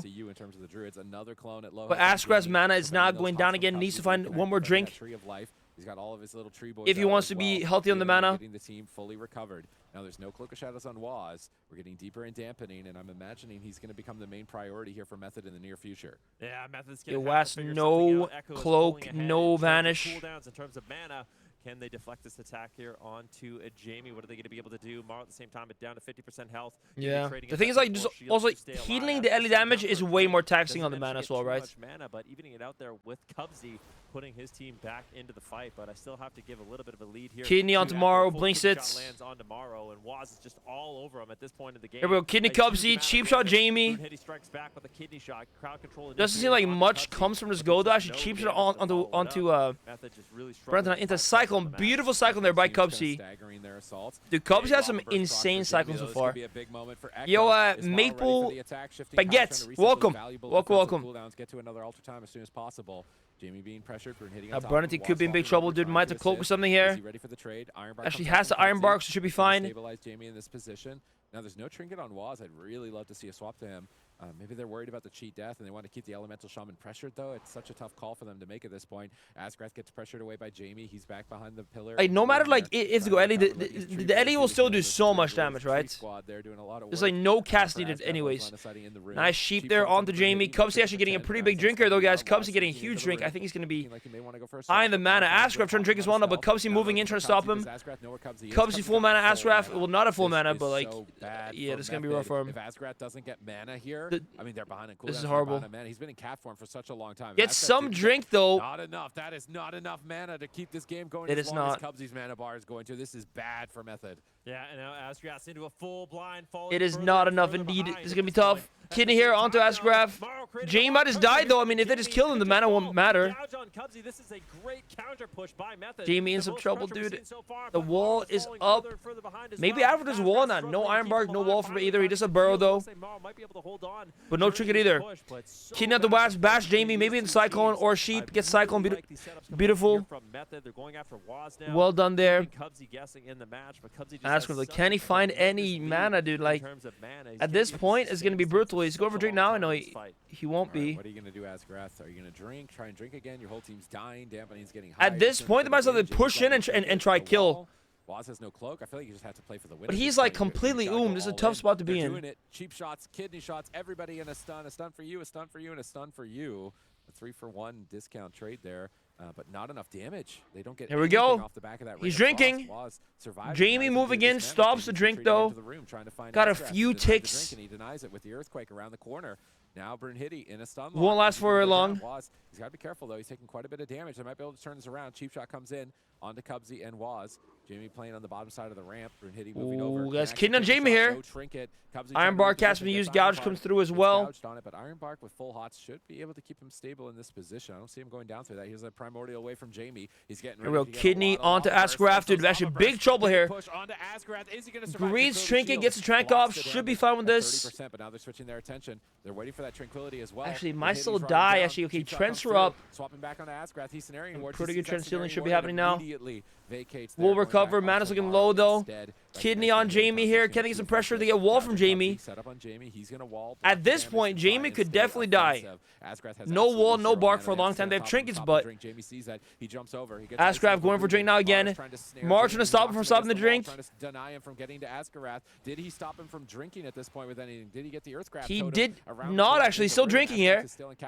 I believe he got a decent amount of mana here. Maybe like, okay, not that much actually. Less than a third, but these small drinks are doing all the difference. There might be a light at the end of the tunnel for Method right now. Yeah, they might be able to do it. They're closing out that mana. That's Cubsy all trinketed. Jamie could die now for sure. Yes, Burrow, but beyond that, not much. Kidney here on Cubsy. Ooh, nice knock by Jamie there. Getting Brunty off him, and he's not getting for a long time. Here we go. Comes back in. DB comes through. Yo, this is what you wanted, yeah? The Argent meta. Yeah, so mana looking kind of good enough for Asgrath in a way. I mean, it's kind of catching up, but let's see. It's getting closer at least, but he's very Might have to like get one more decent drink to kind of get that lead now. Which he's going for. Brunty is low, but he does have cheat death and cloaks, and let that happen and just kind of go for the drink instead. Asgrath now actually taking the mana lead, swapping it on their face, but Mara in trouble. No ice block for a long time. There we go. Kidney cheap shot. Can they blast through the temporal? Doesn't look like they get the greater purge. Cubsy also getting a drink off though, and the mana lead to swap once again. He's being greedy. Is he going to regret being greedy? He's going for the kill on Maru instead of Wall. He walls for it and goes for it. Echo. Maru will go down 2-1 for Echo. Method, I feel like they had a great showing in this game. Holy moly, man! Showing why this composition is so good. They were looking okay. So durable throughout the I mean, that was kind of like a must-win for Method. Like I don't think Echo will lose 2 games in a row now. There's just no way. I mean, it could happen, but and they were able to claim victory here. Yeah, this is going to be they're up 2-1 now. Brutal. Putting Method on match point. Was Maro playing Kleptomania? I didn't see it. No. You can't play it anymore into Druids? You can't play it into Druids because of their new Dispel protection. Oh, you get silenced on it every time you do it. Oh, I see. That used to be kind of like the Never say never. Used to be the, I mean, the pocket it can happen, the but arcane mage with the klepto. Very now with the unlikely. Version Like, the new druid when does Method talent, lose it's 2 in not a looking row? nearly as effective, so it's really tough here for Mara to get pressure through all of those hots. What comes? Method, man, they threw everything that they had here. Cubs got a full drink. I mean, I mean, he's very good, like knowing when to drink, I guess, too. Yeah. I mean, he's insane. Another 4 minutes without getting a drink, and Jamie stopped every one of them, and they did. They lived. They kept pushing it, trying to find that moment, but ultimately Echo had ways to reduce damage at the end of the game. He's very like here, for example. Yeah, Cubsy is one of the best druids ever, maybe the best druid at sneaking away, finding those moments to drink and recover. And any team that has Cubsy on it is ultimately normally has that late game advantage. He's very good at like finding those windows, man. And it's like right there, like he puts up dots. His team is kind of pushing in, and he just knows like I can just kind of stay back out of the cycle and just drink instantly, and it happens so quick. Happen fast. Cubsy's just drinking. He's in stealth. He's drinking, recovering his mana, and you're getting further and further behind, and Echo's getting more and more ahead. So it's a really difficult spot to be in. I do kind of wonder if Method is going to be mixing it up here going into the next game. I mean, do we like the Rogue Mage Druid, or maybe we get like a Warrior matchup now or something? I don't know. Mage once again. Maybe Outlaw is kind of bringing more to the table though. And then small map. What do you? Edit team, yeah, true, but like in all the games, right? Like I know Mercy is like he's been doing it, but that doesn't seem good into an Ellie or an Outlaw Rogue type of deal. So yeah, that game 5 is gonna be really rough. But I could definitely see them taking this to Ashmane's Fall, going for a big map, locking in that Fire Mage and the Destro, and trying to get this to a game 5 and then figure out something. Yeah, it's true. Transport in combat, yeah. Worry about this next step in front of you and then deal with the next one after that. Yeah, take it one step at a time. Method's going to have to figure it out, though. They are on match point. Echo just 1 away from Method going to be the series and being the champs of I mean, they are in trouble. Specific event in the guild clash. So I'm curious to see if they can do it. If Echo's just going to be locking in the same thing, it seems like they're very well, things like RPS, I guess. Echo, I think they could have oomed them like some of the games. Well, also with the Thug Cleave, but for all of these different matchups, it seems like they know exactly what they want to play. Just playing. That was almost as good as me too. Yeah. I almost wonder what this series would look like. Wait, what Gizmo? Chanimal. I mean, I haven't seen Chanimal playing a lot of Ellie. So if they didn't have Ellie, like, what would this series actually look like? I actually feel like Jamie is playing a pretty key role right now, at least compositionally for Echo, and they're going to keep locking it in. It's up to Method to find an answer. They went to Maldraxxus, so big map. I think Mercy is coming back in off the bench. They're going to tag him in, and they're going to go back to a Mage lock. What spec might change, but I kind of doubt it, but it might. Outlaw Ellie Ardred locked in once again. I don't know if it's actually better. I feel like when you're playing against once again has been locked in, guys. Shaman as a Frost Mage, it can be a little bit of a nightmare. They're not doing it. Okay. Okay, they want to play the long game here against Echo. They want to say that here they can outlast them, get better drinks, but they didn't get better drinks on the small map, so we'll have to hope that they can pull this off. They want to be the champions of the Guild Clash at BlizzCon, the first ever Guild Clash champions here. No, I think Med doesn't like flying. Away from it. I'm not sure what Channel's been playing, but yeah. It's even further. This is the first I mean, Echo is still Med, Raikkonen, their name and title attached to it. Yeah, I mean, I have to say, too, I mean, it's been a long time since we've seen a lot of these players, a lot of these teams. Honestly, I mean, what we have there, though, this Echo, this is... But I feel like they're putting on a show for us. All of them are playing phenomenally. Jamie kind of stepping up here in the finals. Okay, we're getting the same matchup again. Bigger map. I mean, it was close. Like, it could go either way. Let's see what he can do. Can he deliver the win here? 3-1. Definitely. This Method going to be able to figure out a way to navigate on a large map. It gives a lot of distance for the Mage. I feel like Maro is going to be enabled a lot more here. Time those temporals, time those altars, time those displacements, and get better positioning, and just drag this on as far as possible into dampening to catch that rogue out into the open. Is how I'm imagining. Let's hear. Play this out. Yeah, let's see if they can do it. Potential match point here for Method. If Echo can win this, they will close it out. I like the leaves when they come in like that. So we'll see what they can do. Morrow bringing in the Arcane Mage once again. We're having a repeat from that last match. My favorite snack. Back and forth. I think a big part of Ooh, the reason dude, why that's Echo was able to come out a dangerous question right now because I'm hungry. Getting those strings. Here we go. All right, they're running in. Brunhilde grapples over. Oh, favorite snack. Jamie Waz moving in, trying to find somebody. Is he going to find a sap? Doesn't look like it. Playing it cautious, but Brunhilde's right. Oh, right behind. I don't know, man. Like, I mean, do you mean like chips? Like salt and vinegar chips are insane. Cheap shot on Jamie. Waz going to counter engage with the cheap shot onto Brunhilde. Yo, what about Russian was good, man? Blade rushing over. You're looking for plentiful nuts? You want nuts? Now grappling hooking over onto Asgrath. Kidney shot. Big rest. There you go. Guys, here we go. Grand final here. Asgrath. Afford any mistakes. Barkskin comes through. In trouble here. Asgrath recovers, but Echo, man, they are relentless. They'll be all over you. They're still willing to take risks. They are not playing a safe game, and Method at any point could fall over. I mean, yeah, that's what makes this there's like a bunch of good chips. I love chips. I also love popcorn, man. Like popcorn with like butter and stuff. Time, though, Jamie is getting pressured in the midfield. Waz has to be careful. He's very far away and separated from Cubsy. Asgrath just baiting him behind the pillar. Kidney onto Asgrath here. The kidney shot. Here is the potential damage. Banana rotation, really. Shut him down. Cheap shot onto Waz. And Waz is in a little bit of trouble now. Needs to be careful. Beef jerky's awesome as well. I've not had that in a long time, but yeah, true. Cubsy gets in line of sight, tops him off, and Echo stabilizes. Full blind. Gouge onto Asgrath. Gouge onto Waz as well. He jumps over onto Jamie, getting ready to set up damage. Ring of Fire, shifting power. Big value for Morrow, getting that temporal and alter time on a lower cooldown. Your game ready, huh?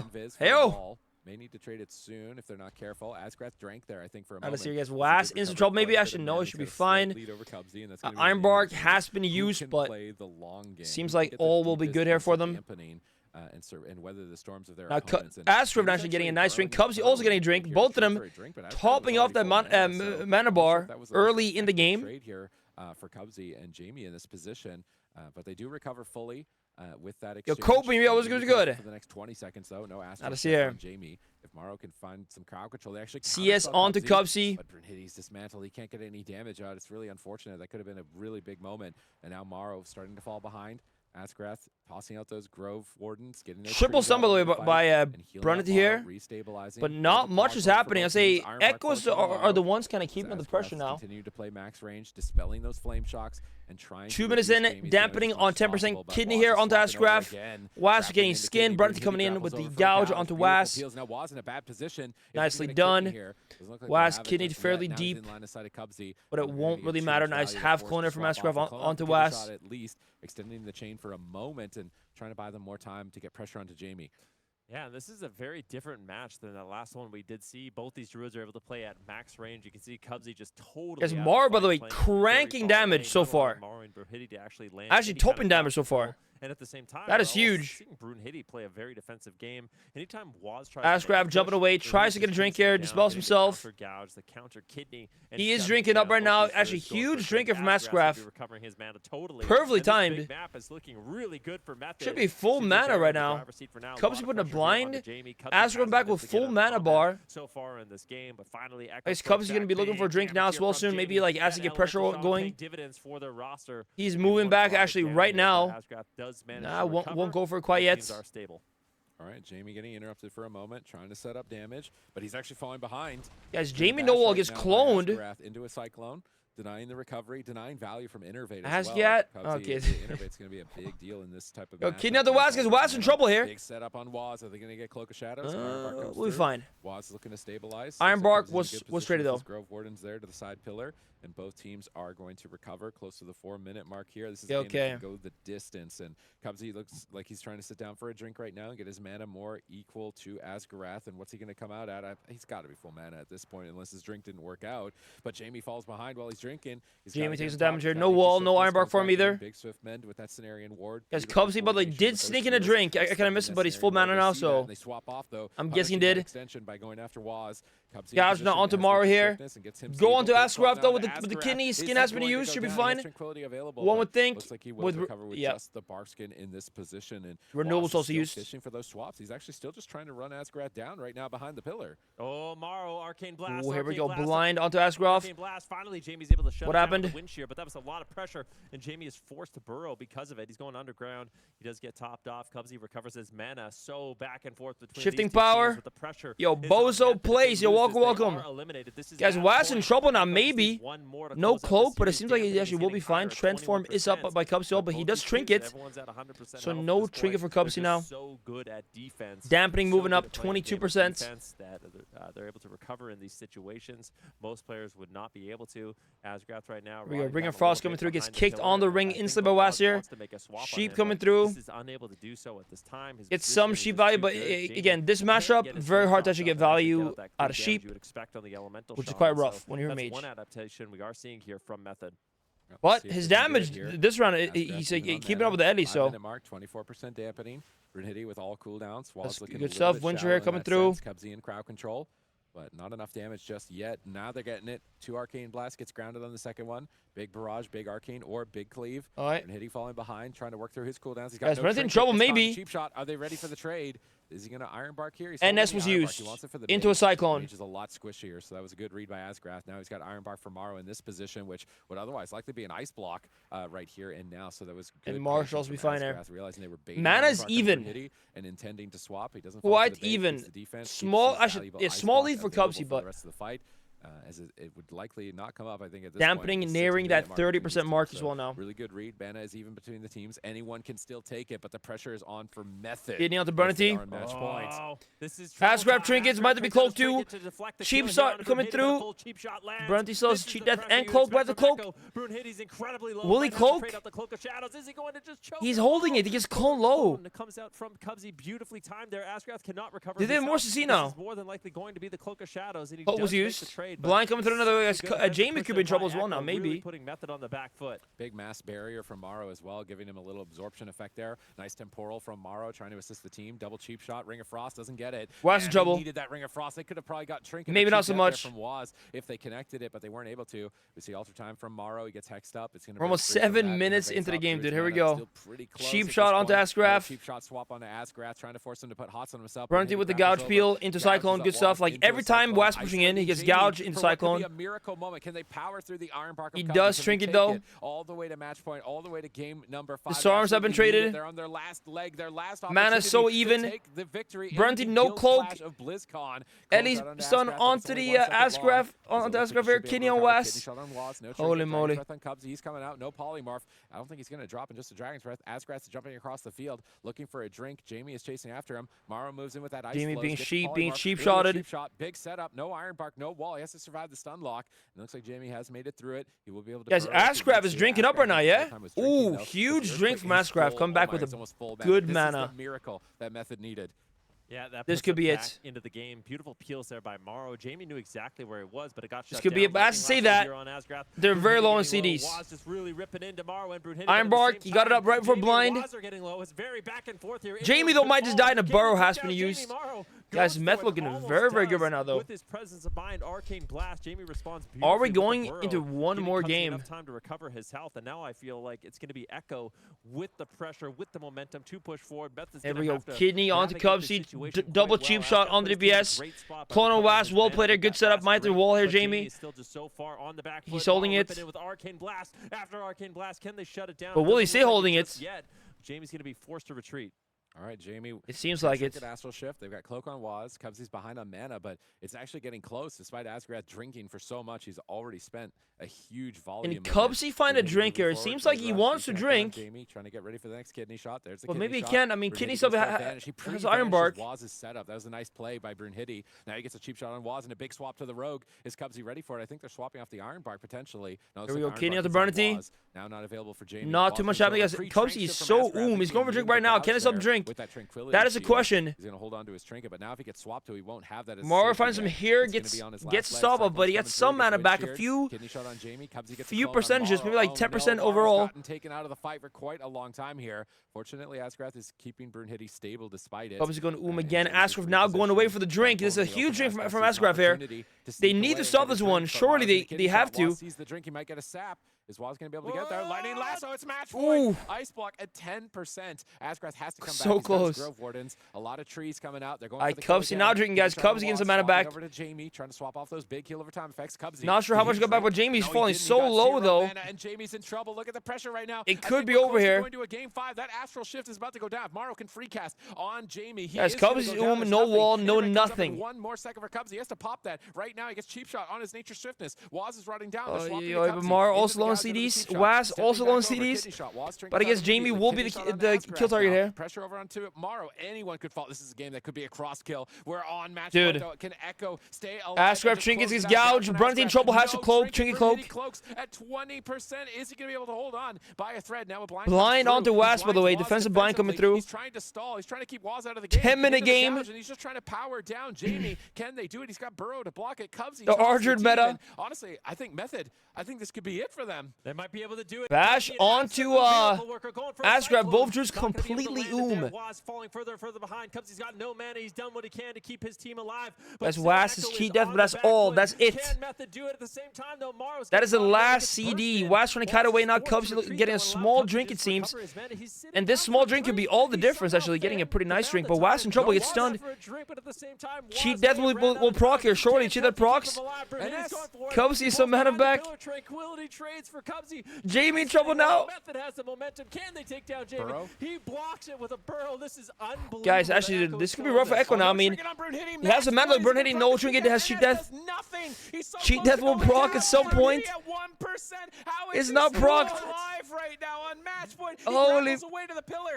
He still has cheat death. There it is. Is it enough? It won't be enough. Are your guild class champions. Down, dude. Unbelievable. Waz, Jamie, Cubsy, Raikou doing it. They win their 2 series 3-1 over Method. There it is, guys. Echo doing it as well, but we got to give it up for all of the guilds that can making it. I feel like every single one of these series was 3-1 price pool, dude. So things like I don't know. This is like more of an expedition, I think. I think all the players are just paid to play, and it's not really like a price pool. At least, like, not that I've seen. I mean, I feel like those games could have been fleshed out even further. So the competition is at its highest. The best time to be a World of Warcraft player with all the announcements so far. I don't know if the guild Clash guys does it have a price pool? I don't even know. The guild Clash, Echo are going to take the first title. What up, man? No name, dude. Hey, we're watching some Blizzcon, man. In the near future. Yeah, well, guys, there it is. Echo is the Guild Clash champions for the arena. I mean, Echo is, yeah. Because keep in mind, this is like Mythic Plus and everything that's going to be happening. But yeah, my real MVP of this match has got